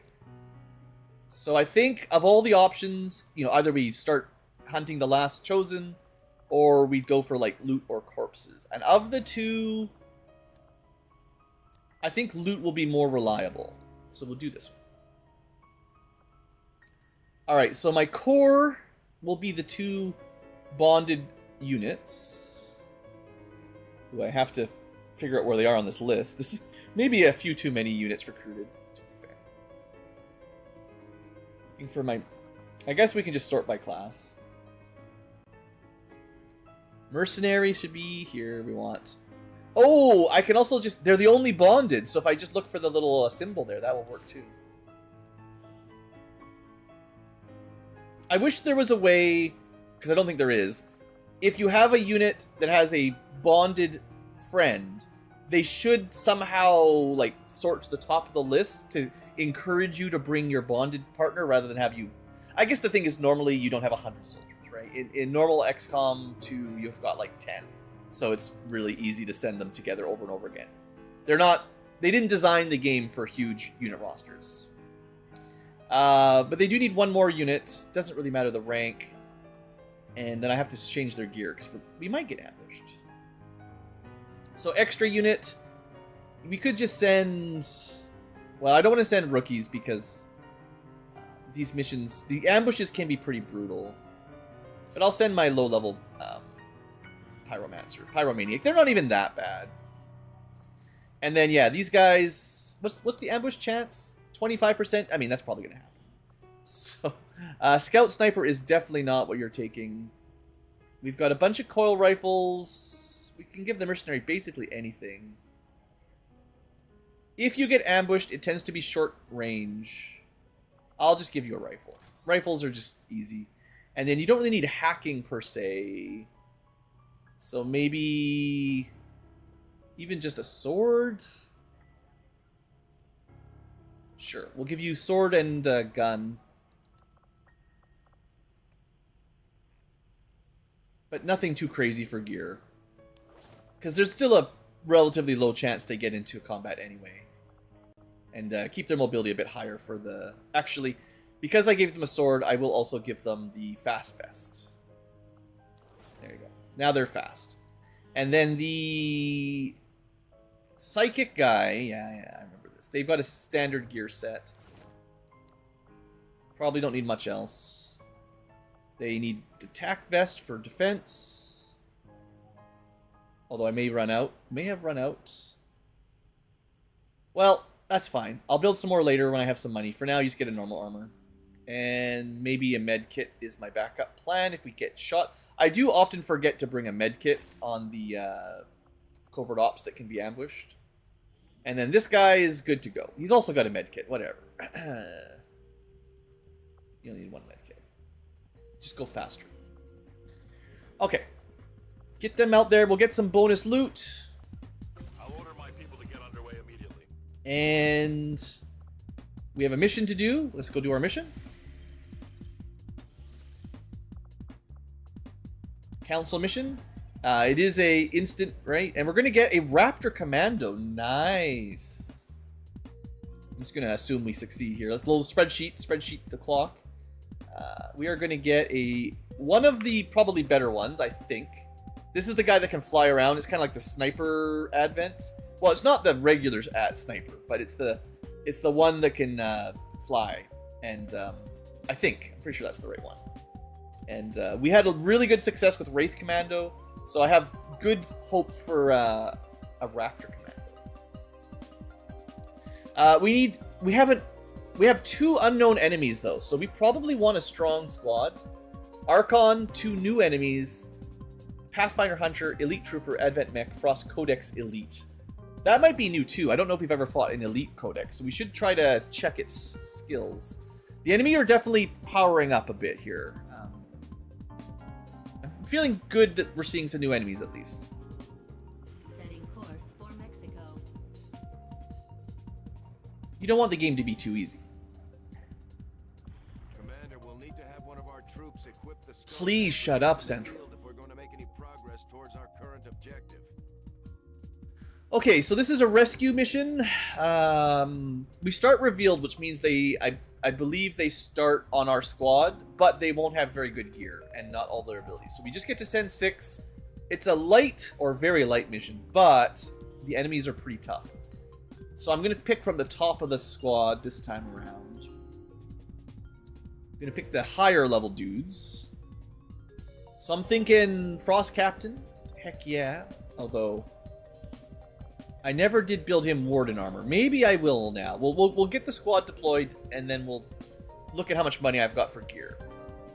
Sniper mech? Questionable. Recon is still very good for stealth, even though we're revealed they won't be. Let's see. Overlord has the big gun. They've already got their gear. They're ready to go. The survivalist is also a sniper. That'll be fine. Yeah, this is one of my pretty darn good snipers. So that's 2 sort of snipers. A officer with a lot of Overwatch, a stealth unit, 2 more. I don't know what the unknown enemies are. The Frost Codex makes me want to try some hacking. I might just bring my top level Psyop, though they tend to punch a bit above their weight as well. A lot of versatility. And I can give them the Inducer Carbines. That way they can recharge to do more damage. I keep forgetting, but I did build a bunch of Neural Whips. They've all been equipped. But I could build more Neural Whips, and then they can be even better at Psychic. And then finally, yeah, if I can bring a hacker. Well, we've got, I guess, the Overlord. Oh, no, they've got a hacking stat of 2. That's not going to do it. They have a bit, but that doesn't mean they can actually hack. So, I've got Rangers and stuff. I've got some really strong units. The Specialist is an officer. I don't want 2 officers. Saboteur is also, like, super strong. The Agent can hack, but not enemies.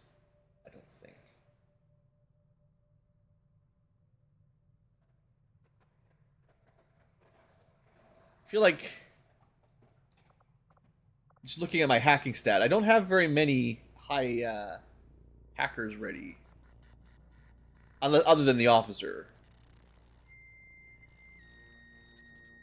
I mean, the agent is crazy good, but they're only for like data panels, not for enemies.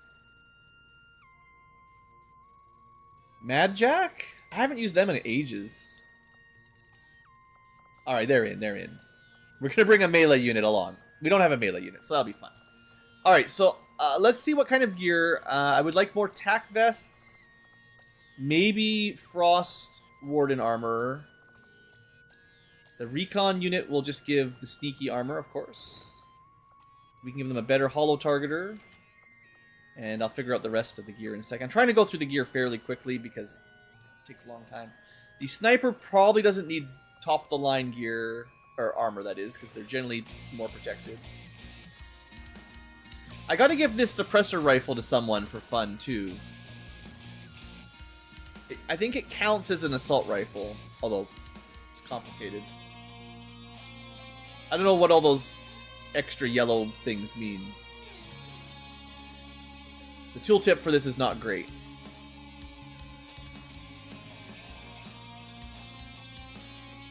But here's the... It's just extremely potent. It doesn't say much about what it does. It might be closer to a heavy cannon than a rifle. Although you can equip it if you can equip rifles, I believe.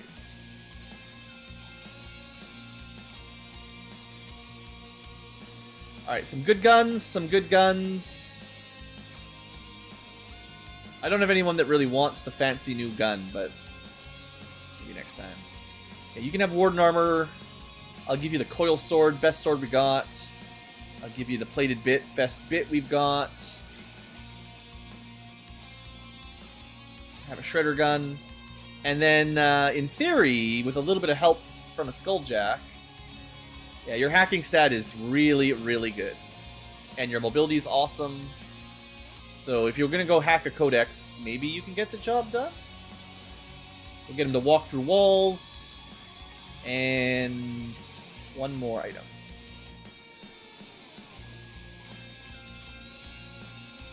Maybe we just leave him with the mobility. 15 is decent.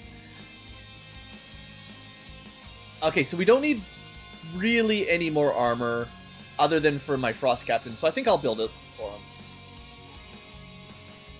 It is top-of-the-line armor for these guys, and it's a bit discounted because it's just for them. But yeah, my Illyrium and my money is not infinite. So there, best armor. We're not going to have the best rifle yet, but Coil is still very strong. You get a free grenade, might as well be alloy or plasma, I don't know. You get... I'll give you a med kit. You're kind of like our support. I mean, he's actually pretty good at shooting too. I'll give him the fire ammo. And maybe... Let me double check what is... I think...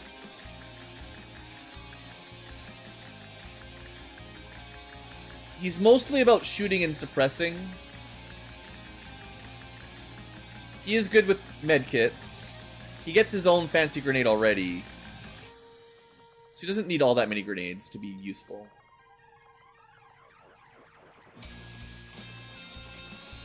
This could be a difficult mission, so I'm going to give him the Frost Bomb just in case. It'd be better on a Grenadier, but we don't have a Grenadier on this mission. Oh, I also got to remember weapon modding. Always got to do this. He definitely needs more ammo if he suppresses. And we could try out the beam launcher. Sure, why not? And a scope. He can shoot twice, I'm pretty sure. He can do a lot of things. He's very, very strong. The Recon, their job is not really to fight. Honestly, you could just give them a battle scanner and they'd probably be okay at that.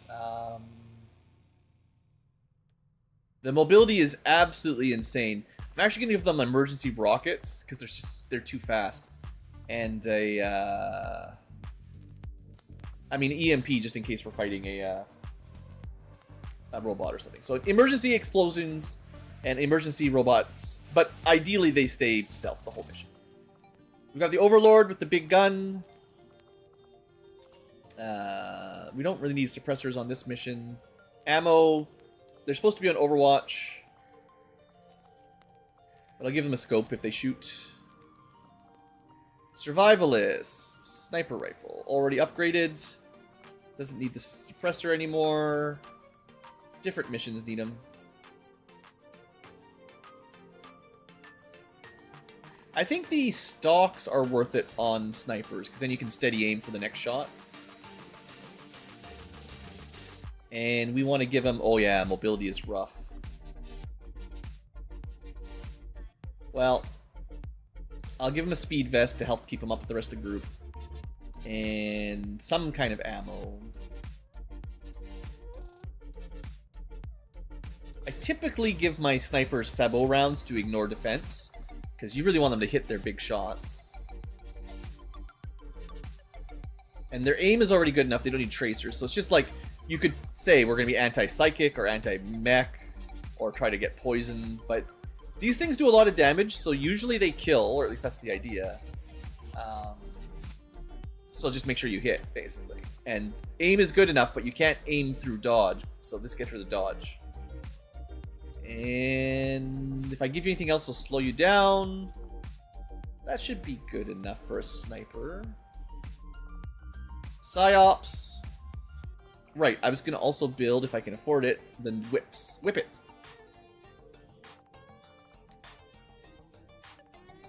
So we actually have 2 of these now. That's the default whip. The other one we probably can't actually build. They should have a different name, but whatever. This is a like tier 2 neural whip. It's stronger, but it requires more stuff and gatekeeper shells, which I don't think we'll ever have enough of, honestly. So if we want whips, we're just going to build normal whips. And I definitely think they're good. Your will isn't all that amazing, but we can go whip and... What am I looking for? The other one, Mind Shield. Slows you down a little bit, but this should counteract the enemy willpower attacks. They can't mind control you with a Mind Shield. If I had a normal SMG, it would give me 2 more mobility, and then I could throw something else here. I mean, I could anyway. Because he doesn't have very good armor. Come on, game, don't you crash. Done too much prep. Alright, tactical vests. They are really good. Maybe I think there's better late game vests, but for now I think these are very good. And I realized I was looking at the Mind Shields, the Neural Whip. I never even built the extra Psi underlay, which doesn't even have a negative effect, so it's probably better than the Whip. It's just, you can get them both, right? So if I have the supplies, I will try to get a regular advanced underlay. There is a tier 2 version, or sorry, a tier 3 version, but they're pretty expensive. I don't think I can afford either. Are they in this? I forget which list they're in. Oh, they must be in the weapons. Dang it. This means it's really hard to find them. Well, the list of what I can afford is pretty short, so I don't think they're here. If we sort by PSYOP, maybe that's a way to check.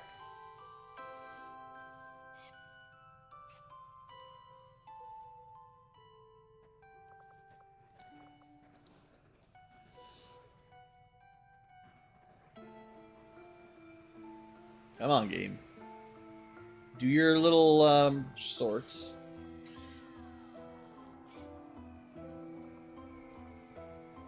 There we go. So Alien Psi Underlay is the better version that's very expensive and gives you Void Rift. This is the normal advanced version that I was planning on building. 40 supplies is still a fair amount. I guess I should just try to only build alien ones at this point. Sectoid corpses are cheaper than psionic corpses. Like, I've got a ton of sectoids. But Void Rift. But Void Rift. Anyway, I can't afford it, so that's good enough. Let's go.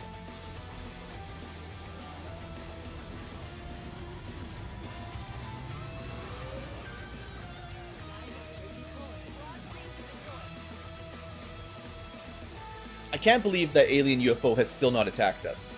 It's delaying all my serious missions by... Like, I could have probably just done the missions by now if I'd just gone, but... That's... I don't know if I like that mechanic.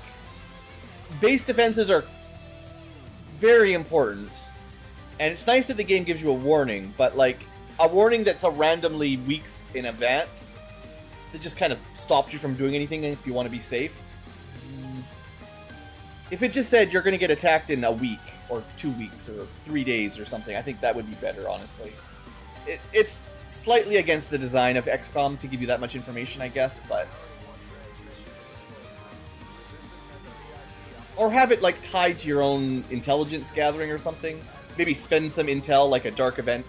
Say that...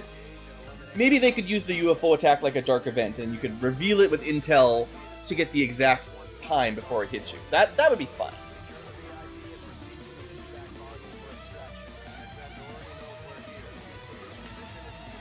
Alright, here we go. So the squad we just deployed, plus a Raptor Commando, who will be good, I promise, but right now, just has generic gear. So they're a little bit underpowered right now. Their gun is like a basic ballistic tech weapon, although their aim is pretty solid. They are high rank, but they don't have their abilities yet either, so.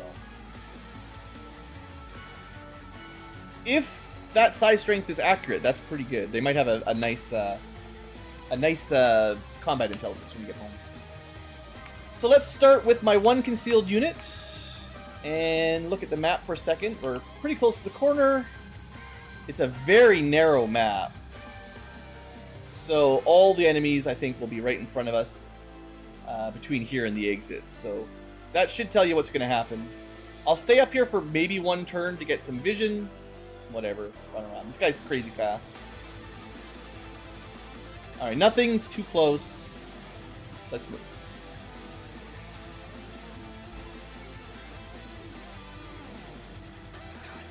Alright, yeah, there we go. What is this guy?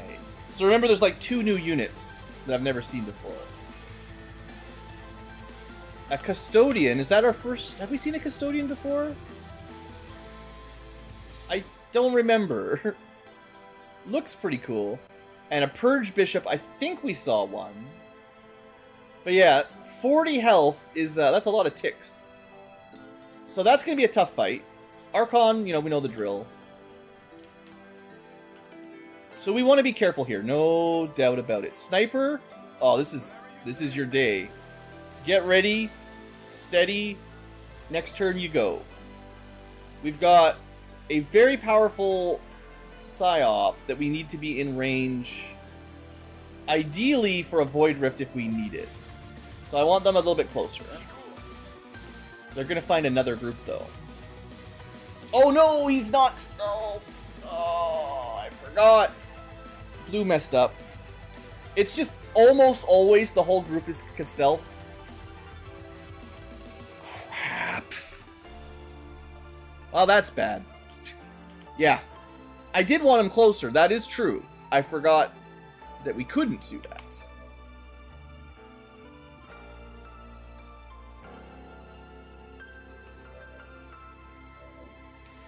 So Psy Strike is probably the best thing we can do. Because this is not enough damage to really matter. We can move into cover and try to push the priest out of cover. We're going to start with this because there's not much else this guy can do to affect the battlefield. I thought the preview said I could see from here, game. Fine, you shoot the Archon.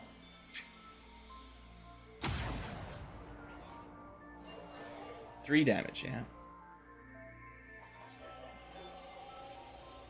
Well, crap.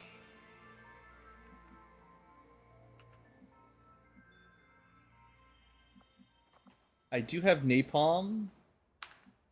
The Purge Priest is almost certainly immune to fire and is going to cause a lot of problems if I remember what they can do at all.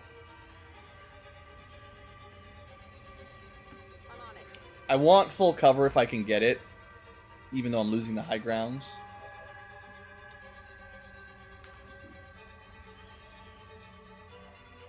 Do we have... We have rapid dumping.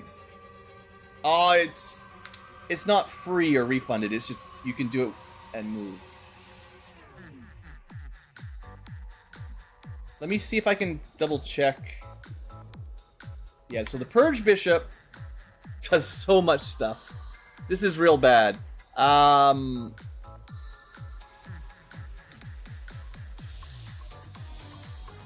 Definitely immune to fire.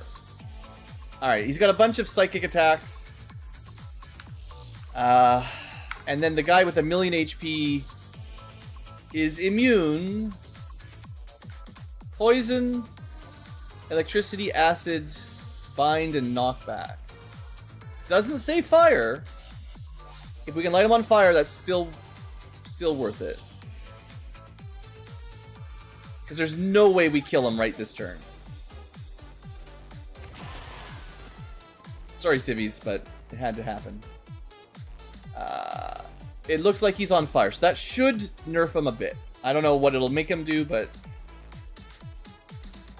We probably flesh...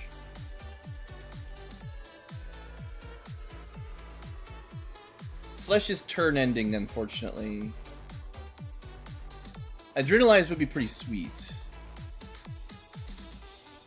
Maybe I can flesh, and then if it doesn't kill, we adrenalize to see if that gives me another action. I'm not exactly sure how that works. Because we get Whirlwind after this. There's no... I should have had holo targeting. I should have had so many more actions, but... I feel like I gotta try to kill or disable something here. Come on. Big damage crit. Very nice. Okay, that feels good. Alright, no floater to worry about. I do not want to run up anyway, because we'll probably just activate another group. So you can actually be the safest person in the group, because you can walk through walls.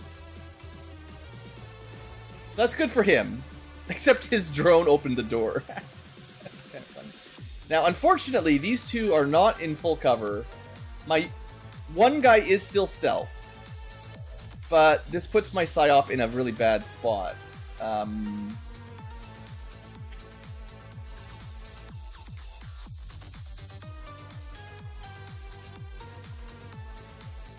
I could command him. We could try my cool beam launcher.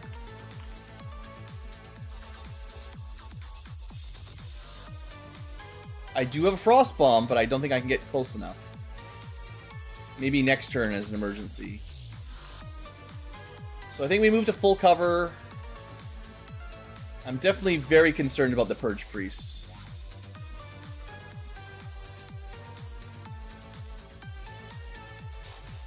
But yeah, we don't really have a grenade launcher, so our range on these grenades is not great. The underbarrel... You know what?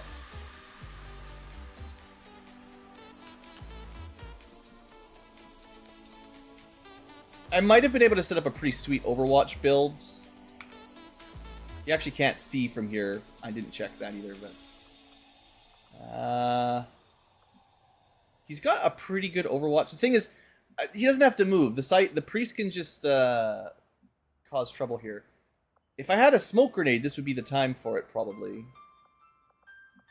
I do not. You know what? Oh, you gotta be kidding me. A Void Rift from the Psyop might be the play. The thing is, I don't know why. I really don't know why. We should 100% be able to see right to here, therefore able to command our Psyop to do something. But for some reason, the line of sight has just hosed me. Maybe we can fix it by closing the door? He's looking on the left, but now he's looking on the right? No, still doesn't work. Damn it, game! There's no reason he shouldn't be able to see the priest. Or, not, like, my Psyop. Game. Alright, well that plan is not gonna work. I specifically put him there to make sure he had, like, good vision on the group, but... I mean, is there anyone else you could command? This... Can't even shoot your LMG. You could Caustic Protocol. Would that be worth anything? Actually, you know what? Because he's got rapid dumping, that... No, it won't do anything. It's not free action.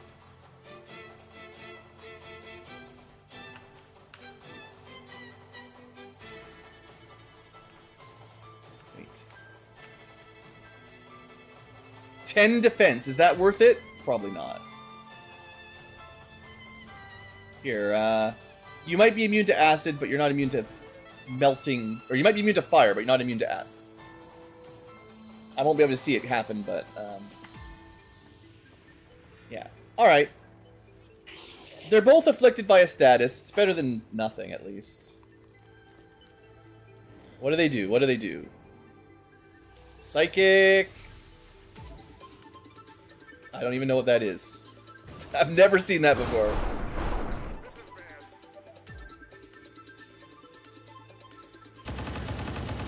So far, we're immune to a lot of stuff, whatever they're doing.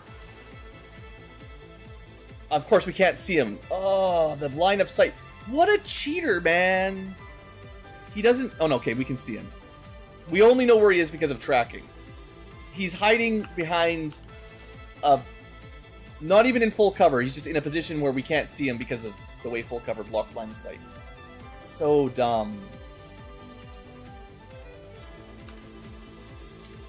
Okay, well, what is this? The good news is he's immune to a lot of stuff. He is immune to fire. That's probably what's happening, is they did fire damage and he's immune to it. Oddly enough, my invisible unit took some AoE damage despite being invisible. So that's weird. Oh, that's too bad, Pixel. So, what did he do? Actually, my Psyop could 1v1 the Purge Bishop and probably win. Because he's immune to fire. Purging Fields. Create and command flames, blah blah blah. Purge Bolt hits up to 3. So that's what he did. He shot a Purge Bolt. So, like a Psy attack with fire at my Priest, or my Psyop, who was immune to fire, and then it bounced to my other guy. But that doesn't explain the other thing.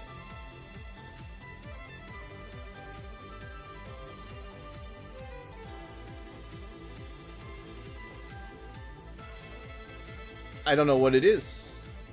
Is he immobilized? Is that what it is? Yeah, okay. So he immobilized, which is pretty annoying, and then bolt attacked. Alright, but we're in range. I didn't see them being immune to poison, I could tell you that. I do see that line of sight continues to foil me, but I could potentially poison them. I don't know if it works on that guy. We could definitely Void Rift them. The fact that I'm immobilized is kind of a joke because I can just teleport. Alternatively, we could heal. We got a few options. Let me look at the sniper. We should have a pretty good shot, yeah. I think the bishop is pretty dead. We can... This one's mine him for crit. The sniper basically wants to stay still and shoot, so I think we start with him. This is an 80% crit. A crit will almost certainly kill, so come on, buddy. Beautiful. Beautiful. Alright, but that was the easy one. Now, we have a custodian that no one can actually see. Like, literally. And this is just the first pod. There are still 7 units between us and the evac points. So first step is we need vision. I'm going to use my scout. I don't know if he'll get spotted.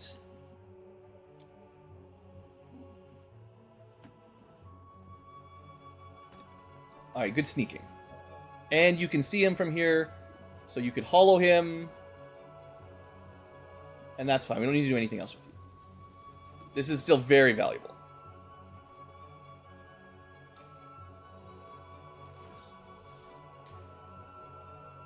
Interesting mission, for sure. Yeah, he managed to block line of sight from my... I swear the AI is like literally doing this on purpose. I had a sniper that can't move and shoot, and a heavy cannoneer that cannot move and shoot. And he positioned himself in a tile that's just out of their sight for some dumb reason. The game programmers just did it to me, specifically to spite me. We can flesh him for decently... I mean, that's pretty darn good damage. Heck, we could even try to skull mine him, but... Actually, the funny thing is, this would just one-shot him if it works, right? It's 70% and it just kills if you get him. I've never tried to skull mine one of these guys that has, like, bazillion HP. But in theory, it would do the job. Unlike a sectopod that's immune to skull mine, right? He might have some other ability that prevents it, though, so. He's certainly immune to a lot of stuff. He is on fire. I'm not sure what he did. He has a control grenade? I don't like that. I think he shot my psychic as well, and it must have done explosive damage that he's immune to or something. Well, I mean, this is a shot, but if there's any way to shred him first, we should try. Go Skull Mine. I mean, it legitimately might be my best option. I'm just looking around. The thing is, like, that's a lot of damage to not be giving in. The fact that I could just do around 15 damage out of his 38, that's almost half of his HP in one shot. Guaranteed, or mostly guaranteed.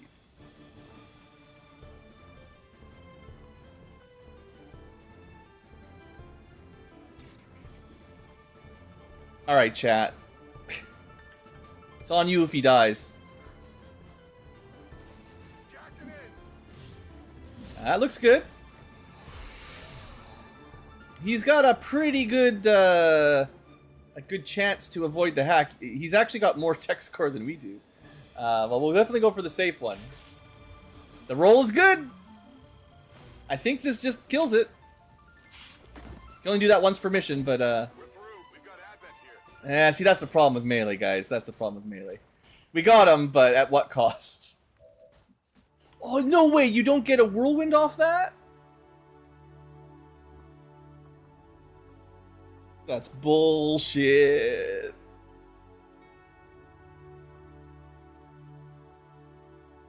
It's a melee attack. You have to 70% and you have to hack. And you don't even get the advantage of being able to move with your whirlwind ability? Lame. That's so lame. Oh, it's okay. We can command him. We can get him out of there. That's fine. There's a mech. Oh, that's repair. I thought I had, like, take over. We do not. Well, I mean, the plan was always to have a good void rifting. They're all grouped up. Although, to be fair, the poison ball might be better. Because I think it blows the car up. Void Rift doesn't do explosive damage. But what are we looking at? Bio Rocket, Bio Trooper, Pathfinder. 2 of them are probably immune to poison. We need some better cover. I mean, even just that is better. I'll move up a little. The range on Void Rift is insane, right? Yeah, I can go over this way.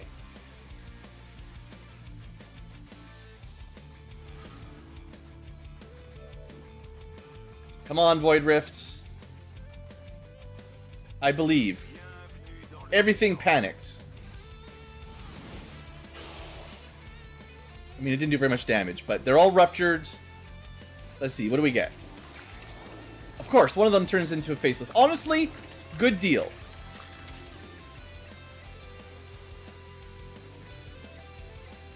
Okay, here we go. We're going for the mind attacks. We got a disorient that helps. Any more? We got another one. We got a panic. Awesome. That's still a pretty good deal. We got a faceless transformation that has to do melee. We've got everyone ruptured. We've got panic, disorient. I mean, that's solid. I still definitely need to deal with the bio rocket guy. That's the next biggest threat.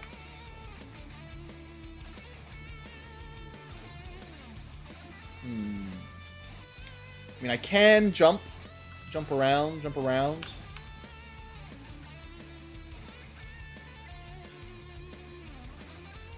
So I probably have to move up and command. Unfortunately, I sure hope I can see him from here. Line of sight is just so brutal. I think we probably just take this shot. I believe they get an overwatch after they shoot. It's part of the build. And that deals with the mech. Grenades? Yeah. I don't think we can get close enough for a grenade, though. We don't have a grenade launchers. Well...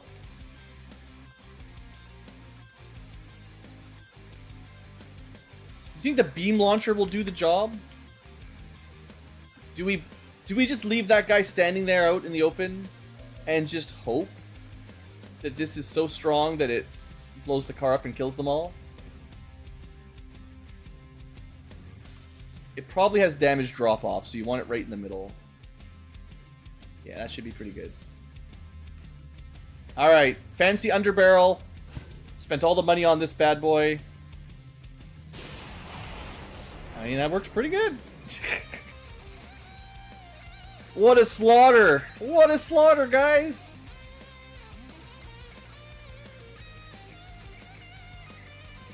Okay, I'm getting a drink after this mission. Deserved.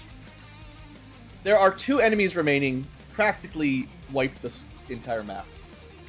And we dealt 40, basically 38 or whatever damage to the guy with one shot. It just activated a group that didn't pick very good cover, to be honest. Alright, that's pretty sweet. Yeah, that's pretty sweet. I definitely did not expect it to go that well. The fact that our Psi Operative had Fortress probably saved their life.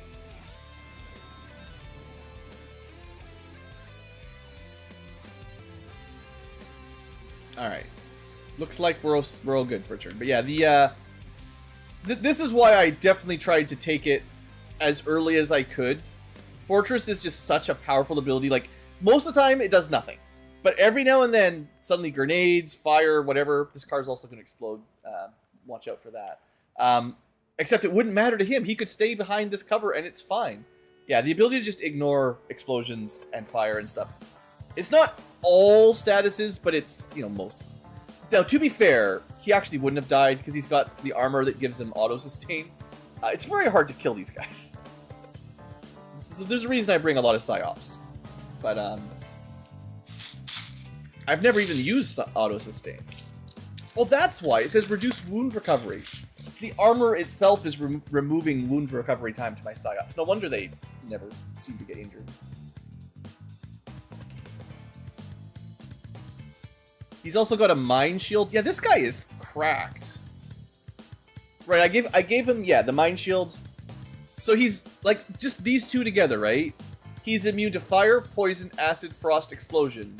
As well as all mental conditions, panic, mind control, stuns. What can even affect him? Like, sure, damage, he can get shot. But even that doesn't kill him. Yeah, these guys are... cracked is probably the word. He can even give himself some barrier if I use my Psi attack ever. Yeah, no, that's good stuff. Okay, let's get a move on then. I suppose, as a reward for your hard work, the accidental collateral damage of their fire attack we will heal. Seeing as he can also do that. And then we'll just send our scout out to go scout it out. I'm sorry.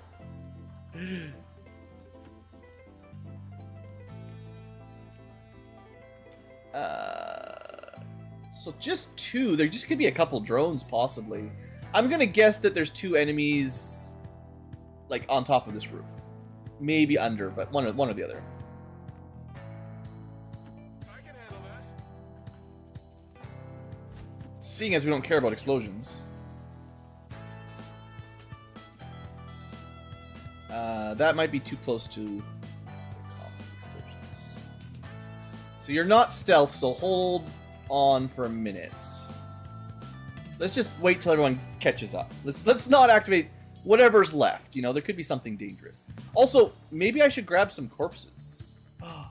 Could I grab his corpse before the fire blows him up? I don't know why he's on the roof, but I'm gonna try. Actually, this unit might not actually be able to pick things up. Because it's not a fully recruited unit yet. And we might not be able to pick it up anyway, but... I'll try from the tile he was in when we killed him, but it's not looking good. And then the other unit would be the priest if we can get in. On the move. Ready to engage.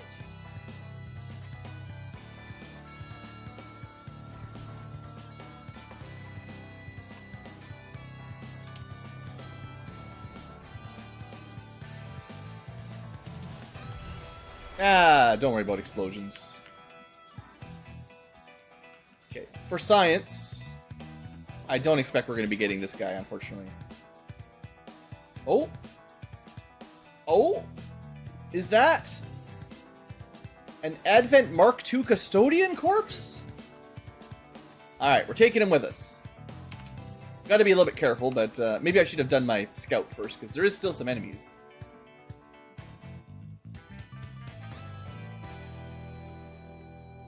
This might reveal him, but he's pretty sneaky. Okay, we found the enemies. That's all right, the Frost Codices. They did say there was Frost Codexes. So, I don't actually have vision on both from here. We'll just send them up to the roof. Remember, no one else is concealed. Blue, remember it, no one else is concealed. So if we get too close... They're pretty far back, though. So this is squad sight for next turn. If they don't move, I'm going to try to line up the sniper so they can do something.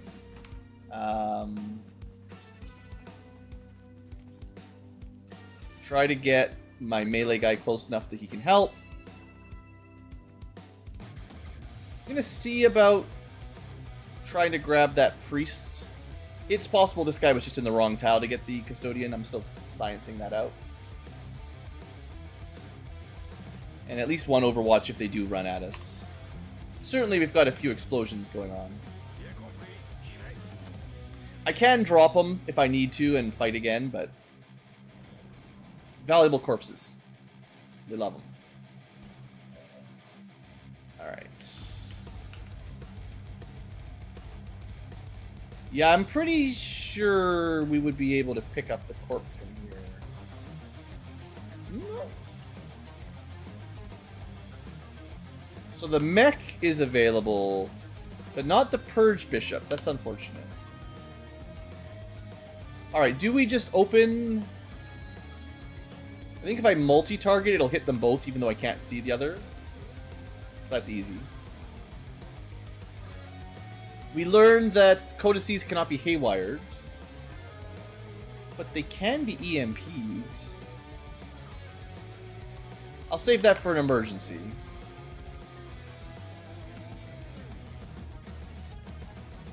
Okay, because we've got a really good Overwatch, we're going to shoot with the sniper and Overwatch with the gunner, and then the rest of the team is just going to move up to kill. I might as well... This one's mine. Alright, Snippety Sniper, big boss. Pretty good damage. Didn't get the kill. It just teleports, so forget Overwatches. The other one activates, and we might get a lucky shot. Ah, you guys suck.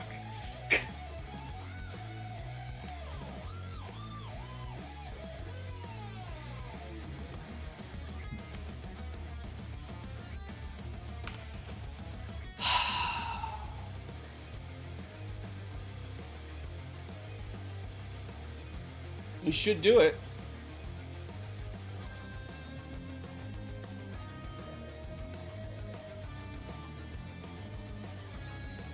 I'm doing this one, even though it's easier to kill, because it's a safer position. It's looking good. 65.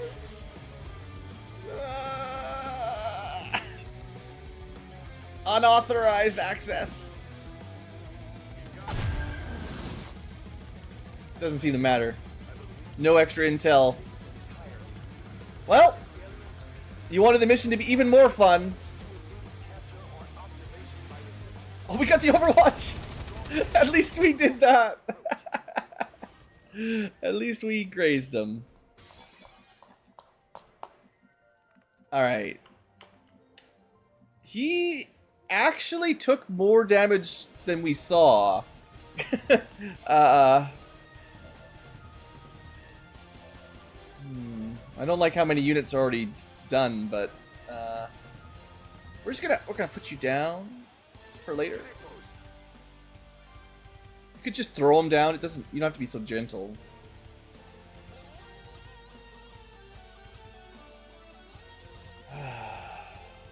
Should have done the inducer earlier. Well.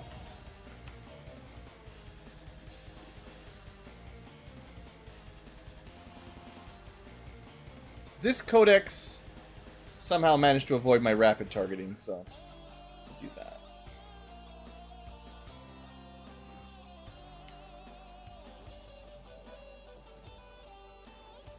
We could try a rocket there. I don't know.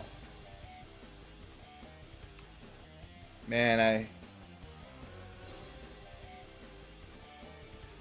I don't know what this guy can do in Long War. I do know what I can do, though. Unless he's immune to it, we're just going to put him on vacation for a turn.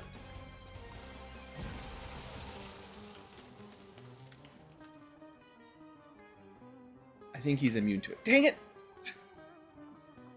What a life. What a life. So that just means he's immune to ice entirely? Well, we wasted that turn.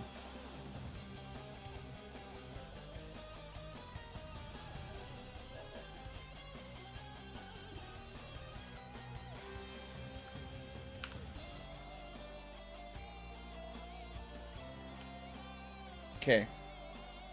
The biggest damage is probably just overwatching. We could okay, we can check his stats from here. Okay.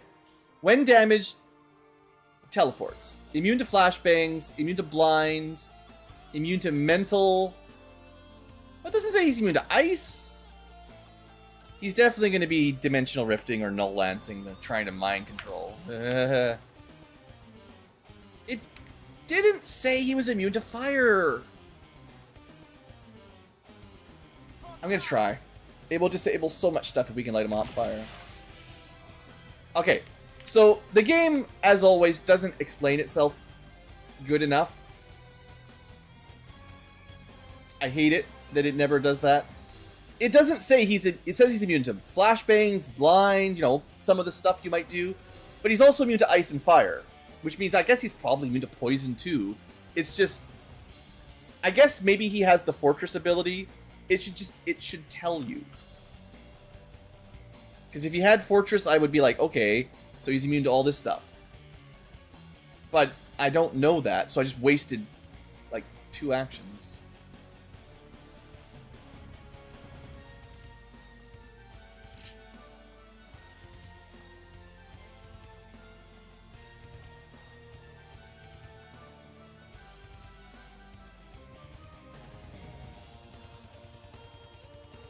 I guess he's not in the fire. But the explosion should have still hit him. I'm pretty sure. Because he was in the area. I don't know. Maybe we got bad rolls. It's possible.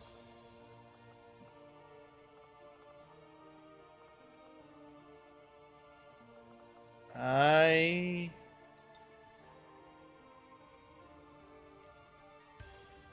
mean, nobody has any shields. Oh, you think he's not where? Oh, it could be that, yeah. If he's in a different location.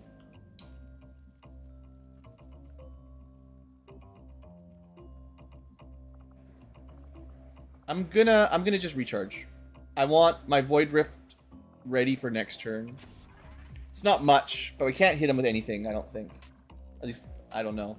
We're still invisible up here, so I think we stay invisible for now. Even though I could EMP, but it won't shut it down. It'll just do some damage. Rocket can't kill it. Next turn, maybe I can holo target the Actually, that's what we're going to be doing. I want to position where I'll be able to holo target the avatar if it's anywhere reasonable. Well, it was my decision, right? It was my decision to summon it. I didn't have to. I didn't know the abilities. It's always fun, first time. Alright, freezing field. Yeah, that's not great, but... He also... Oh! So was he not even in this room? Is that what we're learning? The game is... something has gone wrong. Oh, man. Yeah, something glitched. So, I think maybe when we summoned him, he moved, we got the Overwatch, which is honestly a good idea I hadn't really thought of, but if you're gonna hack a codex to summon an avatar, you could have a whole bunch of people overwatching near the codex, and you get a whole bunch of shots on him when he appears, which makes... that's a good strategy. But I think what happened is it triggered his teleport, and then he desynced. And maybe we frostbombed and flamed just an empty room, and he was actually somewhere else. But now, I can't... the game is completely... I mean, I can move the cursor around. Heading to that location. Wait. Okay, well, it wasted my turn, because I was literally locked into that. I couldn't do anything else. Hold on. Can we just reload the turn? As long as there's an autosave this turn, we should be fine. I don't think we're going to be super in trouble here, but that was definitely some kind of weird glitch.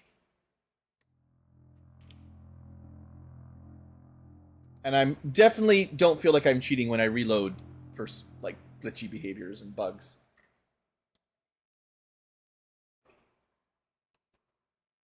Alright, now we gotta figure out where he is for... Oh no, don't tell me the save is weird. It's fun, just let all the bodies hit the floor. Okay, I have full control, it's a new turn. So, he's up here in Overwatch.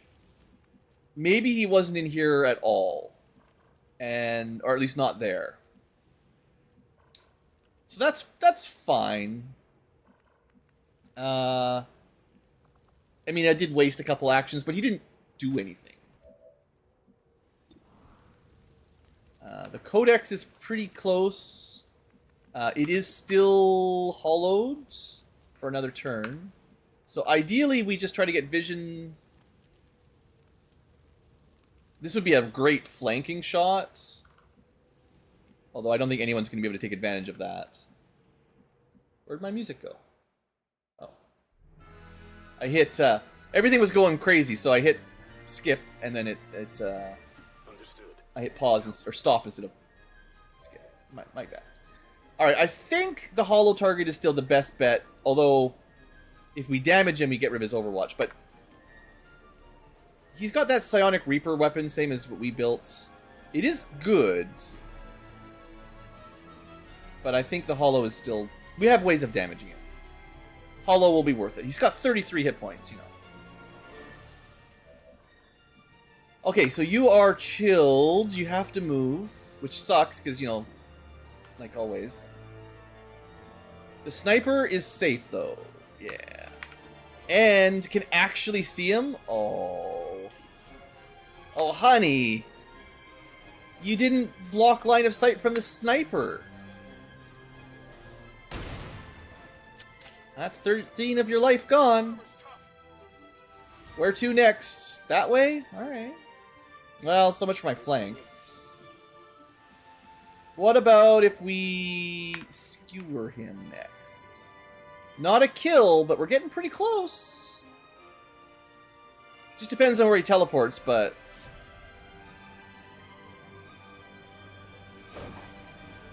Another 13 damage or so? Now he's behind us.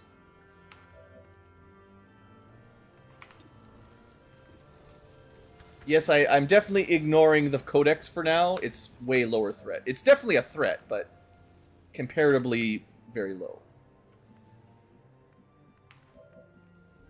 Yeah, you're chilled. So I can...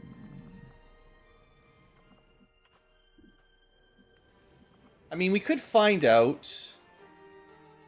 He's pretty flankable down here if I can get there. I guess we don't actually know for sure yet if he's immune to all the stuff we just missed with, basically. So we have dumping, right? The rapid dump. Which means we should be able to use this ability and then move. I just want to see if it works. We can't move and shoot anyway. Maybe the grenade would be better, though. I mean, it does do more damage. It's more for science. Blue Ankylo, the science guy.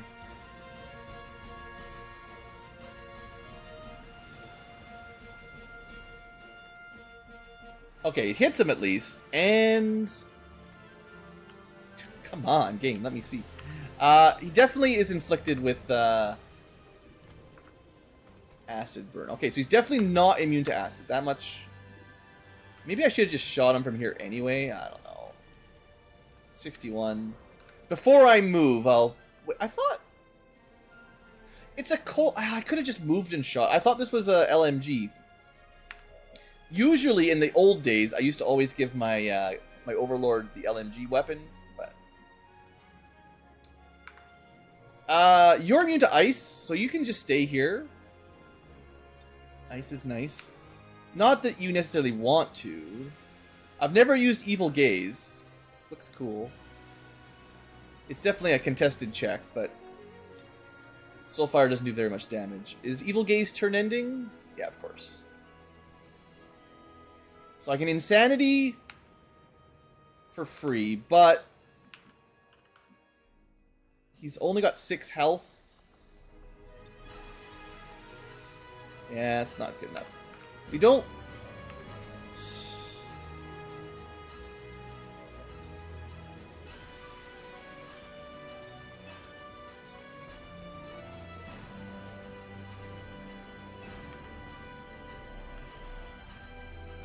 There we go. We go to here, shoot, and probably kill, right?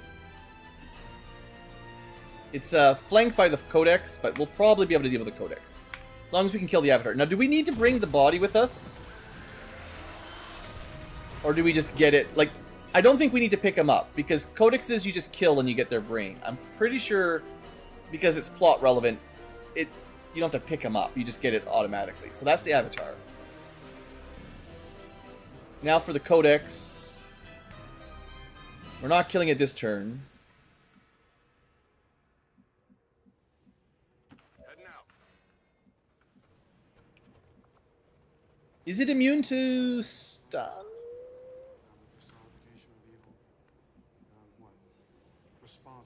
Can't get a flank anyway, so... Actually, flank wouldn't matter. This is a contested check.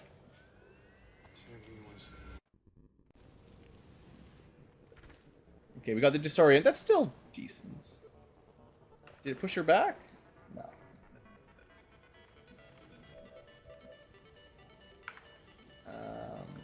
Yeah, I could have moved and shot, and that might have been enough to kill it.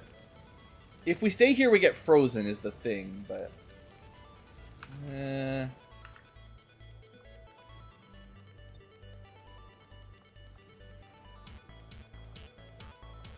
Okay, we go for the Insanity, because if this hits, we're fine. We don't have to worry about it. Or, well, if it panics, then we're fine. It is panicked. Okay, nothing to worry about. I'll show off Evil Gaze, because I've never... It does more damage when they're panicked? Nice. That's pretty cool. I mean, it looks pretty fun. I like the animation. And it's also Rupture. I mean, it's bad. It's pretty bad. it's not good. I don't wanna get needlessly exploded though. So let's get out of the way.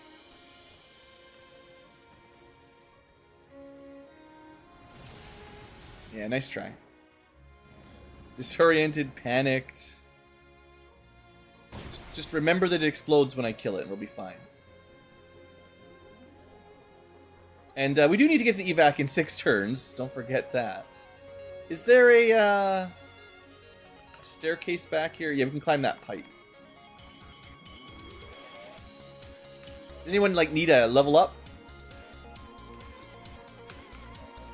You gotta. We're gonna go back to bringing corpses again. Still want that guy. I want the Purge Priest. Maybe by reloading it, we can actually get the Purge Priest now. Can't melee. Well, you could. I guess if you had if you had Fortress, you could get away with melee.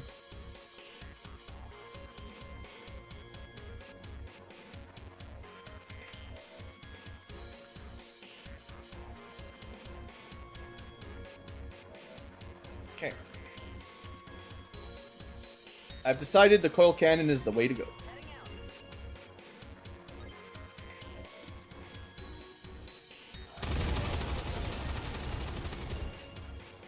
That'll do, pig. That'll do. Alright, and yeah, the question was, is there a way to get this corpse? No, it looks like... Because you have to have it configured, right? And I might not. It's difficult, because they can be in different locations than they clearly can be in different locations than the map shows. So there's a couple ways you can mess that up.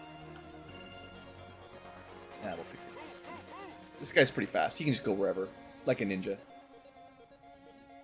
Not the best PCS, but we'll take it. I don't know which way is faster to the roof, but... I'll try... No, I'm not going to try anymore. Is there any other bodies that we care about? I mean, the question was, did I need the faceless body? That's too far back. I don't want to do that. I think the game would be probably too difficult if you had to actually bring the Avatar corpse out on the mission you finally kill him, because he is pretty tough. And likes to teleport behind you, where you might not have enough time to get out.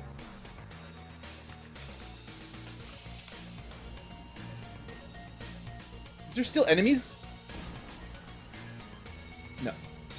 Okay. Had that thought for just a second, you know.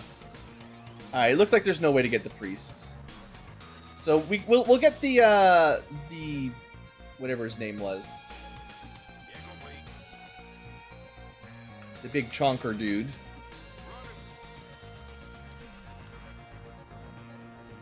So I've had a game, it's actually, YouTube reminded me of it.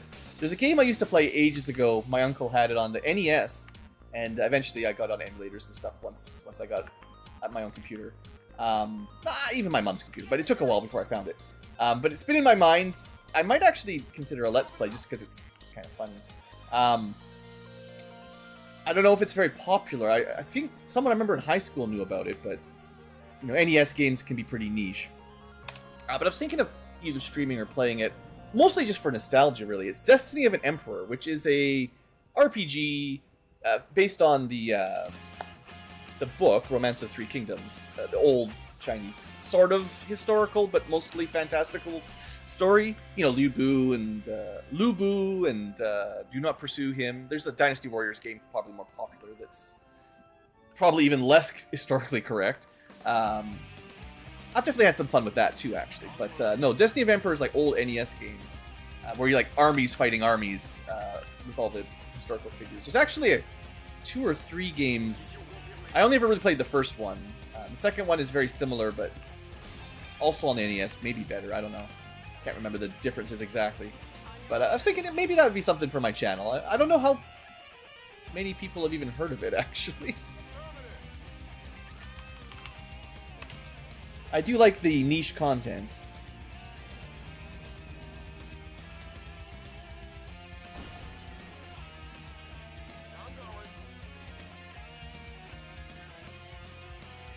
It's another one of those games you probably play sped up at some point, but it does have some nice music. It's got, I think it's the Dragon Quest composer, actually. Whatever, I can't remember the name, but I'm pretty sure it's like it's one of those from Enix, old school, part of the main studio. So, like, good, you know. All right, well, that was a mission. Oh boy. Well, I wasn't expecting to get the Avatar just yet, but He's done.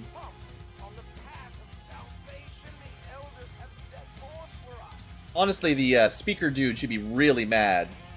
I wish... Okay, again, XCom 2's got a lot of flaws. It's got some good stuff. There's a reason I've been playing it for ages. It's not all bad. New average damage is 22.96 damage per shot. Suspicious math there. But I guess it's including the 2 one-shots from the Skulljack. That just probably do like 99 damage or something. I wish the dialogue wasn't so repetitive. Like, it interrupts you and kind of messes with the flow of the game a bit. But it's meant to be like storytelling and interesting, and that's could work.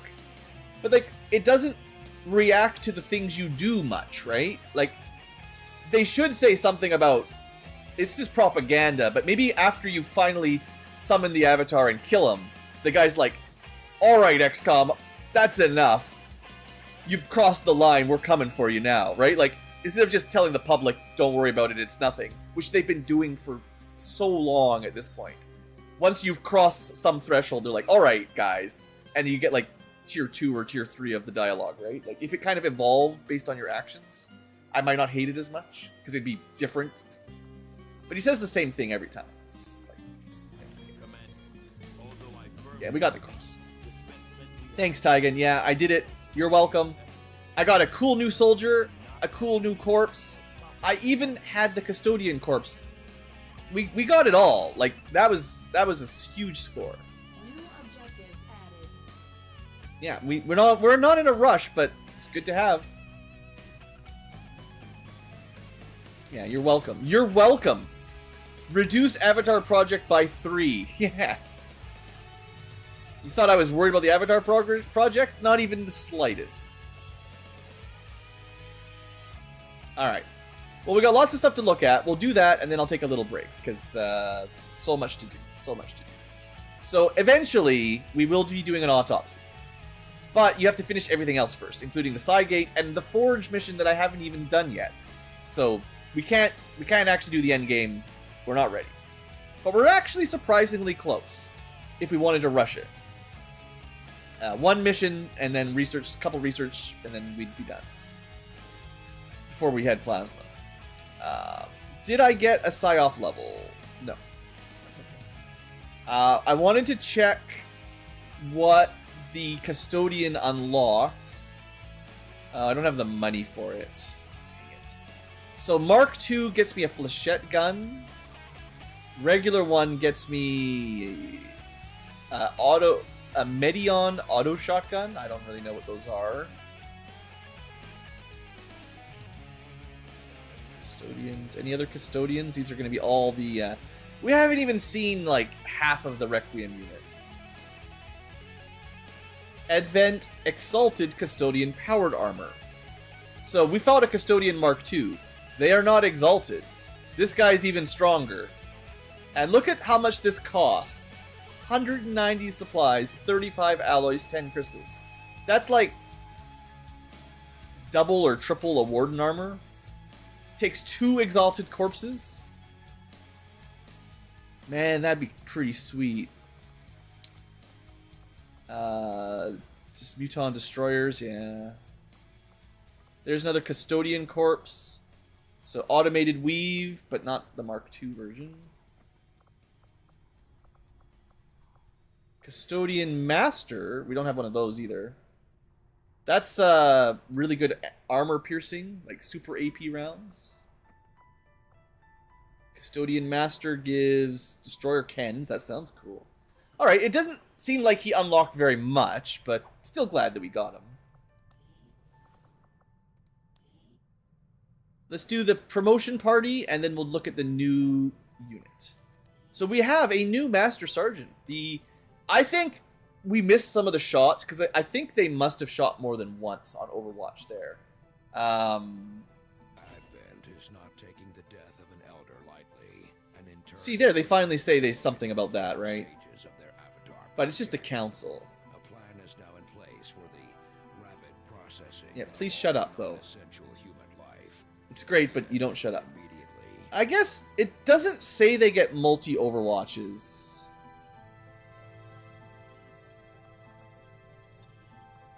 But anyway, they did a ton of damage to the Avatar.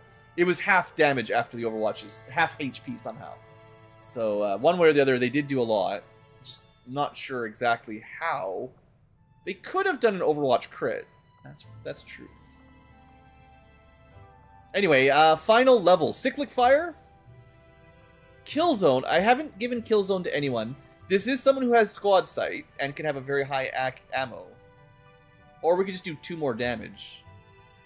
There was a time when I would have killed for 2 damage. At this point, though, the other abilities are probably better. Now, I think Cyclic Fire is better. You just take 3 shots.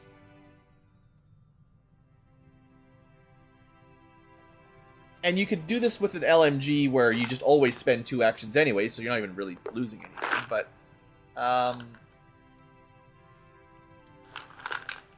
you do get an aim penalty. That's true. That is probably my most reliable, like, super DPS, super burst DPS. The kill zone is really, really cool if I could ever get it to work. Infinite Overwatch in a zone once every 4 turns. Even Squad Sight. But you need line of sight. And just like area suppression, it is fiddly. And the enemy is really... AI is just really good at avoiding them. So, unless you can lock them into an open zone, like, I think it's great when it works, but it's very niche.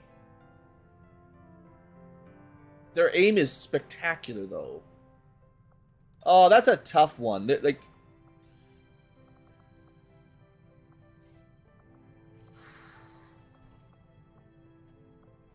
We do have the Overwatch picks, other than Sentinel. So, in theory, all the Overwatch shots are reaction fire, which means we get covering fire and cool under pressure. So that's 10 aim, we ignore a bunch of cover, and we can crit on every one of those shots.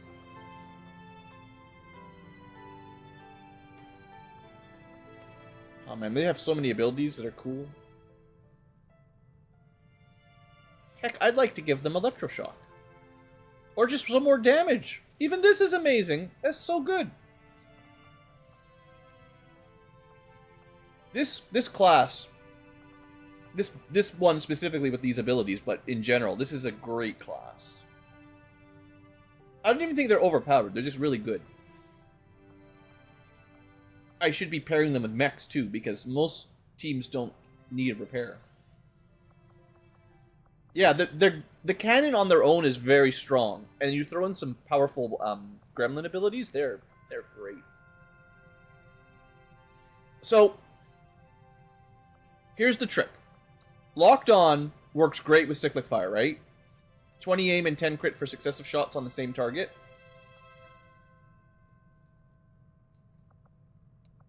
I actually think I remember saying, Sentinel and Duck and Cover were probably better than Caustic and Napalm, and that is probably true, but it does give them some really nice versatility. So, I'm not regretting those, it's just...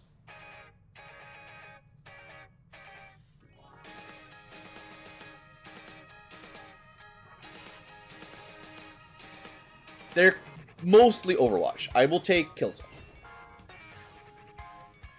Will I give them Steady Hands? Or give friends shields?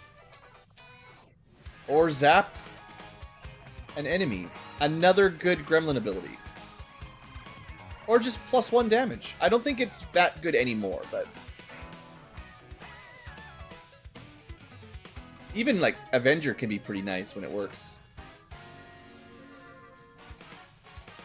Yeah, this is tough.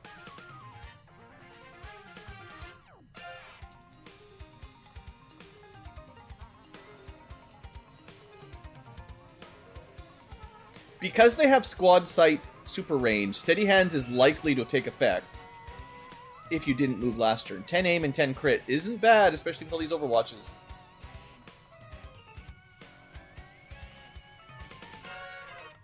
I think if I didn't already have Caustic and Fire, I might take Shock Protocol.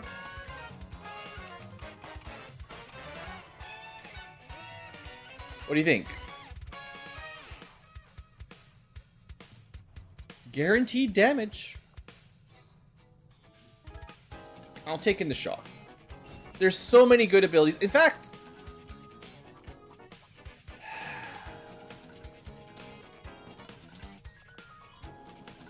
even grazing attack is super good. Okay, we take grazing attack because it's cheaper, and that spends the last of their AP and gives them another. This way we get 2 solid abilities that definitely do stuff that I can remember, rather than try to remember that they have to stay still for 2 turns to get a good shot. It's going to be hard enough to get a good kill zone, let alone not moving. And it's a little bit of AP, but that's fine. So, no more grazes, and another fancy guaranteed attack. This unit is so strong. They are, of course, getting a little bit benched at the moment. Because they're now Master Sergeant. Don't worry, we'll use them again in the future. Just for now, I want to prioritize other units.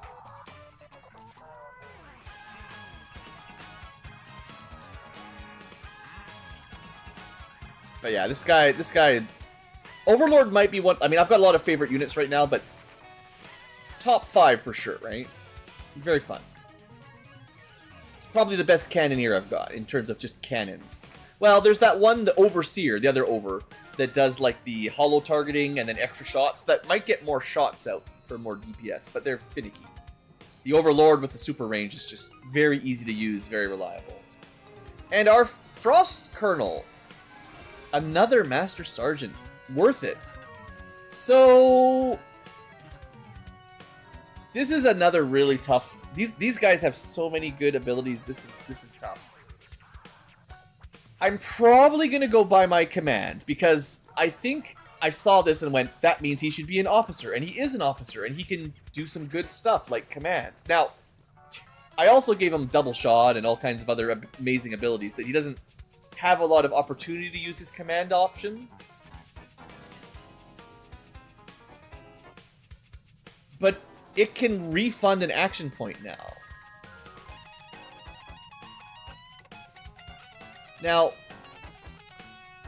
my only question is, if command is turn ending, it doesn't matter if it refunds an AP. It would just end your turn. But I feel like the concept here, at least the idea, is that you can use command and other officer abilities once per turn for free? That's the capstone, right? The first time you use your officer ability or command ability per turn, you refund the action point used. So in theory, I can command to give an extra turn and then still shoot twice? I'm not sure. Maybe I can shoot command shoot or something like that, but that sounds really good, and we're an officer, so of course, right?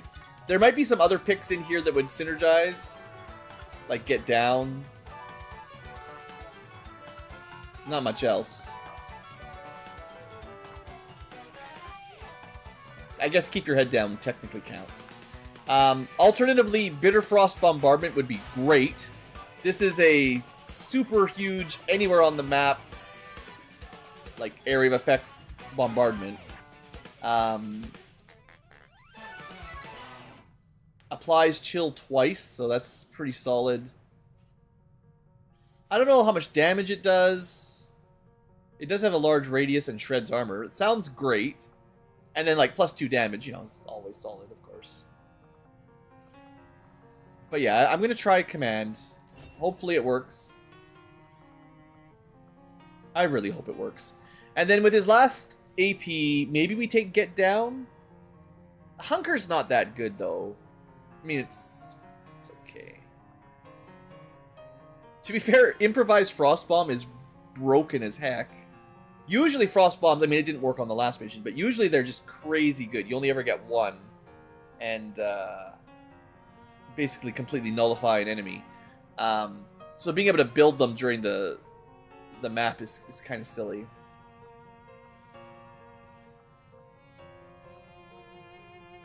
You could take Fastball. That does let him use his grenades a bit easier, which is... he gets them for free. He could make more, but I don't use them that often. I could get him better healing. Or just better shooting to first shots. But he's more of a Overwatch... reaction. We could make his grenades better, although we're really not going hard into grenades. That would work quite well, though. Improvised Bitter Frost plus Master Engineer. I'm sure that's a pretty solid combo, let alone with Improvised Frost Bomb. But yeah, we're not going grenades. So I think...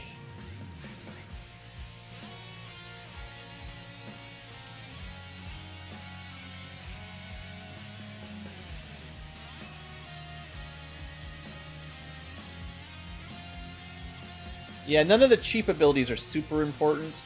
I guess we could pay a bit to get improved suppression. I don't use it very often, but we do have suppressing shot, which suppresses and deals damage, and can also disorient now if we take this.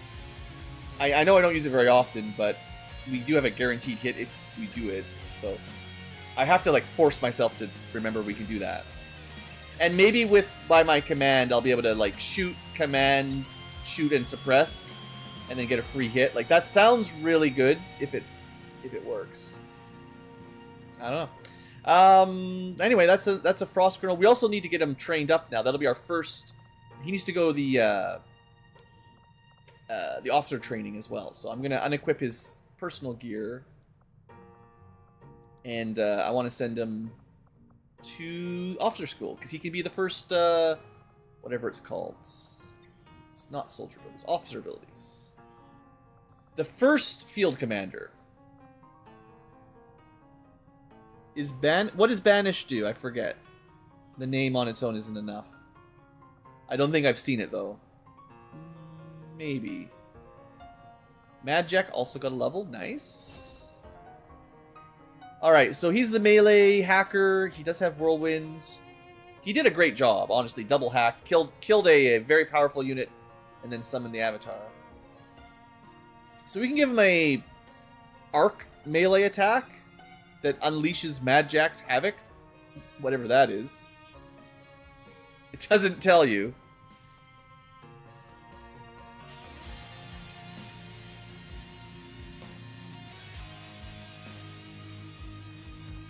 That doesn't help me very much. I don't know what this does.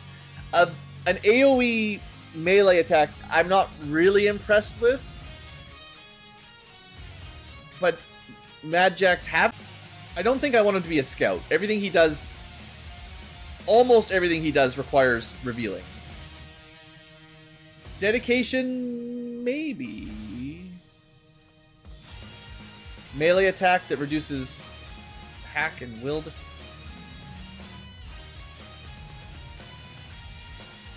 No, this is what we take, right? +3 mobility, and then also... well, I could just take the... hold on. What's his ability? He is pretty fast, but he needs to be fast. That's his whole thing.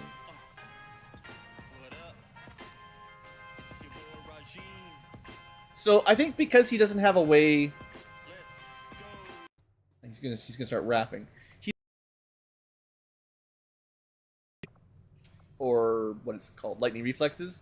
So I actually think dedication might be the best, just because that way I've got a way to avoid overload. If I need him to go stab something, this gives him some mobility, and then he doesn't get shot, which can be pretty helpful. And he can already triple action anyway to go really, really fast. So yeah, I think he's fast enough. Stream died? Let me look. Sorry, guys. What's going on? We're definitely dropping some frames on my side, so they're probably both bad. Let me check what YouTube's saying. Sorry, guys. You might not even hear me. YouTube says it's in excellent condition. OBS says it's green again. Okay, so we should be okay. I'm gonna take a short break just to see if it calms down. Sometimes, you know, my internet's a bit weird. Sometimes it is middle of the night. They do maintenance around now. I'm going to put the difficulty on, and we're going to take a short break. And then when I come back, I will I will finish leveling and all that stuff. Yeah, it looks like we're okay. But yeah, short break anyway.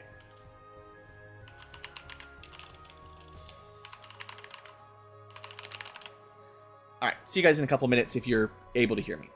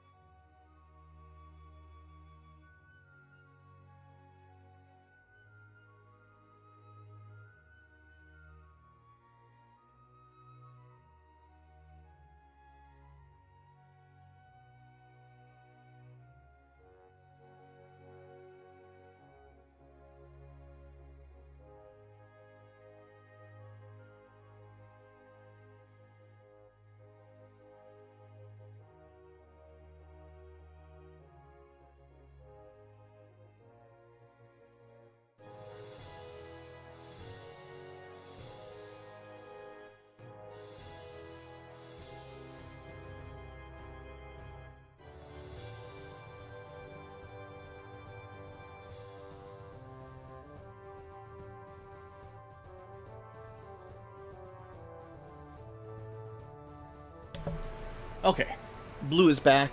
Giving myself a reward soda for that awesome mission. I'll probably drink too much. At least I'm not like a smoker or an alcoholic or anything, but... sugar. I'll have you know that I always drink more water at least to hydrate the homies. But it's deadly, deadly. It's my major vice. My real life major vice is cola, I guess. Probably have to be Frankie if I'm in One Piece. I guess he's not so bad. Probably the oldest guy on the team. Human, at least. Anyway, alright, let's see. Where was I? So, internet died, maybe, for a second, but it looks like we're good.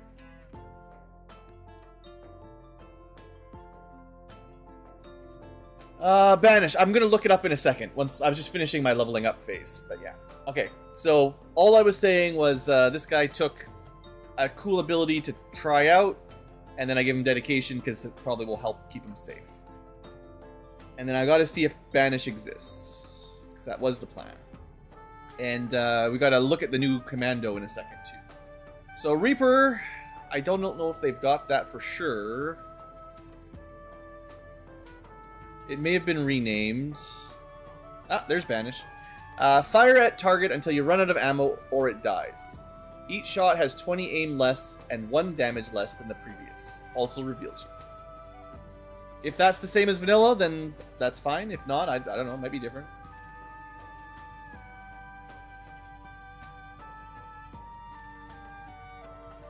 Looks like you need, for sure, the expanded magazine.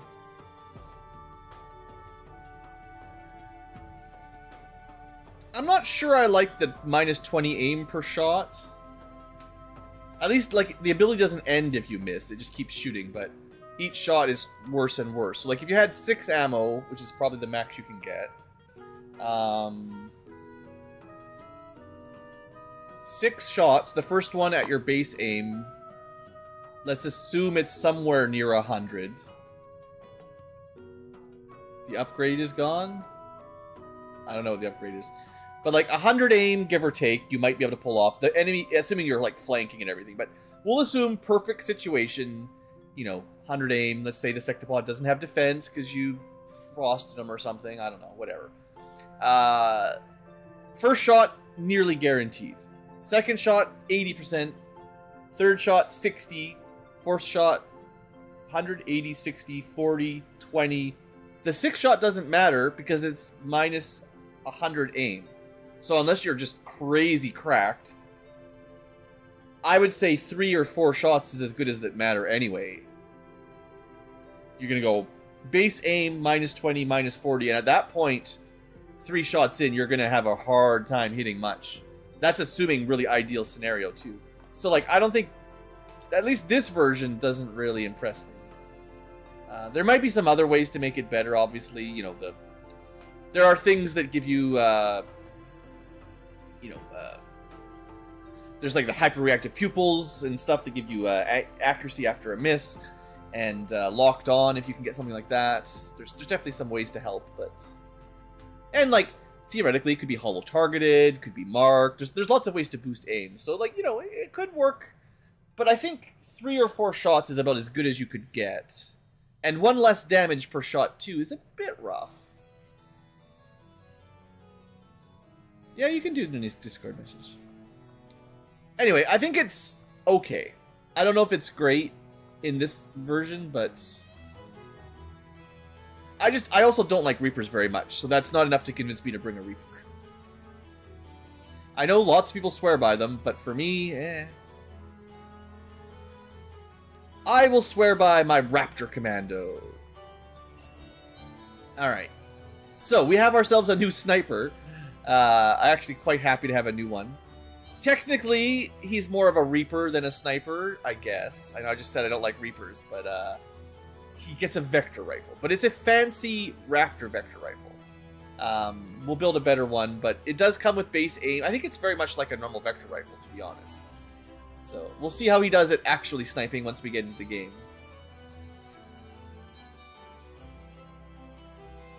So, he has a Raptor Vector Rifle and a Raptor... I'm just going to call it Commando Amp. So, he's definitely some Psionic, some Reaper. Maybe he's like a Templar Reaper hybrid. We'll see. And nothing else too special.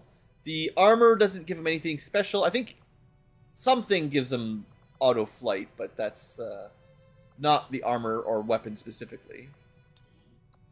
So he's got squad sight. He's got sustain, so he's already annoying to kill, just like the enemy commandos. That's great. He's got the Raptor jump, which I think is pretty sweet. It's basically Blink from my my psychics. And Psi Strike, which... if you've got a high enough psi strength, seems to be very effective at knocking things back and disorienting them.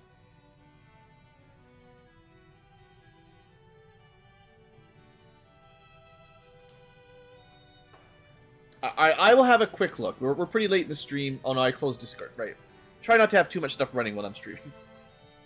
I'll check it out later. I think maybe the Vanilla Reaper... Whether I think they were good or not, I think the community thought they were too strong, so they probably nerfed them for the mods, yeah. That seems likely. I'm not the community, though, so I don't speak on their behalf.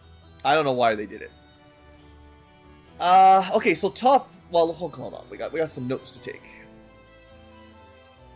So, Raptor Commando starts with... Squad Sight... Sustain, stun thing, stun, no, it's just like stun blast, and Raptor, and the teleport. Let's just call it teleport, because that's basically what it is. Alright, that's a good starting set, for sure. And then his top line looks like sniping. Deadeye, damn good ground, which he should get, because he can fly. Surgical precision, ignores some cover. Death from above, I love. Rhymed. Bullseye's good. Marked for death. He's a friggin' ranger, man. It's Hunter's Mark. Oh, that's actually... Hold on, look at this.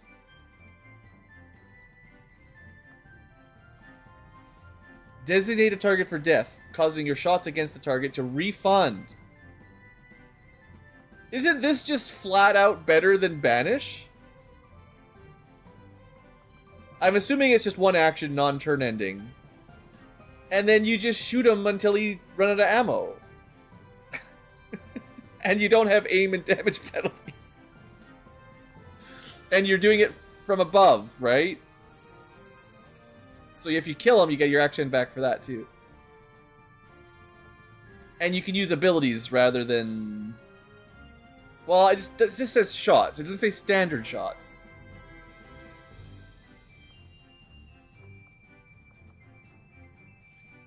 Sounds really good. So anyway, that's the top line. We're going to call that... high ground shooting. Because it's all about being above your enemy and shooting them. The middle line is going to be psychic stuff. So we have a soul strike. That's better than the normal psi attack. Damage, knockback, and disorient. Knockback is pretty sweet. You got a heal, you've got mind merge. You can deploy a phase drone? I don't really know what they do. The class mods are 100% not balanced to the base mods. Don't judge these too critically. There's a lot of them. They're not all done by the same person. They're not consistent. The Advent ones are different than the other class mods. Some are surely stronger than others, no doubt, no doubt. Longmore modified the base classes into their mod set. I think Long War itself just has the 8 classic mods. And then I guess Long War of the Chosen specifically would be where they edited Templar Reaper and the other one, Skirmisher. So it actually isn't even the original Long War team, because they just did Long War 2 before War of the Chosen.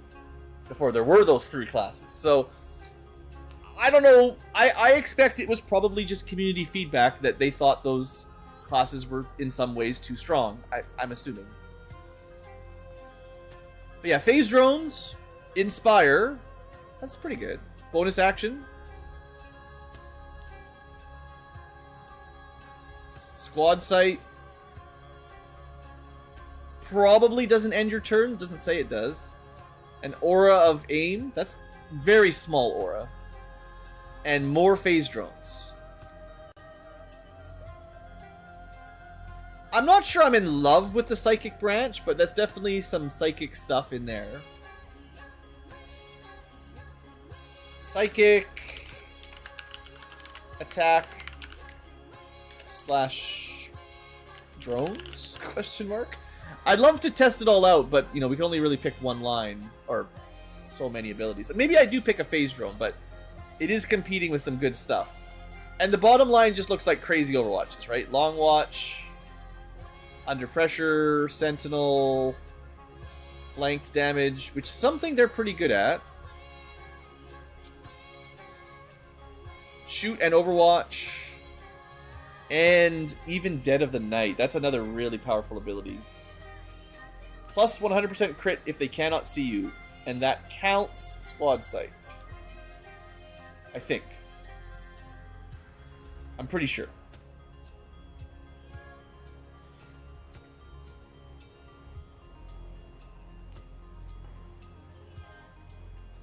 So what do we want to build them? Obviously, I'm leaning towards sniping. But I might pick some other abilities, depending on how I feel. Like, I like Raptor Soul Strike, and he does have a pretty good size strength. And we're going to have some bonus AP. So we can pick one of each, and then maybe 2 more, depending on what their cost is.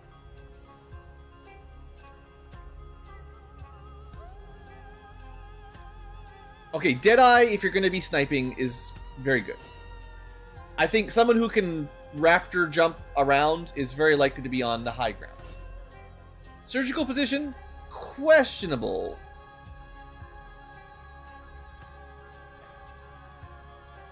Reduces penalties from aim by... aim penalties from cover by half. Is good, but doesn't apply to reaction fire. So if we're going for those, this doesn't help. Whereas the other ones do. And then Death from Above I've had really good luck with as well.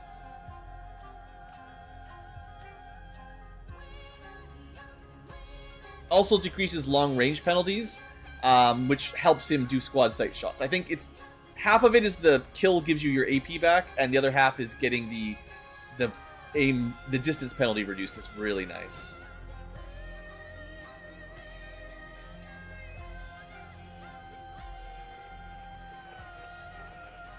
I mean, that sounds cool, Pixel. I mean, to be fair, it really does depend on like the difficulty you're playing, the setup you have, the mission you're on. Like, if you I'm not trying to call you out or anything, but anyone can cherry pick an example from XCOM and be like, well, this one time, all the stars aligned, I was playing on easy, and I killed everything in one shot. For me, when I'm trying to make judgments, I'm trying to think not in the perfect scenario, but on average, how often it's going to get used or how reliable it is. So some people will prioritize that crazy one-off ability that doesn't work very often, but when it does work, it's crazy good and wins you the game. I generally don't prioritize the low percent win button. It's like spells that just insta-kill in JRPGs. It's like, you got a 20% chance to just kill something. I'd rather just do 20 damage or whatever, you know? I don't want to do 0 damage if I miss.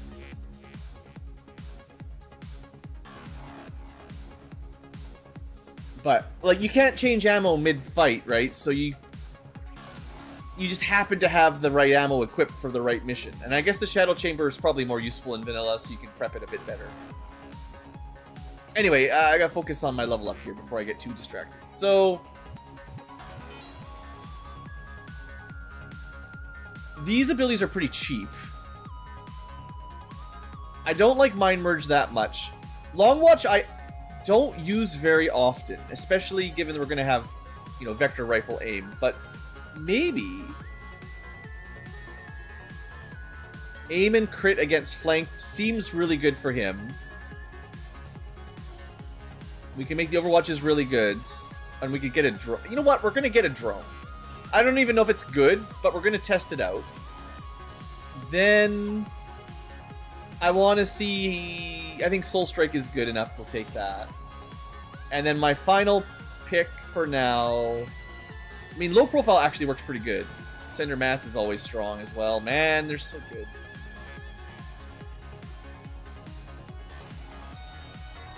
It's tricky on higher than easy because the scaling is difficult to predict. You'll probably be less gear and less, like, subtract a tier of gear or a couple, like a level or two from your guy because things are slower, and give the enemies extra HP and armor. They tend to get just faster upgrades. There's more of them usually. It's very difficult to guess, you know, and on higher difficulties, the Chosen show up more often, right? So they can really throw a wrench into your cool strategy too. I don't know. I'm not like super XCOM 2 pro or anything. I'm just... That's all I mean. The difficulty makes it... I think even in this, like, I'm not playing on the easiest difficulty. It's just... How hard is it? Well, it's very complicated, you know?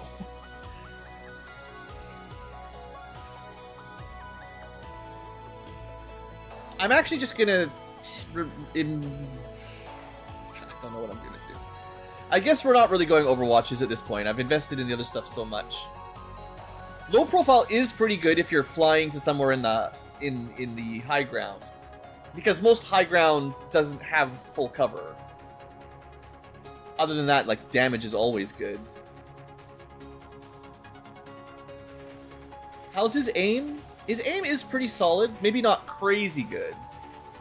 But base plus 10, so he's always 94. That's already nearly 100. I think he can shoot into cover with a little bit of help, and then we can just use him reliably. And he'll get more. We can probably get at least one more ability as he levels up, if I feel like he needs something else. This also gives him, like, another way to ignore cover, technically. And maybe the drone will be awesome. Who knows? And if I hate it, I can respec him. And he can mod him at least, so that's good. Okay, so that's the promotion complete. That was a long one, but we got some really fun units, I think. Oh, I didn't upgrade my notes. Hold on. Yeah, I did. Raptor Fan. Okay, we got everything. Oh no, C rank. We didn't do the last one, which was all Overwatch. Stuff. Alright. Very important to get all my notes updated. Okay, good mission. Done. Let's keep moving on.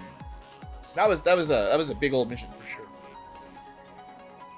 So where were we? Oh yeah, tick tick tick. Commander, having defeated this unknown entity, There is a troops have once again just a regular facility somewhere in North America. If I ever do the research for it, we can map that out. But also, we have lots of ways of reducing the Avatar project still. We're in no rush. You have sacrificed one of the Elder's greatest creations. Yeah. Thanks, Warlock. And for that, there can be no punishment. So the intel is getting good. I spent, a day or two getting intel. I think there's no. Oh wait. Hotel. I think I'm getting close to contacting the next region. But we might as well do the 100%. Maybe we'll just do the last 2 missions here to clean it up. I could spend some more time. I don't know how far we could. I wish this told you once you're at 100%. If it told you what percent you'd get to if you waited, because 6 days 9 hours till must launch. Well, of course. That doesn't really add any information. If it told you 101% infiltrated, up to 120 at must launch or something like that, right? That would be more useful. Anyway, let's do this now. Archon, Pathfinder, Barrier, Bio General, Bio Trooper, Purge Priest again. Not the Bishop, though. This is the lower tier. Sorcerer Magus. I don't think we've seen that either. Maybe we'll bring a Sorcerer Corpse home. Our squad, big. Big squad.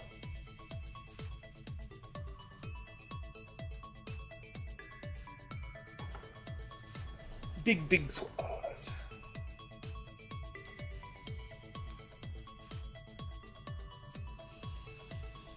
I can't believe the UFO hasn't attacked us. If it just leaves after all this time, I'm gonna be so annoyed. Trying to prepare for a defense mission and then it just never bothers. Probably caused more damage to our campaign progression by not attacking and just threatening to attack than if it had just shot us originally without any... If it had just attacked immediately, probably would have done less damage than it has already. It's like sunk cost fallacy now, right? Now that I've delayed everything, I'm like, well, I can't send all my boys out right now because if we get attacked, I'll have waited just not long enough. I'll double whammy. I waited all this time, and now I'm doing a really hard, game over mission, basically.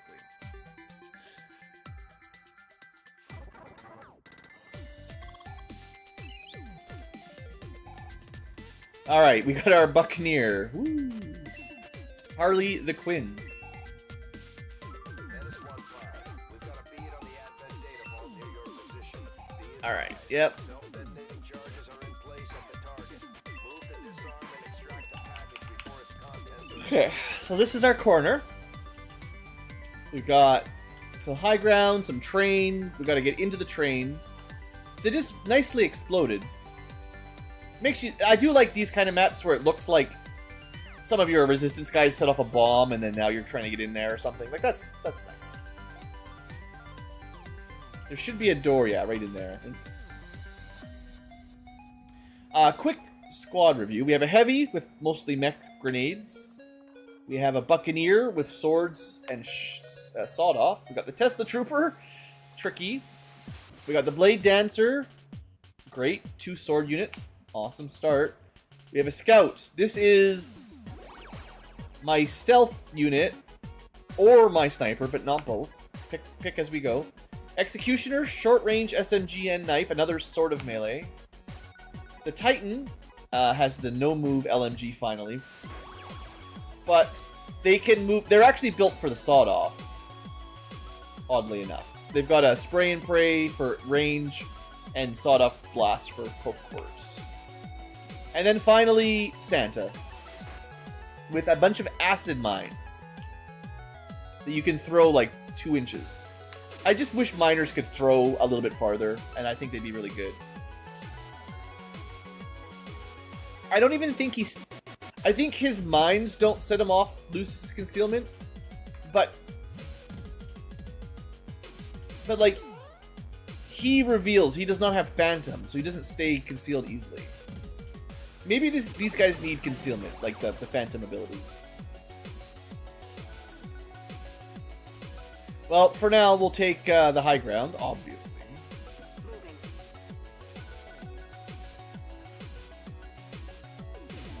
There are 12 enemies. It's a pretty narrow map. Well, no. There's just a lot of space on this side of the train. So we'll move a little. I'm glad I didn't move all the way. We can see Frost Tech Elite, Purge Priest, and a Duelist. Okay, well, we'll try to get set up for that. Looks like we actually would have been safe all the way up here. So we'll use that to set up. Why can I not control my camera?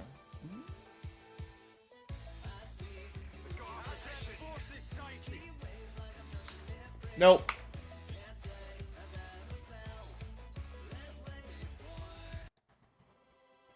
Sorry. Also, the difficulty of your game depends a lot on how willing you are to reload. You can drop it down. You can play on the highest difficulty and reload all the time, and it'll feel easy, of course. I really am trying for the stream to not reload very often. But, that was bullshit. I scouted first. I saw a pod. I checked the reveal radius. And there was a drone we couldn't see, of course. I'm going to try not to use that to change anything else I will do. I don't like reloading and then using that information to take advantage of the AI or anything. If I have more time and... what would I call it? So I should be around here, I think. If I had more time and loading wasn't so slow, I'd actually reload the whole map whenever something like that happens, just so that we'd start with no information, but... The information I have is that the game's gonna cheat. It's not exactly cheating, but Understood. Moving out. the drone is probably just gonna fly up here anyway. So, like, we're still probably gonna reveal, but at least it'll happen on alien phase rather than our phase. Confirmed. Okay. Would have been so cool to get up here and do some cool Overwatch shots or something. Had such a good idea. Good Tico. Maybe I should have... See, I never trust the angle. Like, this technically has vision where they are right now from there. You know, which is great. But the line of sight, I have no real good way to predict where he'll be able to shoot when they scamper. And the AI knows, so they can just move closer to the building, and then he can't shoot at all, basically, right? So... Affirmative. that's why I wanted to be on the edge, so I had the best chance of actually shooting. Eyes on the prize. And we have some Overwatches, so if the drone flies right at us, it's okay. Like I said, I'm trying not to cheat or abuse the AI, or the reload's too bad, but... Does the drone spot us? No? Enemy squad located. Alright. Well, lucky me, then. We can't actually move, but that's fine. So, how do I want to do this? My Tesla can stay stealthed. So I could use the scout to stop scouting, basically. Oh, do we have... Oh, we do have lead the target. Okay, we'll do that. It's been a while. I love leading the target. I'm gonna say... Also, I think they always move in the same order. So if we lead the target on the drone, these guys would finish patrolling first. I'd rather shoot them immediately, right? I think. Not like it makes a huge difference, but sometimes the order of turns does matter. SMG, you're just going to Overwatch. It's going to be difficult to get a good Overwatch from here. But there's not really any better position. Once, like, next turn, we're probably going to have to drop down and use the sawed off anyway with this guy. Yeah, I was hoping to do some mines, but, you know the drill. Unless the positioning is perfect, thou shall not mine.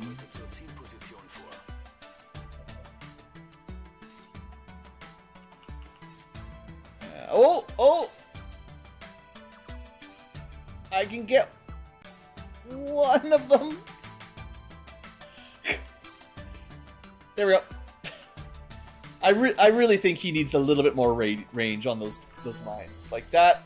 The reason I switched to acid rather than the blast mines is the blast mines you can throw them so little they actually like hit yourself.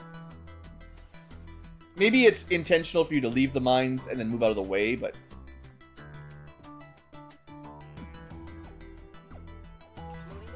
what are the chances of that working? Okay, so I want to keep one person stealth. That will be the Tesla Trooper for now. That way we can find the next group safer.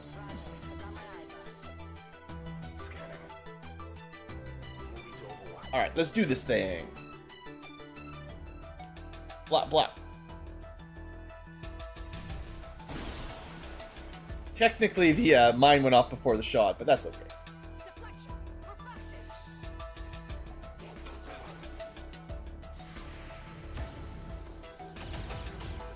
Getting some hits in. No kills yet. Oh, sword into acid. That's a mistake. Avoid it. Well, you got the kill. And they're immune to acid. Okay, never mind. I'm a genius. Totally on purpose genius, man. Genius Ankylo. Sorry. That's a good Overwatch. Yeah, the acid mine could have messed up my melee Overwatches. Another reason melee units aren't great. They can do Overwatches. The Overwatches are fun. But, of course, they have to go run out to do them, which can run them through trouble that you can't stop, and also activate any alien groups they find. It's the sword. I don't know where it says it, but the scimitar itself, I believe, provides poison and acid protection. That's pretty cool. Well, that was a good ambush. That priest. Oh, we should try to. It might not sustain. I don't know. Does it explode? It's a purge priest, not a normal priest. It doesn't say. I don't think.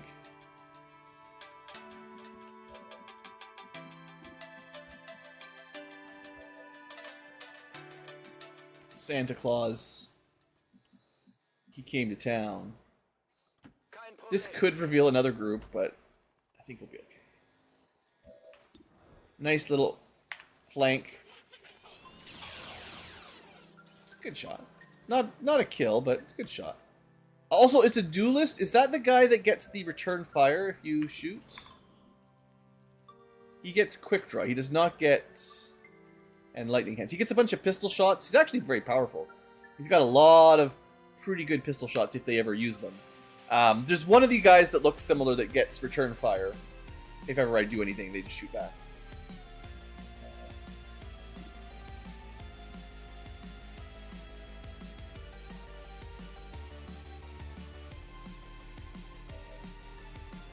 Okay, we'll do Burial Blade. As long as this guy doesn't secretly explode, this should guarantee he's dead. And, like, stays dead, basically.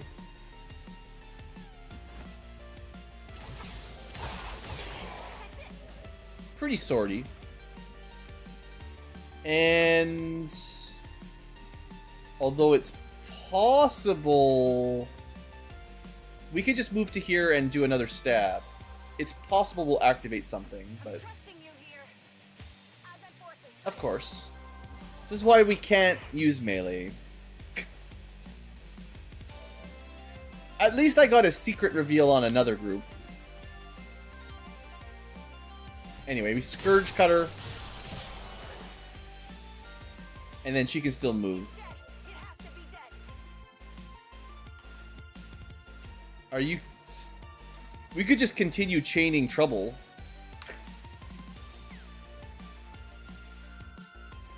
That would end her turn, though. That would be bad, obviously.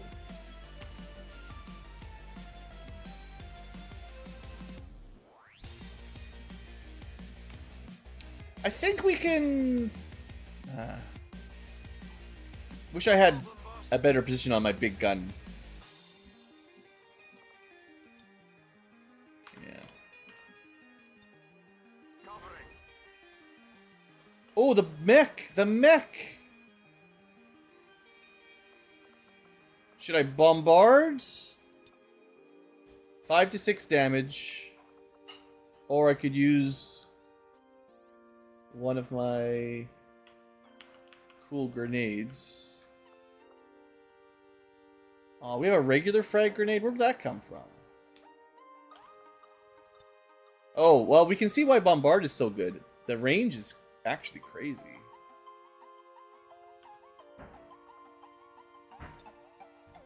Wow, yeah, okay. Is Bombard literally anywhere on the map? Alright, that's better than I was thinking. It may literally be target wherever you want. Maybe you need vision or something, but... Alright, well, we'll just bombard them, that's fine. Maybe it doesn't do as much damage as a real grenade, but still. Pretty cool.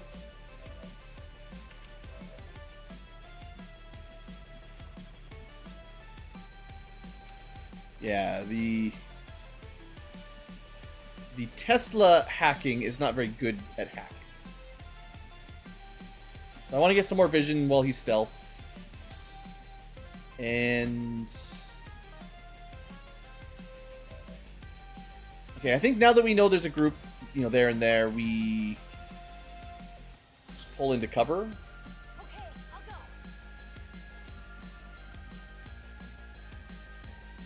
Just find some spots where they're not going to get vision on us, get some overwatches.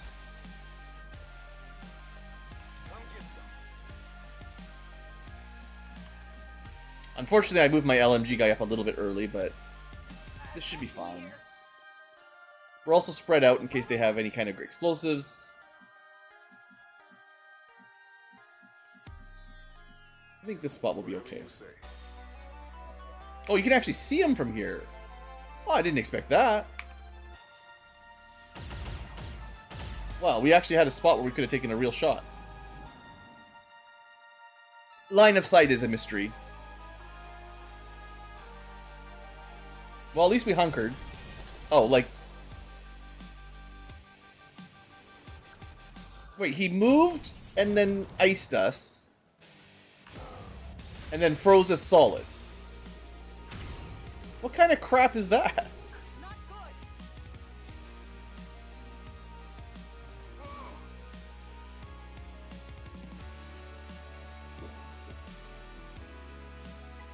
I mean, they didn't do much with it, but... What? I guess he's some kind of sorcerer, Magus. But still, that doesn't seem fair.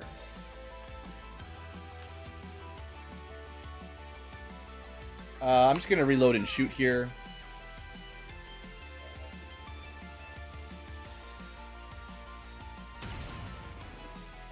Gross.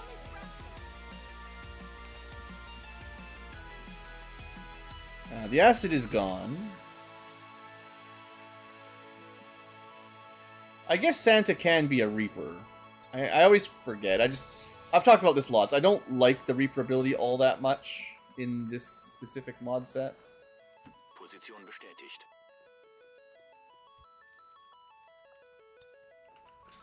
But like, this is how he's probably supposed to be using mines. It's just, this happens on the enemy phase, and I want to kill him now, so it doesn't even do much to help me at the moment, you know?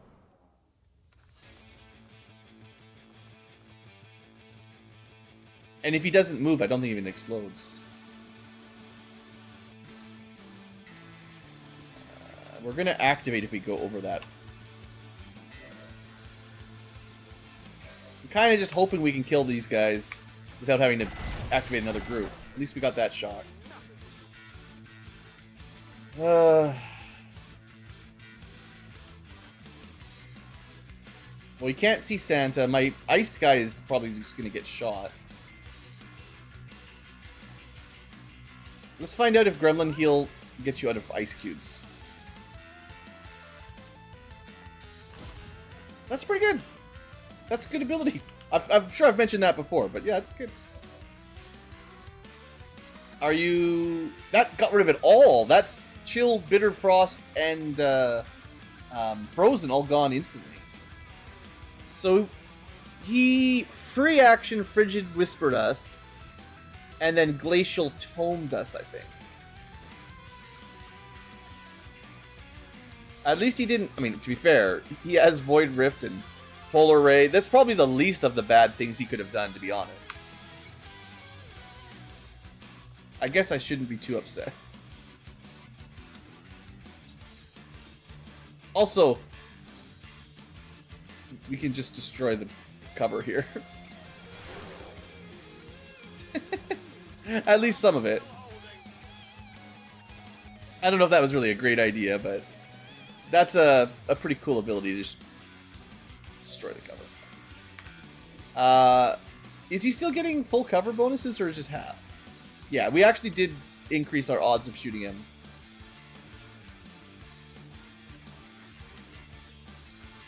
You could go for an execute. If it hits, we get our AP back. Would be nice to have some hollow targeting or something for sure. We do have an energy shield. Easy to forget.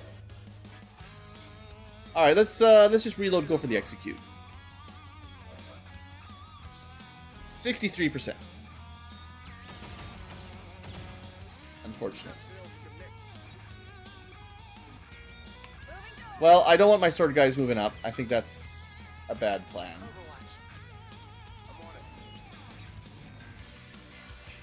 You gotta remember this is a pistol Overwatch, not a sword Overwatch. Okay, so these guys came at us. Maybe they'll run into the mines? Looks like they are. You know what? That's the best Santa mine ever.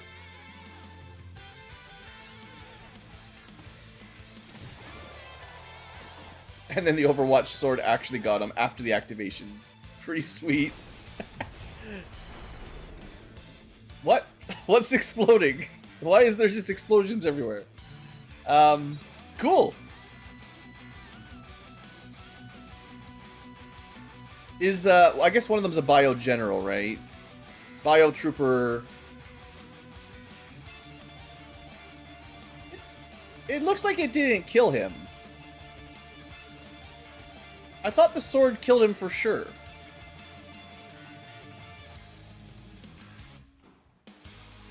Something a bit glitchy maybe with the mines. Maybe that's the real reason not to use mines, is they glitch everything out. But yeah, the bio guys are immune to the acid, unfortunately. Maybe my sword guy ended up hitting the bio general and it just didn't do much. I could probably Tesla gun them this turn if I wanted to. I'd lose my concealment, but we can get it back a little bit. And there's only like 4 enemies left, so this is... I'll save that for, you know, an emergency. We probably don't need to do it. I say. Let's see what our shots are like. 75. Decent. You know what, we're really just... We just need the alloy grenade or something, right? Laser grenades? I think this is the laser grenade. Yeah. We have the heavy mech. This is literally their build. This ignores any little bits of armor they've got left. Pretty good damage AoE. Yeah. Didn't quite get all the kills, but that's fine. You remain not immune to acid. Although, interestingly enough, you don't have to get into the acid. Good mine layout, actually.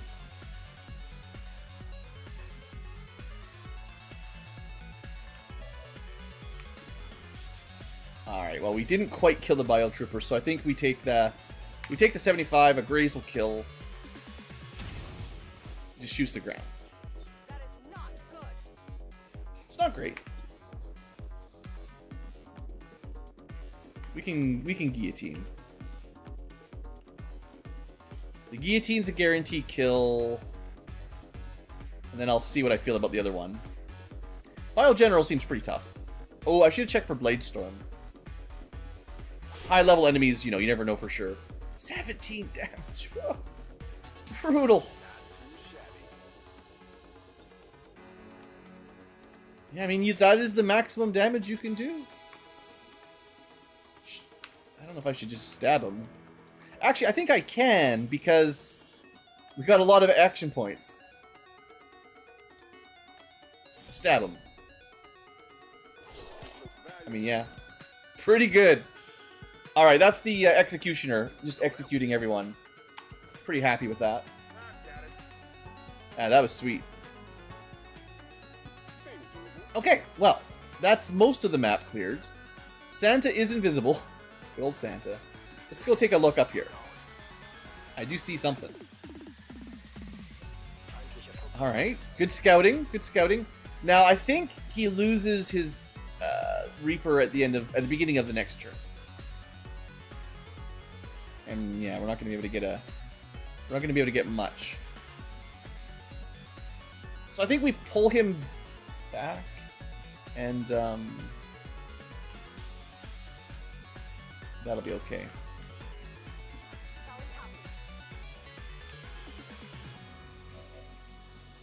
Yeah, let's try to get him out of vision. This is... No, that's not... I'm looking at the wrong one. I'm looking at the bottom, not the top here. Okay, this is out of vision from that. And that's got to be all that's left on the map in that direction. They're just guarding the objective. They're probably not patrolling, unless they're on yellow alert. Which we've been avoiding yellow alert activations pretty well lately. So we can see the drone, which is probably the guy with the largest detection range.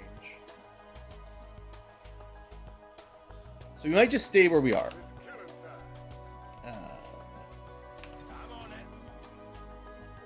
Or at least not move very far. I mean, if they activate, what's the word? Like, it's not that big a deal. I just don't want to activate them on my turn right now with my last move. That's the main thing. Just don't activate them yet, and we're fine. Yeah, and now it doesn't matter if they patrol.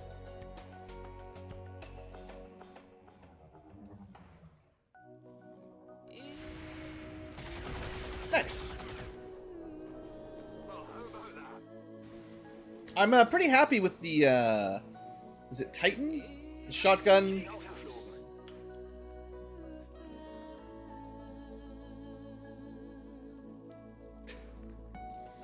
Okay, by the way, acid is very good at corroding trains. It can melt steel trains, and we've learned. And it also ignores your blade of armor for some reason. So you just fall through the roof of the train and take damage. It's great. It's great. Yeah, we're not right. Hey, singers, take it easy. Okay, well, there are some more enemies to kill, and there's a turret on the roof.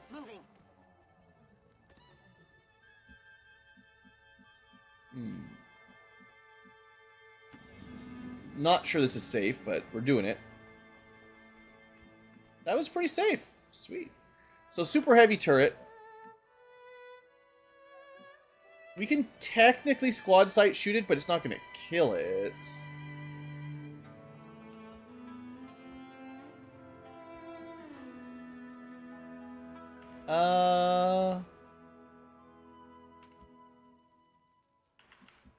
If it activates, what can it do? Nothing, because it can't see us. I'm ready. I guess this is fine. It's a little bit boring to just snipe a turret like this with squad sight, but that was a good damage roll. Still holding. At least just doing some chip damage makes it much easier for the next person to finish it off. Whatever I decide to do. So I think now it probably has squad sight, so if someone else detects, it can probably shoot us. But there's no one to do that.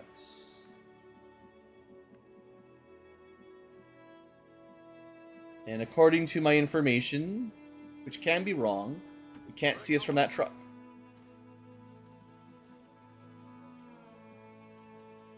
Santa could be healed. But for now, I'll just let him on Overwatch. The mech, I think we dash closer. Too far back. Do I need to... I need to summon an evac on this mission. I should probably do that this turn.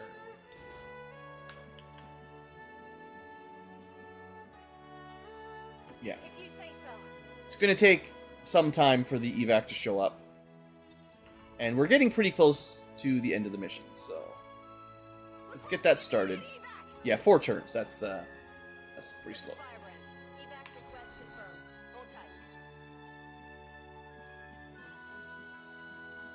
Kind of running out of any sorts of cover, but that's okay.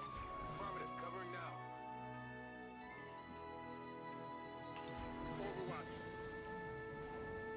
Overwatch. Okay, they are patrolling. They might activate, which means the turret might actually... no, not happening. I'm thinking the turret might actually pull off a squad sight shot, but... so...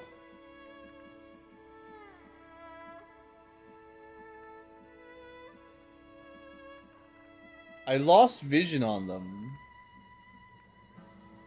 They might be all cheating. I think they're inside on these 2 tiles.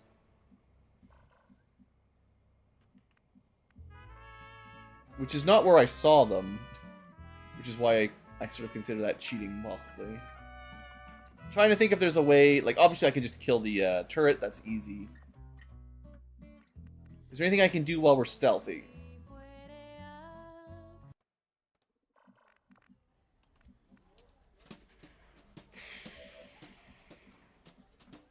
Santa doesn't have Reaper.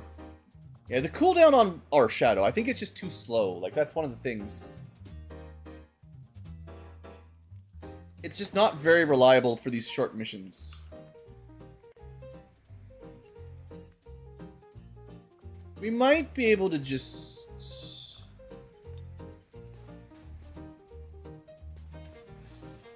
depends on the... I don't know if we can actually hit them through there.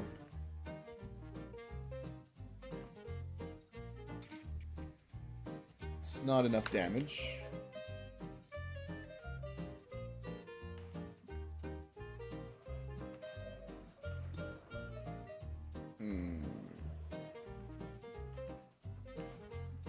Well, you're not getting any high ground advantage. You could just move up. We need to get to the evac eventually anyway. Maybe just take the shot from here and then someone else can finish it off easily enough. And actually, we aim is better by getting closer anyway.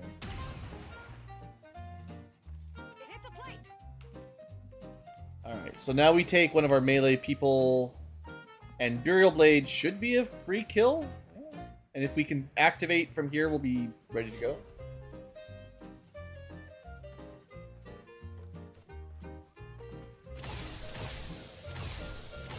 Just slicing up that turret.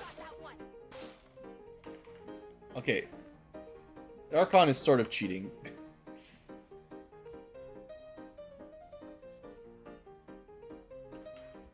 On the plus side, that does mean I might be able to pull a trick off and just... well, I don't think I can get close enough to mine him. That was what I was hoping for, but... maybe we can just throw a grenade at him. Yeah. I don't think it'll hit the guys that are hiding in the train. I'm actually not 100% sure it'll hit the Archon, but it should. Yeah, it totally did. Okay, it didn't really want to activate either.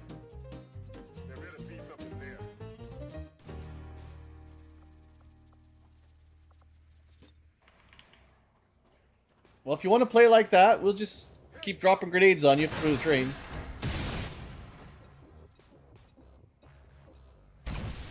He's practically dead already. Is this fair? Am I abusing the AI? Not really the AI, just whatever gave me vision on him that I sometimes have, but maybe shouldn't.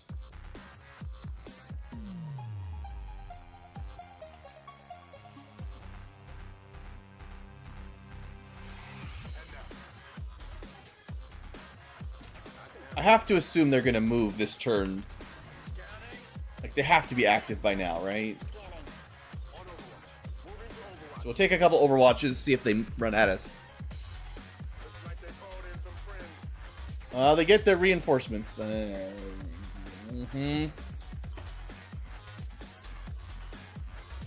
AI is really just taking a break.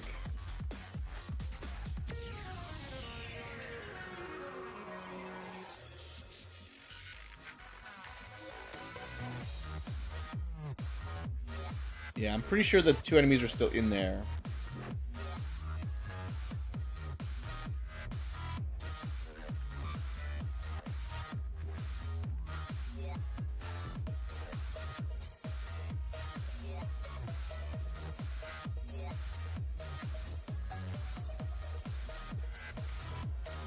Lots of things to blow up with my teardown if I want.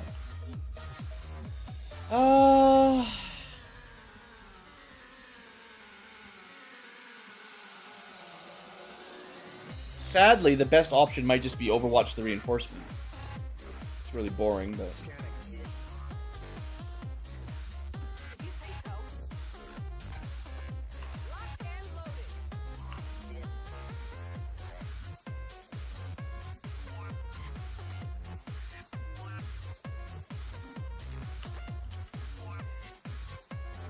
Mech is in the way.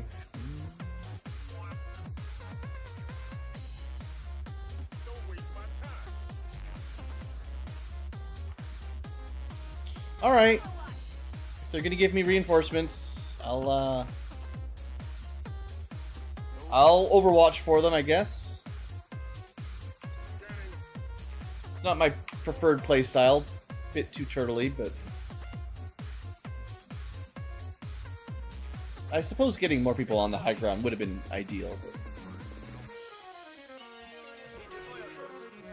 We got a few. Alright. Here they come. Hopefully we just kill them all. Hi there, Yayo.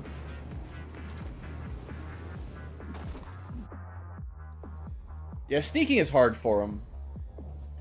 Maybe his invisibility spell, you know, it's got like a recharge.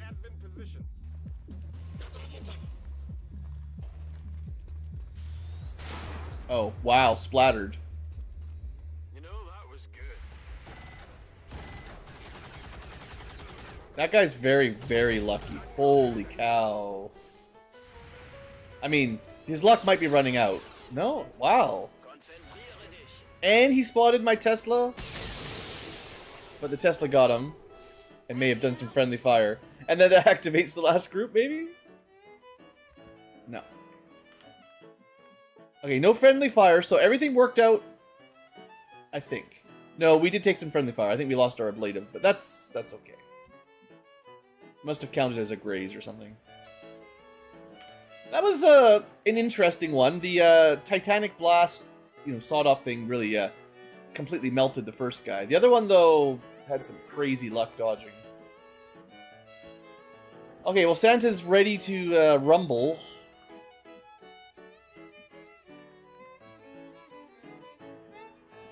Sure. Let's see how good sort of Reapers are. Sort of Reaper. Reap away, sort of Reaper.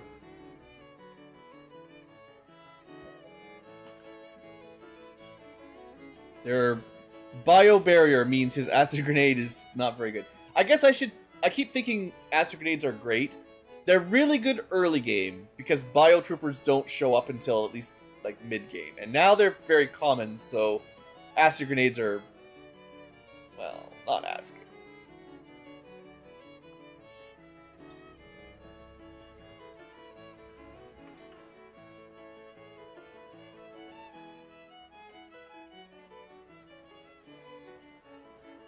As long as I don't hit the loot, this will be fine.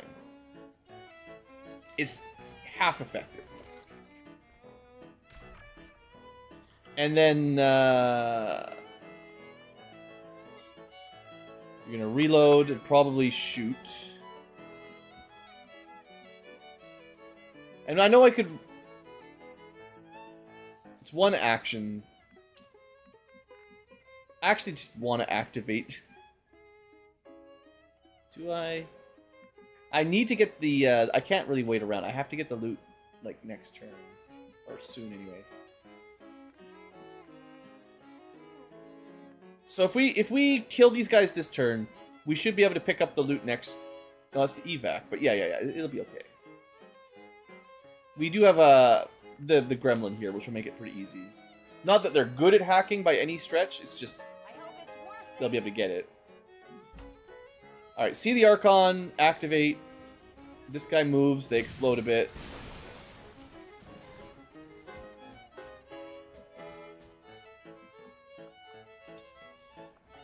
Honestly, didn't do much. A bit of a letdown.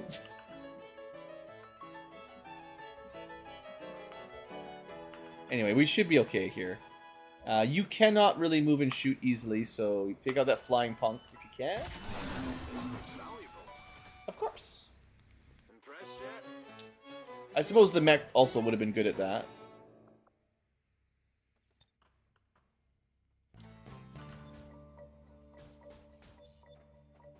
The mech can't... He already reloaded, so he can't do move and shoot. I was hoping to destroy that cover, but that did some good damage. Let's go... Lightning Slash. Oh, through the wall. Doesn't seem fair somehow, but hey, the AI would do it to me if they could. And they still got a graze anyway. Probably won't need the intercept, but... Haha! The grenade did make it so we could kill with the gremlin. I thought it might.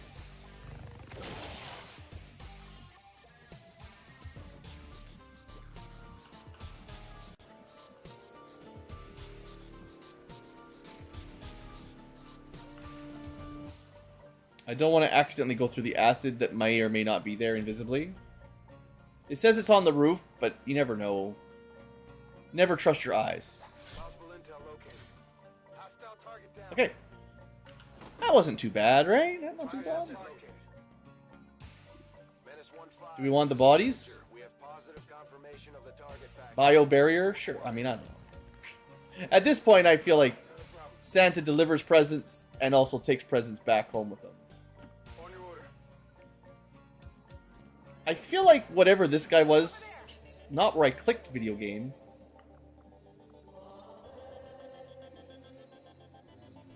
It's an elite rocketeer. Although, interestingly enough, I can pick it up from here. Seemed like they were really hard to hit. But I guess we're okay. Let's get some loot.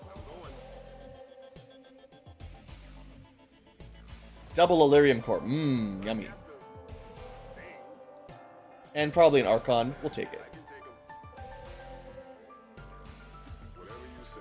Might as well bring a couple guys home with us, you know?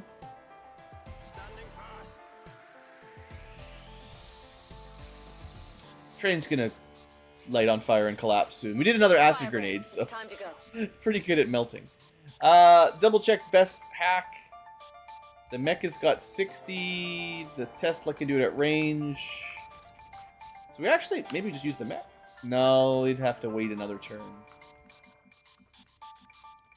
I'd rather get this done now. We will probably get reinforcements pretty quick. So the even though we can range hack, we can short range hack, but yeah, the Tesla's surprisingly low on their hack stat. Not sure why exactly.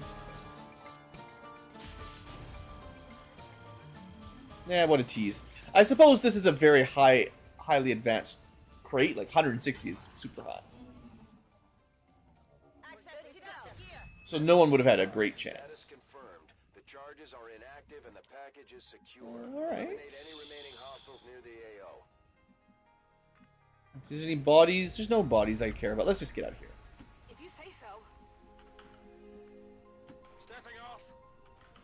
My goal here is one more mission if I can pull it off.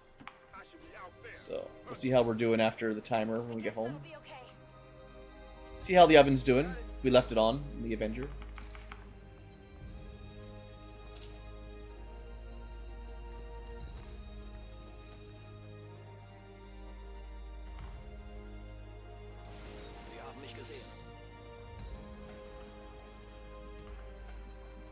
Alright. No need to ask twice. An interesting path, but we'll take it. And we're out of here. Okay, while we're loading back into home, I'm going to take another short little break. And then we'll do a little bit more for this stream before Blue calls it the night. All XCom operatives are secure. Firebrand is returning to base.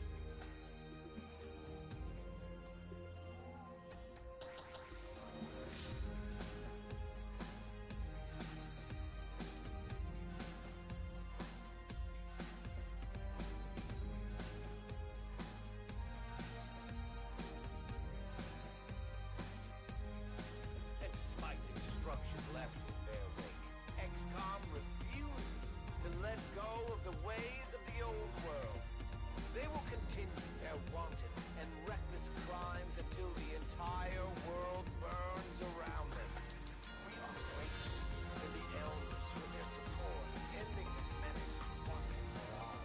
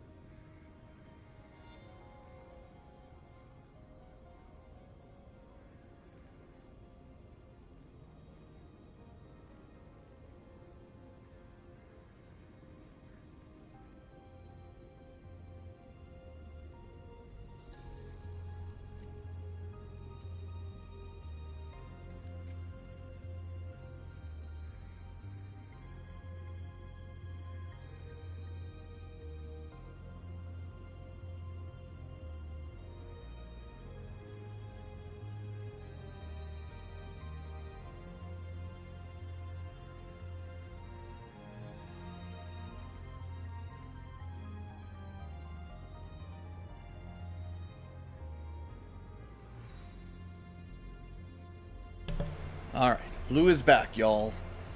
A little bit more left. One more mission, I think. And then we'll have a close-up stream. Unless it depends if maybe the Avenger gets attacked and things change, but we'll see. Yeah, 3 promotions. Nice. A little bit of a wound. That's only because he fell through the roof. It's barely my fault. Otherwise, that should have been a flawless mission. Yeah, we got a corpse or 2, some cores, some data. Yeah, that's fine. Nothing too crazy. Just a nice little handy mission.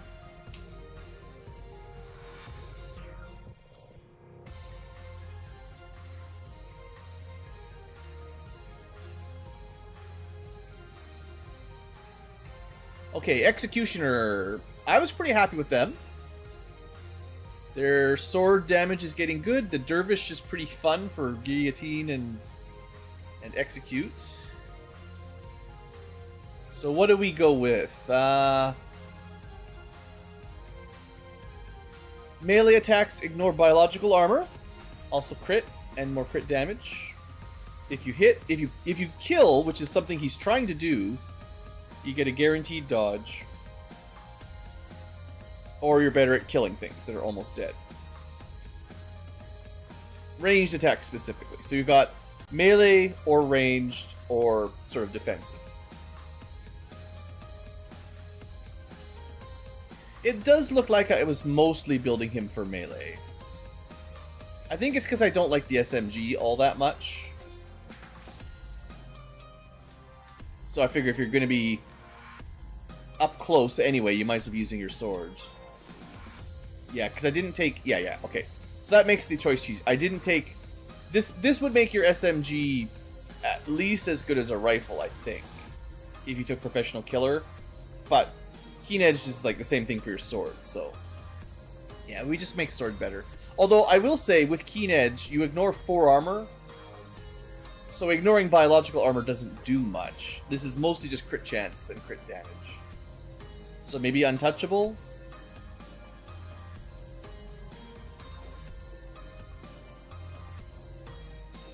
Does he have any other crit source?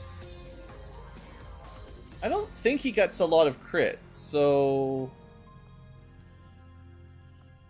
The crit damage is cool if you've got another way of getting crit, of course, but 15 crit on its own is not super reliable. You know what? I'll take the defensive option. It's interesting. I'm also tempted to take tracking. Seeing enemies through walls is just... Actually, Lone Wolf is another way to get some... Is it crit? No, aim and defense. No. Let's just take tracking. It's fun. Totally fine ability. He's not going to get a whole lot more. He's a very low combat intelligence.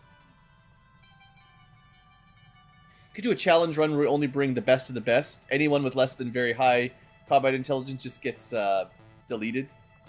You wouldn't have very many soldiers for a while. It would take a long time to build up. Alright, Tesla Trooper. I didn't use their shooting at all. I just relied on Phantom, but they did Overwatch kill one guy. Removal of accidental discharge safety grants the Tesla 1 chain distance.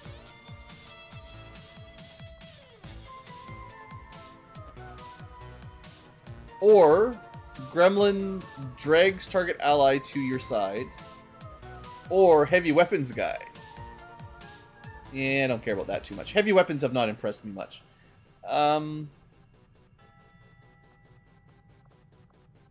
I think we just take the Arc Blast. That's fine. Maybe I should have taken Scrambler Shocks to ignore, like Shadow Strike. I think it's because I had Special Operative and I wanted to use it. While concealed, get 50 aim and crit when you attack. And then I can conceal again, and it should theoretically work on all the shots. I just have to remember I can do that. But that medical protocol was really clutch, actually.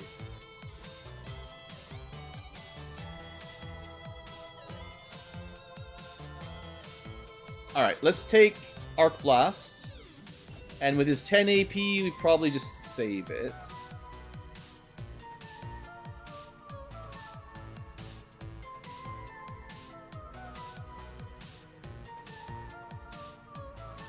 I'll spend 5 XCom AP to get him better against robots. Because I think, in my head, the lightning damage should work really good on robots.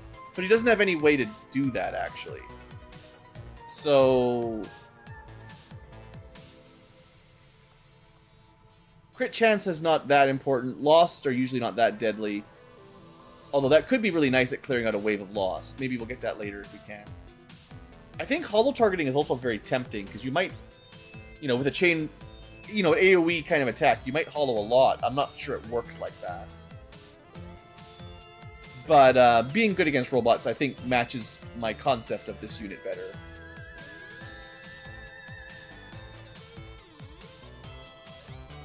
The Buccaneer. We've been going very heavy on the top line with swords. We probably just take run and slice, another version of a dash attack. I haven't been going into sawed off much because I don't care. And I've never really been impressed with Crusader's Rage, although I've never tried it. But how often are we taking a ton of damage and still fighting? It's pretty rare. Usually if I take damage, I try to heal it off so they don't die. Maybe if you had a unit that had like those vests, I can probably build vests that give sustain at some point, so then even if you get knocked out, you don't die. Or force a guaranteed bleed out or something, but...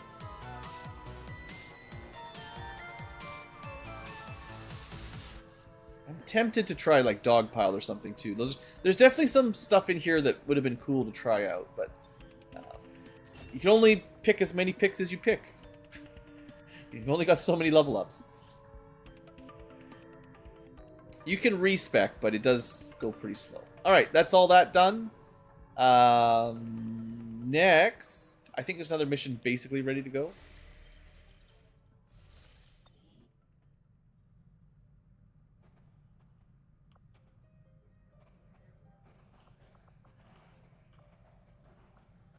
Yeah, 95% there.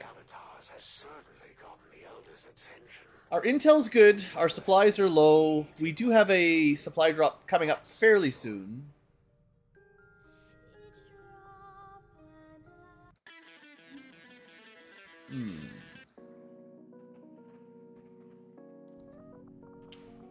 I think... Where are we? Are there missions over here? We'll just scan where we are for fun. Hey, we finally got rid of Lost World. Not every single mission is going to have Lost now. Okay, let's go do this Liberation mission. I've already boosted it. We've got an 8-man squad. They're kind of the... Oh, we get to see the Chrysalid. That's a nice way to end the stream. We finally get to see our Chrysalid. We got to use the Illyrium Shiv once. We get to use our little buddy. That'll be nice. Cryo Priest, Andromedon, another Codex. Not even a Frost Codex, just a regular one. Priest, Rocketeer. Yeah, that's a decent group. Nothing too crazy.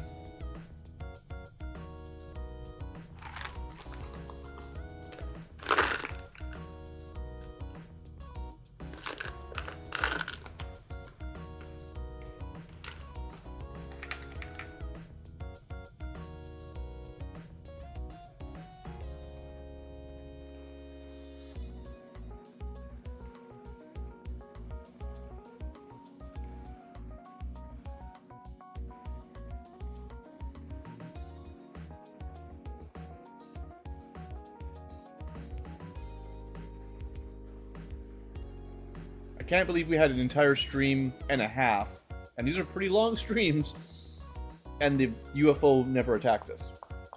I was so sure it was going to hit us immediately once it spawned. Disappointed.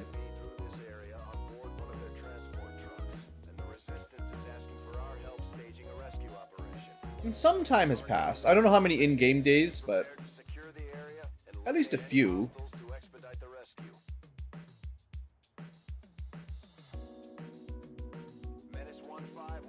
The menace is right there. Okay, 14 enemies, medium-ish difficulty. We are concealed. Obviously, there's something over there. Something ability activated, I think. Some enemy. Alright, let's have a quick squad review. Dragoon, heavy weapon, but mostly just weird support build. Psyop with Null Lance is always fun. We've got Chrysalid Hound. Yeah, I don't know a lot about these guys. They can burrow.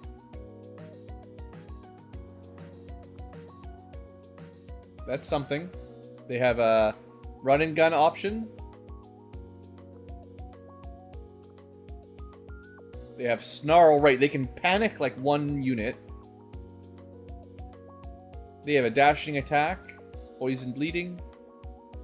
Cool. We've got a Shinobi. The Officer, who's probably supposed to stay stealthed. The Marksman, who's more of a knife sniper. Scavenger for some free loot and pseudo sniping. Freebooter. Surprisingly good at melee, or not melee, at shooting, marauding, that's the word. Starts with an M. And combat engineer, yeah. Grenade traps, just not stealthy grenade traps. Okay, let's get to it then. Start with my... Not the Chrysalid Hound. Let's start with the Shinobi. So our deployment is pretty close to the corner. Looks like there's a building we could probably climb up to get vision on the truck and then just try to escape. No reason to explore the rest of the map, probably. Our Shinobi does have 23 mobility. This is literally too far for comfort. So I will just climb this building and stop there, even though I could make it like twice as far. Because if I moved any further, I'd have run into a drone. Well, his detection range is quite low, but still, it may have run into a drone. So I think I saw actually 3. Try not to get caught. Oh, there's guys down there. Got some hostiles grouped over here. Alright, alright. Good spotting, though.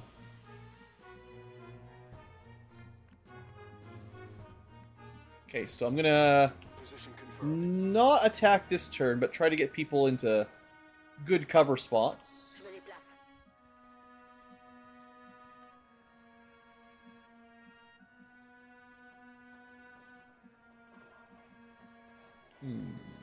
The enemies up top are drones, so they don't really matter. The enemies on the ground level, although they're a little bit far back, that's where we want our double shot if we could get it.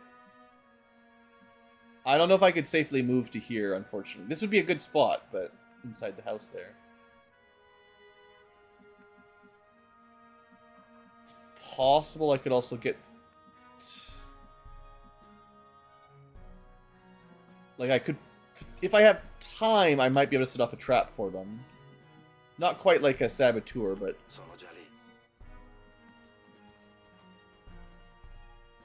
And then, yeah, the Dragoon is more about support. They don't need to be super close. And I can blast them through a wall. And I have... Okay, one of the things, of course, with the Chrysalid is they can't take cover. Just like a mech in that sense.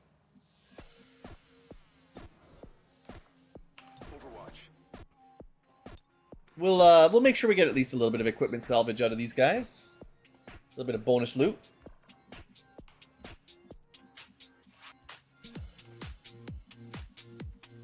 Alright, I'm not going to send the Chrysalid on the roof, I don't think, so...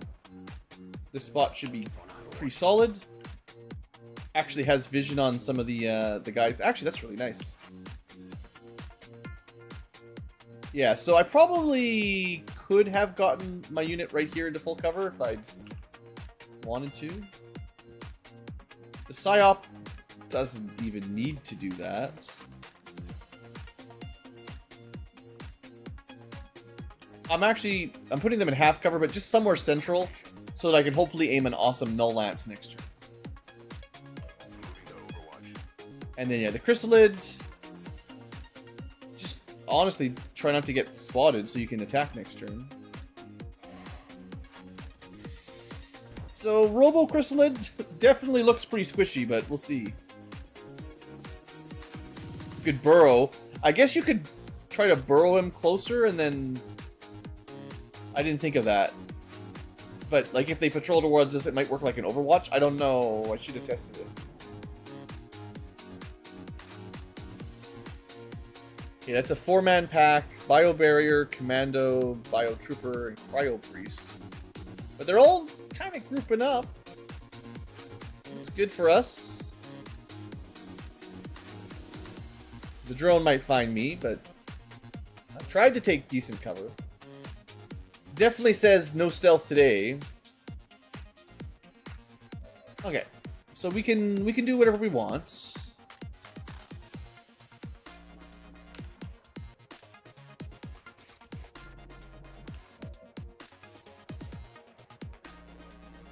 I think if we activate this drone without killing it, it will fly immediately over my my Shinobi.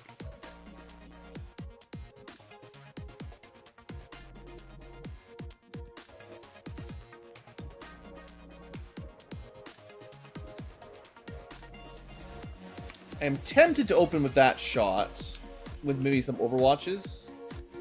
But I'm more tempted... I forgot. Oh, yeah. Grenade trap, go.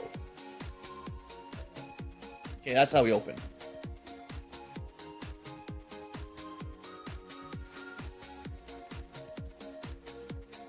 I'll give out a couple shield protocols to people with no ablative. I think that's maybe better than his Overwatch. No, his Overwatch is good.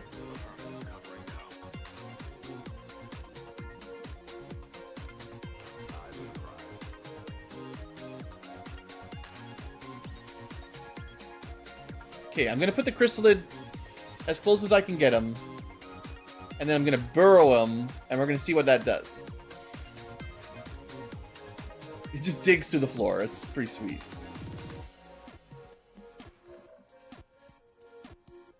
Okay, we can Overwatch from here. You can Overwatch from here. Overwatch from here. And you're gonna... I don't want to lose my concealment, so you're gonna back off from the drone that's gonna be annoying. And hopefully not need to Overwatch. We'll see. Alright, let's see how this goes. Kaboom, right? It's a pretty big boom.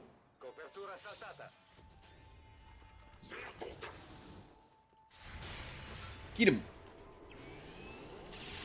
That's a miss. That's a miss.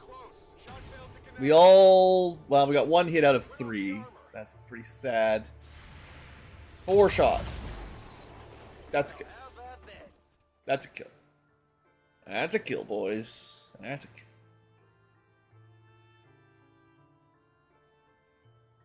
Aliens. Okay. We should have another Overwatch. Come on, that's the one that you marked. 91%.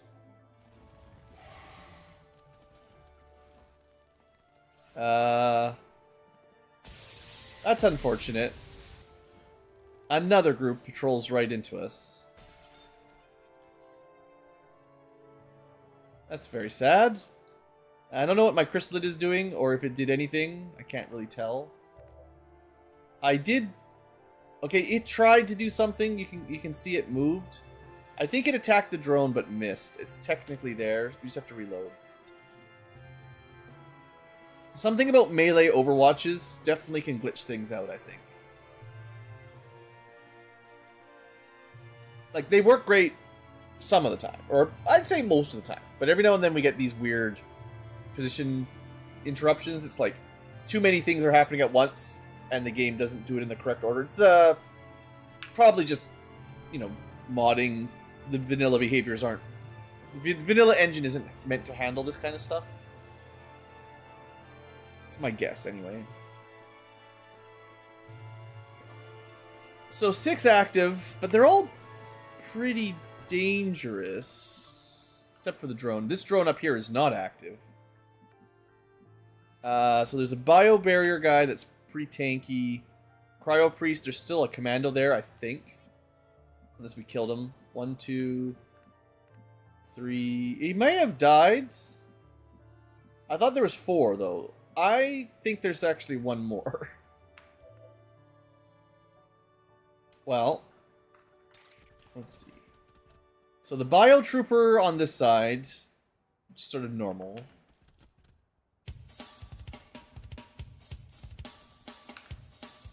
Can't, I guess no one can see the commando over there. Doesn't let me attack him.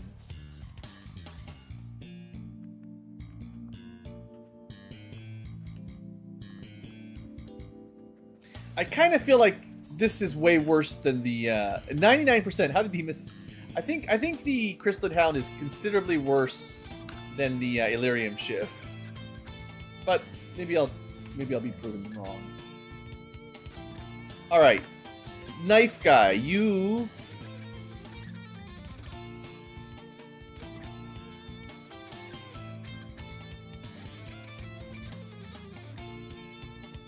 Just looking for freebies. You get swift throw at least.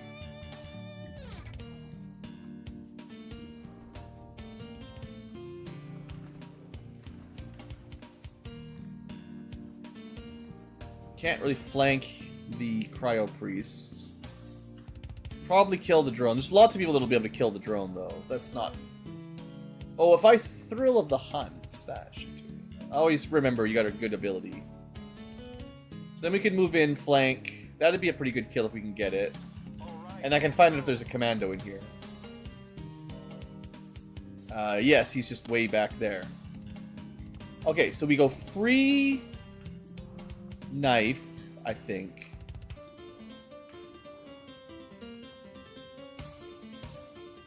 Yeah, and we can do 2 attacks. Get this guy, hopefully. Pretty sweet.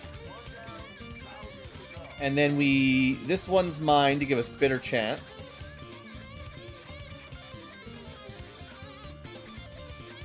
So we can 94% shoot or 92% knife, but the knife has a big crit. I guess they both do. Yeah, it's a marginal difference, but the gun is better here. Although the knife does more damage. The gun has a very small chance to not kill. The knife 100% kills. I mean, they can both graze, but we'll go with knife, I guess. Knives are cool. It's a blue knife. We crit anyway, so it's all good. So that was a sweet turn. Double kill.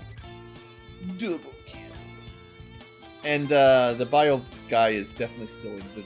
He's there. He's just around a corner.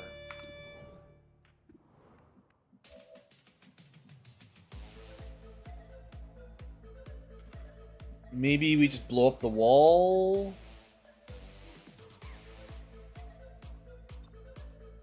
We have to move up, but we could definitely do that. I mean, we could also just use a grenade.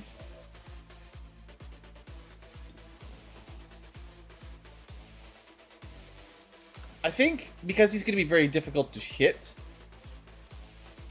the fact that there's a guy around this corner means we should just... I'm pretty sure he's in that tile, right? Yeah. Now we should be able to see him and shoot him. And we also shredded him a bit, so that's a good deal. Still only 72%. This is, he just has, like, what, good defense score? Yeah. He basically just gets free low cover. We do have a skull mine. It's probably not the time for that.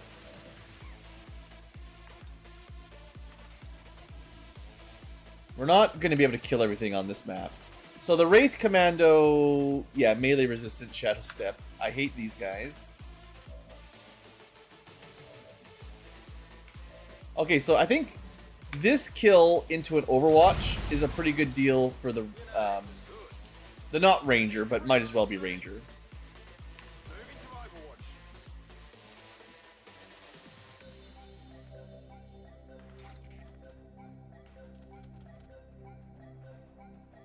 Yeah, I'm kind of unimpressed with my Chrysalid. I mean, we hit it and we gave him bleeding. That's pretty good. He's just immune to poison, otherwise he'd be poisoned as well. I mean, that's good. We're too far away. Of course, it's SMG. Yeah. You're still concealed. We don't want to do anything with you. Hold on. What am I thinking? So that's good loot because we used the good mark. I think I move a little bit back because these guys are going to have to move towards us. The guy with Shadow Step is just going to do whatever he wants to do. I don't think there's anything I can do to stop him.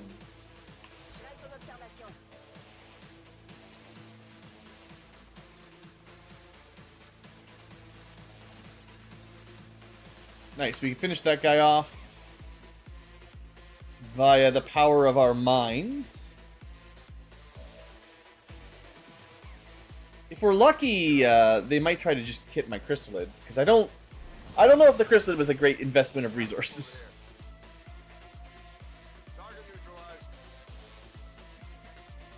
Okay, stealth is still stealthing. We can shield a couple more people. I think it's probably the way to go. The Wraith Commando is just going to run up and stab someone, I think.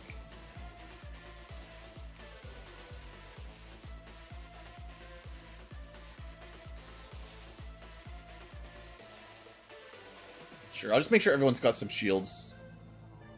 We've got a spare one. If someone loses them, we can rebuild them.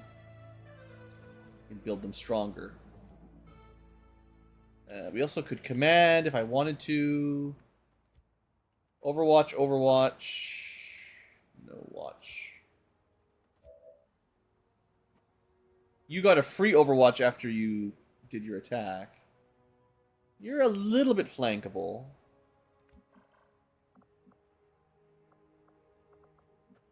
I think we just move over a little bit.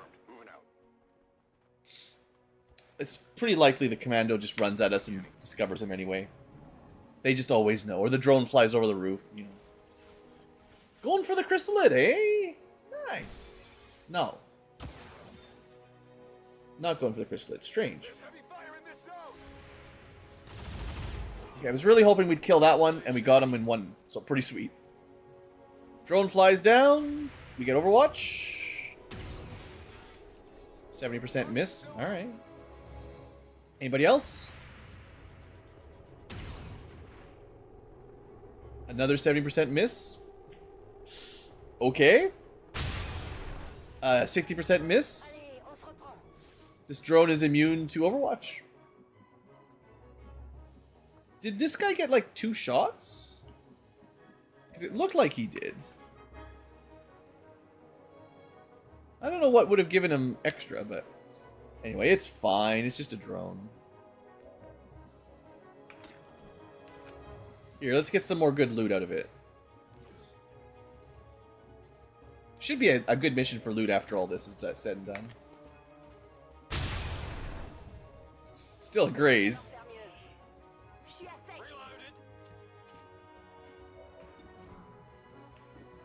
We might shoot the Wraith Commando.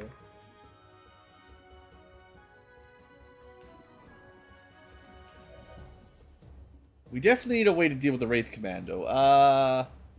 This is probably a good person to Plasma Grenade. If I could destroy the cover, that'd be really sweet. Yeah, shred and out in the open. Beautiful. Technically, we could just Haywire Protocol the Hunter drone. I don't think we have, like, Trojan or anything, so it doesn't really help as much. So we'll just shoot it. Mostly because the animation's faster. Hacking it takes much longer. We got a superior speed mod. Oh, that's the good one. That's 4 mobility. I think that's the first one we've ever got. Does he have Blade Storm? He's got melee resistance, Shadow Step, Reflect, Deflect, Return Fire, Momentum. Well, if he's going to return fire to anybody, I'd rather he return fire on the Chrysalid. He does have Blade Storm. I didn't see that. Apparently the Chrysalid's got a ton of defense now. Okay, he does return fire, though. So all of the stuff that I was thinking happened, plus more. Pretty exciting. I'm ready. But he can only return fire once, so that's done. And he is, he should be dying pretty good at that, you know. Chrysalid stuff. I mean, that knife is just so strong. Throw knife. This looks valuable.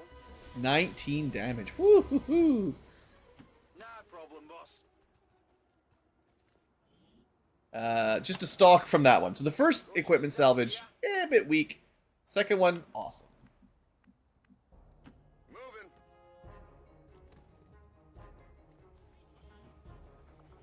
Bunch of random stuff.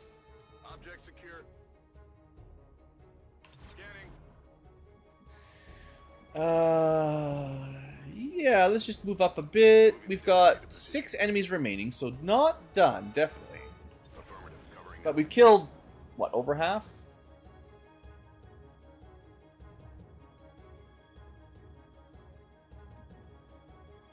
We have killed more than half. 8 out of 14. Okay, not bad, not bad.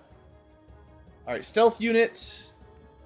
Chances are the rest... There should be, what, 2 pods? They're probably guarding the objective. Moving out. But definitely move with my stealth unit first. Got a group of hostiles over here. Oh, we were close. Take guys will love this.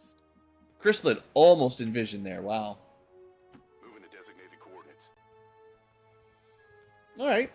So that's 4. Oh, right. That's the objective. That's the exit up. I kind of had them mixed up.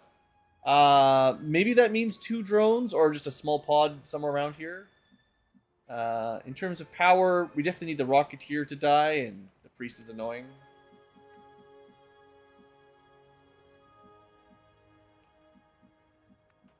So that's way up there. Okay, we've got to get the team up. We're way too far back. And honestly, the high ground seems ideal. Copy that. But I got to do some reloading and all that.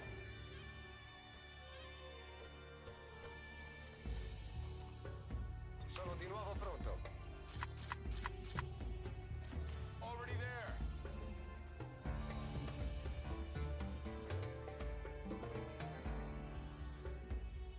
I definitely don't want to activate right now. Let's just keep you back. I can teleport up if I ever need to. Chrysalid actually gonna... If they're patrolling around, I really don't want them to see you. And I do have squad sight. No, I don't actually have squad sight. Already there. Alright, he can always jump on the roof or whatever. Alright, oh, they're yellow alerting. They're coming fast. I'm glad I pulled everyone out of the way, actually, though. They didn't get to activate. So that gives me the initiative, for sure. How do I want to do this? We probably just move and try to get a good Overwatch trap. Like, this should be pretty good. They'll move towards us. We'll get some shots on the alien phase. Yeah, we're just about in vision from right here. Yeah, that's funny. That one tile doesn't have vision, but, like... We're close. Even that one has vision.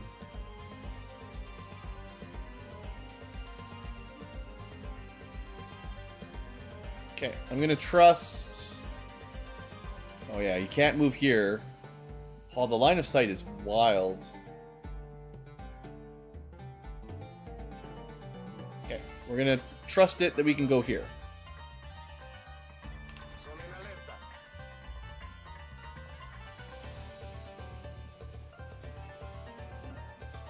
Heading out. Wild. Just navigate through... This is what the AI does. This is only fair. They do it back to me. The AI just navigates through all the tiles that can't be seen. I can't believe they didn't spot us, though. We were everywhere. Like, if I could put, like, an overlay on of all the dangerous tiles right now, like, it's everything.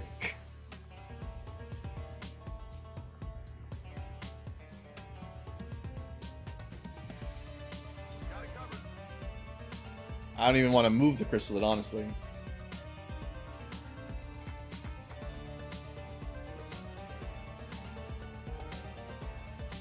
I don't think I want to move my scout. I think they'll be fine. Affirmative. Covering now. Yeah, the Chrysalid doesn't have much space either. Well, what we can do with him... It didn't work in concealment. But maybe we can burrow now and it'll do something? Still trying to figure out what he's good for.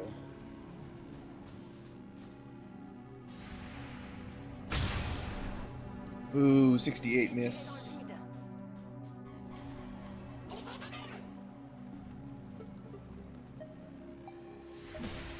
Come on. Trick shot, 6 damage.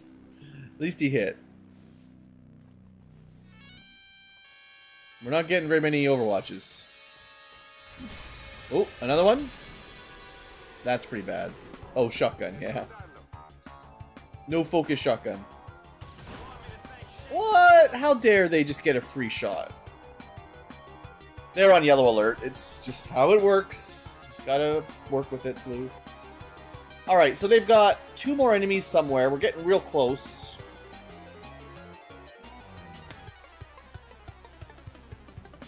Yeah. What do you guys think? Oh, I can't quite...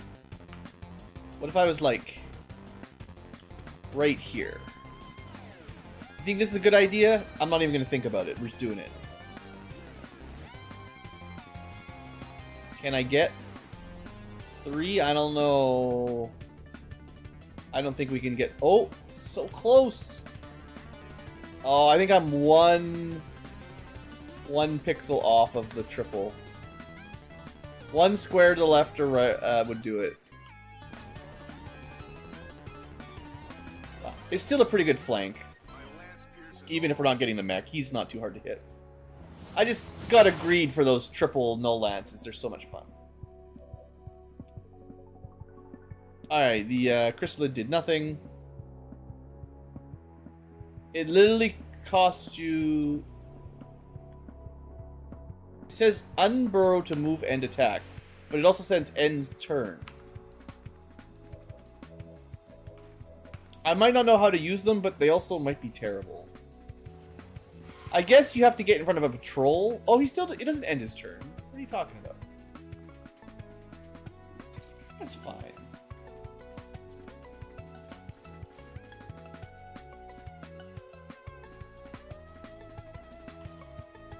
Sure, just stab the priest if you can. Yeah. Okay, then, more hunting. See a bit more move mobility is pretty sweet.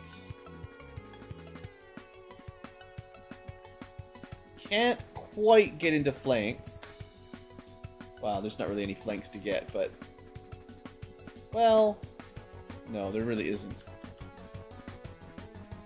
Oh, from way up here, if I could get right... Yeah, we can't quite get far enough. Not too far, though. Not too far off.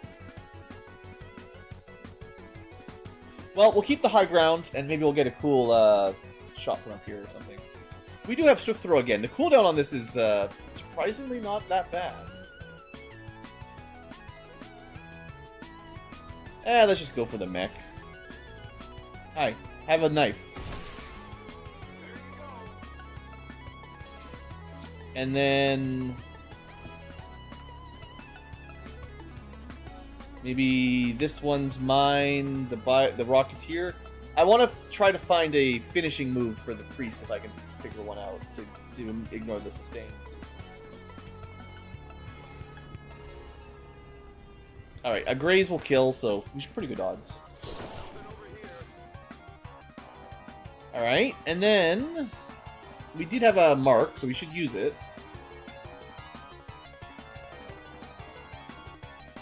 It's also like a hollow target. Does anyone have a stay dead?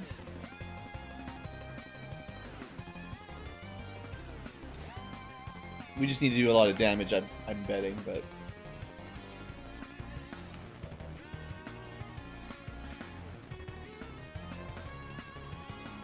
Yeah, I don't think we have any finishing moves, so we'll just shoot him. It's a good shot. Well, it's a graze, but at least we hit, you know?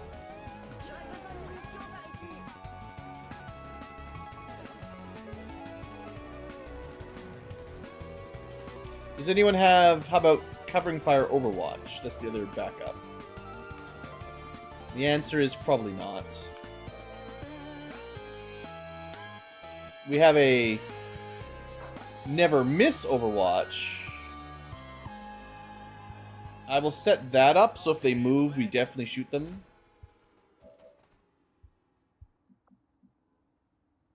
I think that's good enough.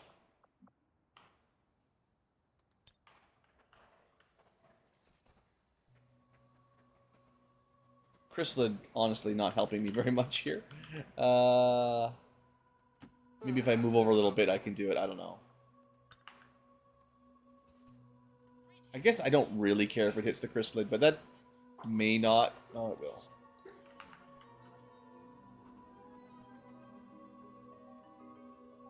Whatever.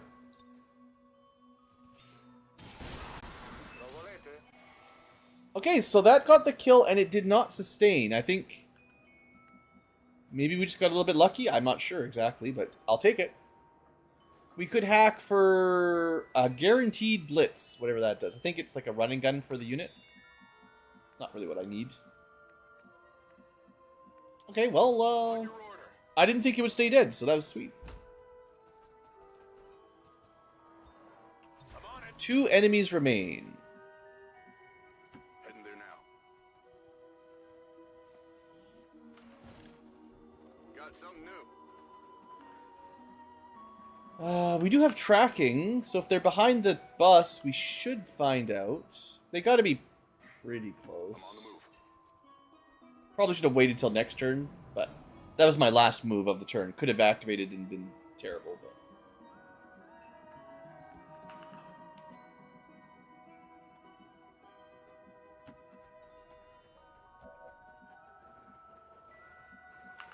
we do have a pretty quick escape here. Do we have a hacker for the door, by the way? 76. 76 is as good as it gets. So we're not going to be able to hack the door this turn, I don't think.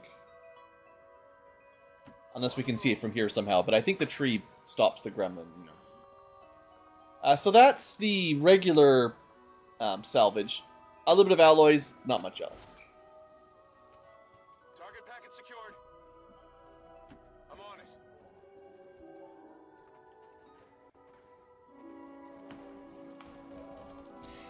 Alright, I think we... Got it covered. We're expecting 2 more enemies, 2 more friends, so... Let's get everyone up into position to fight. This is activating what? How in the world?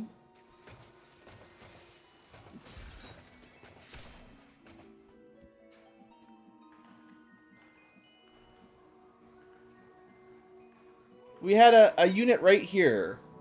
I'm pretty sure. We moved them up. And we didn't see them. But I move here, which is certainly behind that line, and they activate.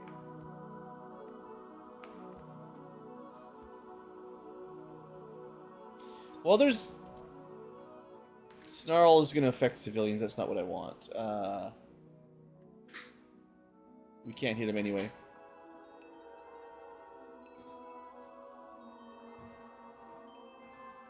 Okay. Hidden reserves, burrow... maybe that works. You never know. We do get an Overwatch. I just try to find what cover I can. Unfortunately, if we group up, I think the Andromedon will just acid blob us. Not all my units are ready to go, sadly. Yeah, I've definitely wanted a turn to move up and prepare, and that sucks.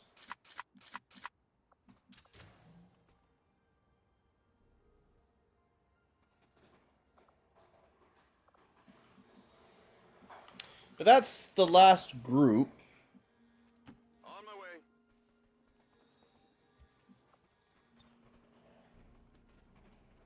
my way. Chrysalid is underground. It's cool. I'm gonna put the guy that's in half cover under a little bit extra protection, because if they can get there, they're like he can be the easiest shot, I guess. Just depends on what they do here, if they're smart or dumb. Okay, to take a full cover shot, still 50% though, or 45. And then the teleport codex. Oh, and this is a regular codex. But the chrysalid does nothing. Yeah, Psy Bomb. So we popped out of concealment, but like, I thought you were supposed to get an attack when that happens. Burrow underground, become undetectable to normal sight. You automatically emerge and attack if an enemy gets too close. But that definitely did not happen. Although you emerged, you just didn't attack. Something's a bit weird with how this is going on.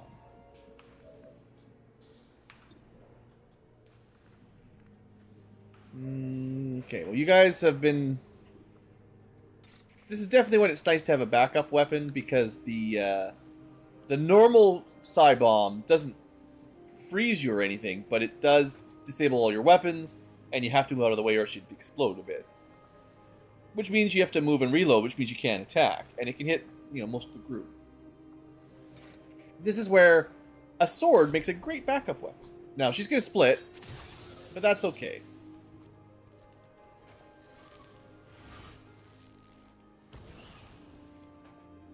Because they always pretty much split once, unless you can do a tremendous damage.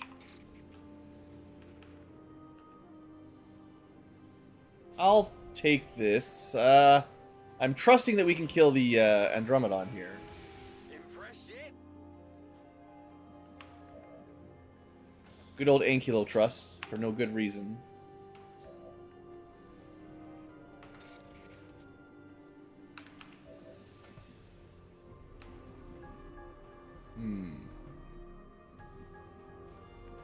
We can't even see the codex.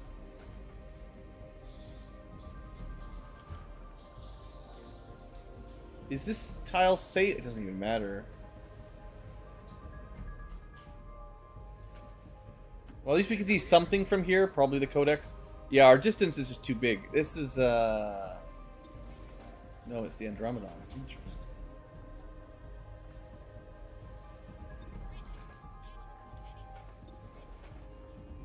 I think we actually just go for the crippling strike. If it hits, he can't move, which might be worth it.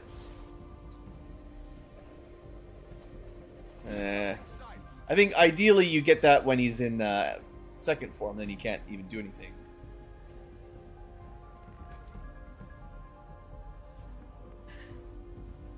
Okay, I'm hoping we can hit the codex from here.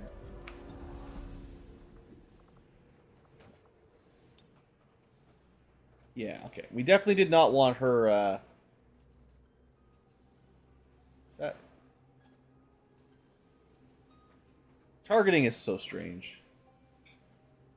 It looks like it's hitting her, but then it also looks like it's not.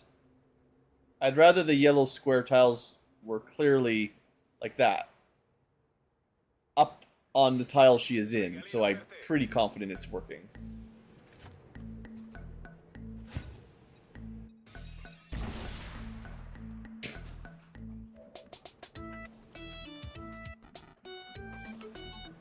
Game is dumb.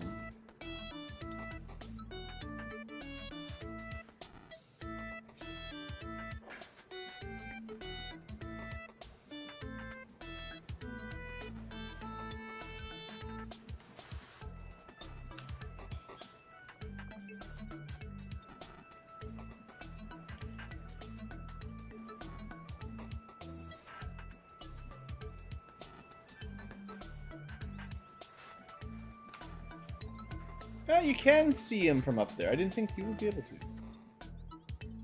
Alright. Blink! And insanity? Yeah. I feel like this is my only option right now. Things are not going super great. Enemy is still up. Things continue to not go super great. So technically we didn't have vision on the codex, that's why it was so hard to target, and then the grenade missed due to magic. But maybe we'll get this? Good. Oh, the loot. My loot!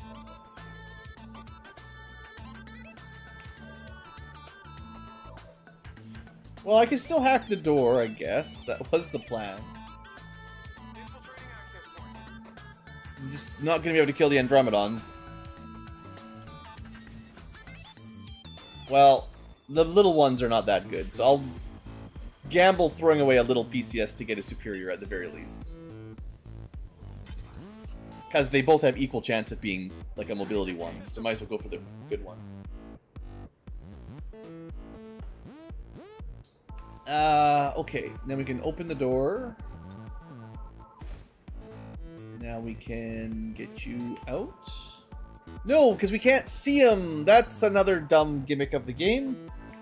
No, no NPC rescue unless you can see him.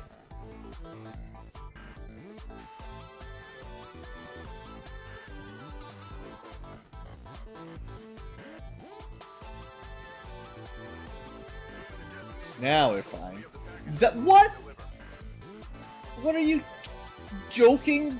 Me seeing an ally reveals the game. Why would that reveal? Oh, I see you found your ally. Let's tell all the aliens about it. Maybe if I hadn't blocked the way out, we could have actually escaped this turn.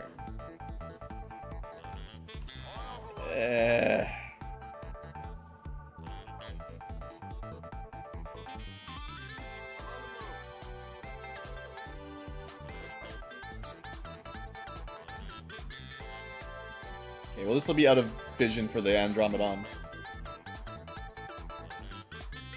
The VIP is a faceless? I mean, honestly, at this point.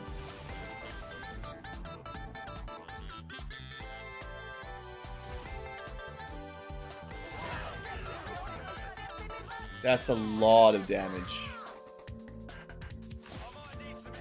That's a lot of damage for one shot. This is why I don't like Andromedons to be alive. Nearly dead in one hit. That's brutal. Yeah, I mean, if I could have done anything, I would have, but... Ouch. And of course they get alien reinforcements. Why do they need reinforcements? Things are already bad enough. Like... I tell you, I'm not playing slowly. We're playing aggressively. I'm already taking damage. I could have moved way slower and tried to avoid that.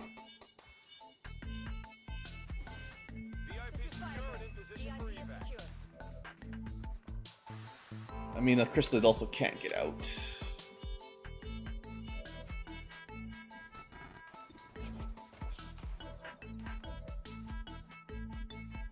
You think we can destroy his wall? I think we have to bank on killing this Andromedon right now, or else I'm not going to get out of here. And we really need his wall that he's hiding behind. Doesn't look like he's in a wall, but yeah. That's gone. So it should be much easier to get him.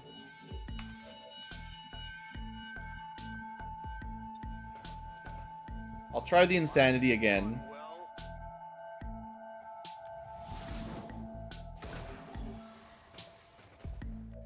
He is panicked and ruptured.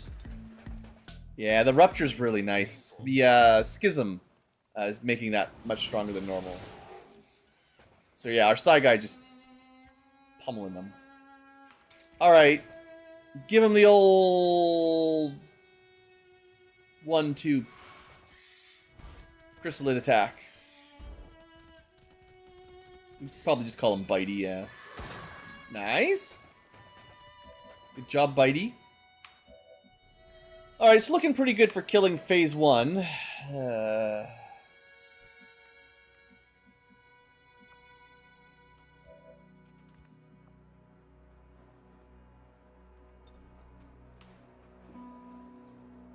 Okay, renewal protocol.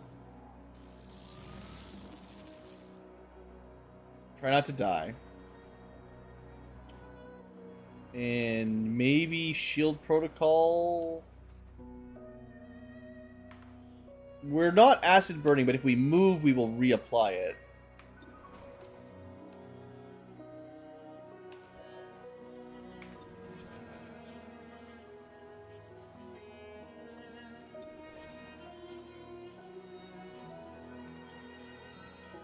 Okay, but we really want to hit with this.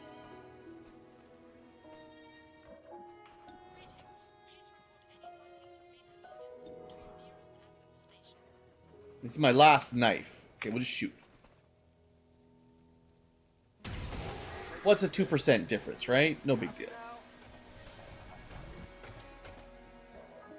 Alright, so first form's done. Second form is usually not too bad. Could reload and shoot. Can flesh him. You are a whirlwind. Yeah, you are actually a good, competent melee unit. I'm thinking. Actually, they might not have a whirlwind. Whatever, they might. We'll find out. Too many abilities. Can't keep track of them.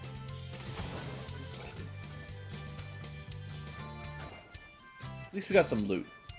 That's the important thing. He does not have whirlwind. That's unfortunate. Alright, I think we're fine.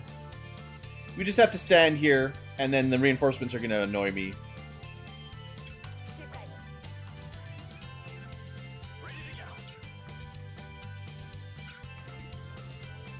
If that car explodes, I'm going to be really annoyed. Because it's not... I don't know the rules for acid. It shouldn't make things explode, should it?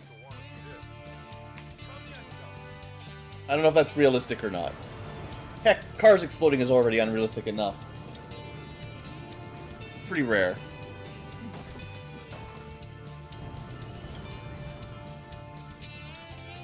More bio guys. Bio barrier times 2. Alright, alright. You know what? I got an Overwatch. It did a little bit of damage. It's good enough. One of them, it disappears. No, we can see him. Okay. So we're okay. The acid's gone now.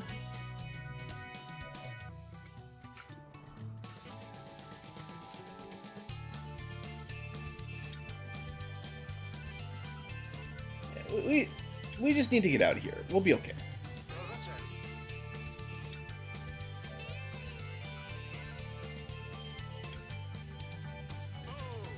Should shred and destroy some potentially cover that they don't really get.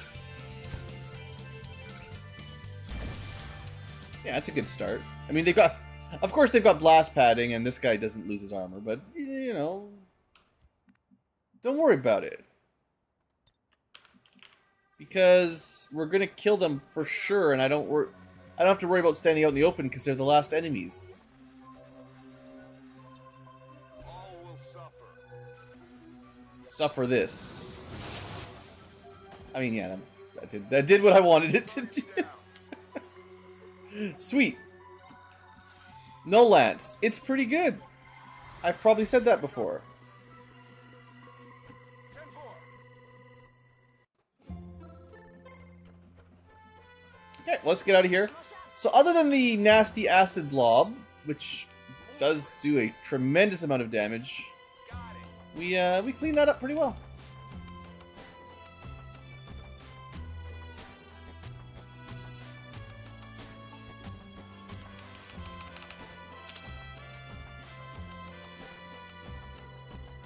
Yeah, we missed the loot from the bonus codex.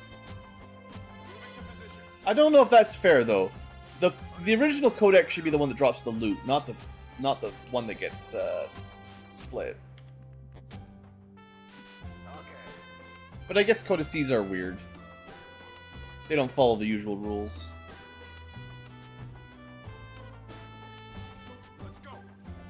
Alright, we got him.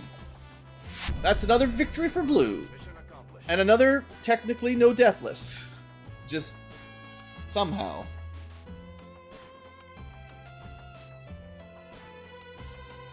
And this is why we built the infirmary, you know, right?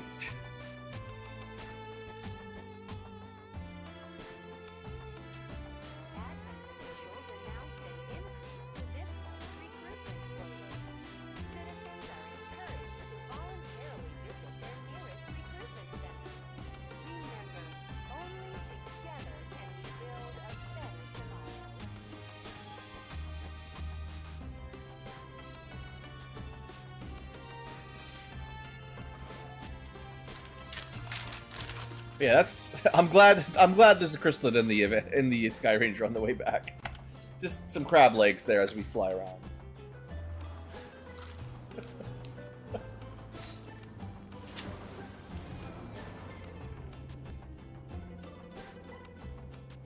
Another triple promotion? 9 days wounded, you know.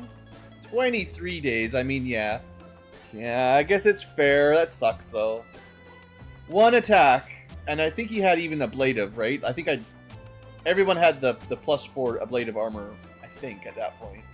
Unless it was the wrong unit, but like, he took at least, I think, 10 or 12 damage from 1 shot that was guaranteed to hit, you know. That's pretty spooky. We did get that superior speed mod, though. Very nice. 4 supplies. 1 core. And yeah, we got a new scientist. Oh boy. We're kind of running out of lab space. You're going to have to share a keyboard with a neighbor. 5%. Yeah, so you only get 5% extra efficiency from that one. We have a lot of scientists. You know, way more than we need. It does speed things up a tiny bit.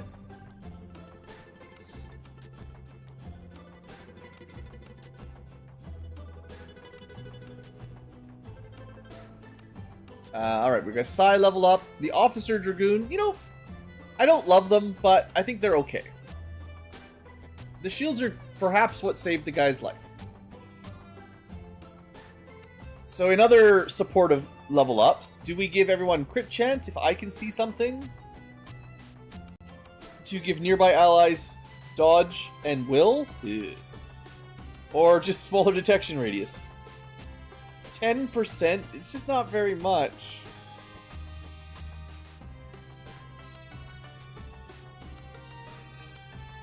I think I just give him the crit, but wow, that's not a great level, I don't think. I don't see anything here that's really very powerful. Like, ECM is okay, but, you know, it only really works once. And the drone is still just going to fly into you. We have lots of AP, though, so we could get something else. Try to improve him. He doesn't get kills. He's not good at kills. Trojan Virus might be worth picking up. He's got Failsafe, he's got Haywire, that's probably fine. I guess Phantom might be option 2. Another stealthy support officer.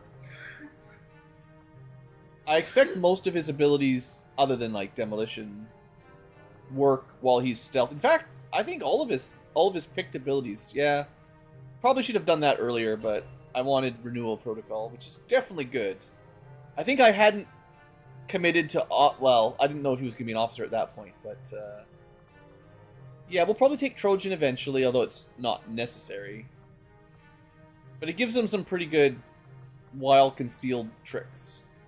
And I probably prefer stealth officers the most, because they can use command. And like, his gun is kind of sucky, so we don't even think about it. That's fair. All officers will eventually be stealth officers. Marksman, Knifey McKnifer. Well,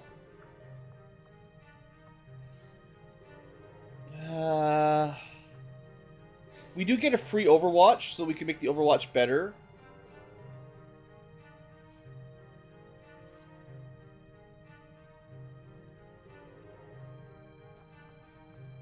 I don't think this is the unit that needs lightning reflexes that badly.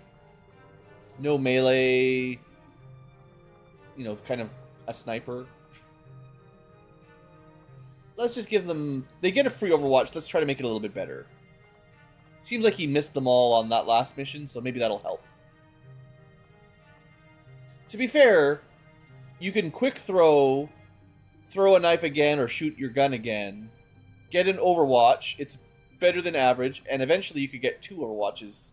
That's potentially 4 attacks in 1 turn, assuming you get your Overwatches, but I think that's pretty good.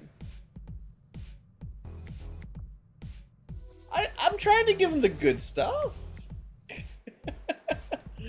Look, I've got like, what have I got? $10? I got $100 to my name. That's enough for like one armor at most. I got like 100 dudes. They all want stuff. They can't all get it.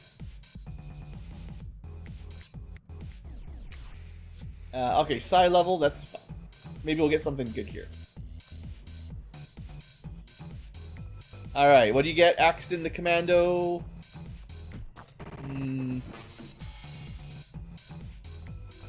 Yeah, I mean, Stasis is probably the best. Soulstorm I still haven't shown off, but we'll get there one day.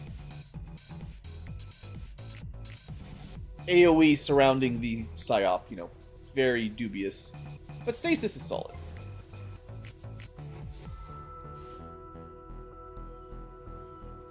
Alright, so that's probably it. Let me look at the map. See if there's anything I want to do or remember for next time. Is that alien UFO still flying around, or did it just give up?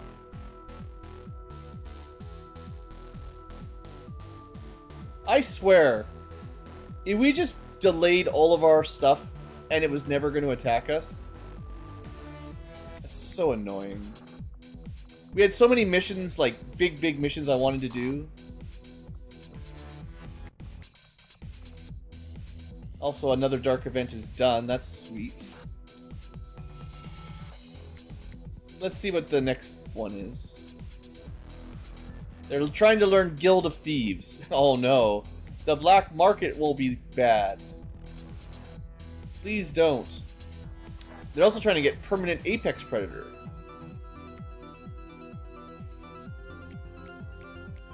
That's not good. If the enemy crits, they can panic us. That's bad.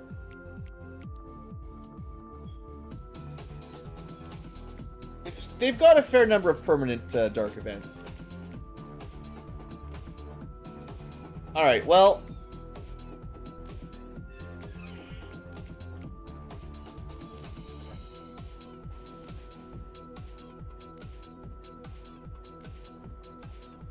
Okay, so we've got counter dark event in 9 days. That's a mission to prep for. I'll probably do that next stream. Can't do 1 day. Can't do 22 hours. Can't do 2 days. So sabotage transmitter. We've got another mission queued. I do need to queue the supply raid soonish. So I've got 2 missions in the bank. Well, 1 mission queued. 2 missions that I need to prep. And then if the UFO is actually gone, which is crazy, let me just scan for like a day, see if it flies by or something. We have a little bit of time. I mean, there's always more missions. This one's doable, but not that I mean, it's money.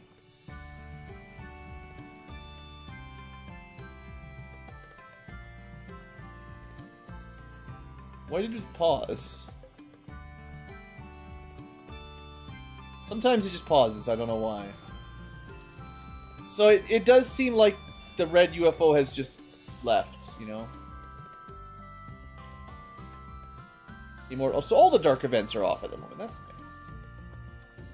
Okay, well, I think when we come back next stream, very disappointed that we didn't get an Avenger Defense. But, I'll just start queuing up a bunch. We'll get the raid going. We'll get the dark event counter, whichever one that was. We might do the smash and grab. We got like 1, 2, 3 timed missions, plus a story mission, a chosen. We probably want to prioritize the chosen. So it's like 1, 2, 3 chosen, and then take a break. Once the chosen's done, either the forge or one of the HQs, depending on how I feel, and then we'll start preparing for the last chosen. Yeah, I mean, we're doing fine. Just, really threw me off of that UFO. I definitely...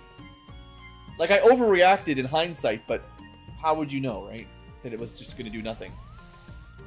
It's kind of... It's mechanically not my favorite. But anyway, that's going to be it for today's stream. Thanks for watching, you guys. Hope you've enjoyed. Lou's going to take a break and probably grab some grub. But I hope you guys had a good time. And the future VODers watching this in the year 2050... When the aliens show up, just attack their UFOs, right? Don't let them fly around like that. It's much more interesting if you just shoot the UFOs down, like you're playing XCOM Enemy Within. Don't let it get to XCOM 2, guys. You've been warned. It's much worse now. Not nearly as fun. And in fact, try to make it a short war. Long war is brutal. Get it done quick. Just blam, kill them, nuke them. All right, folks, that's all for today. See you next time.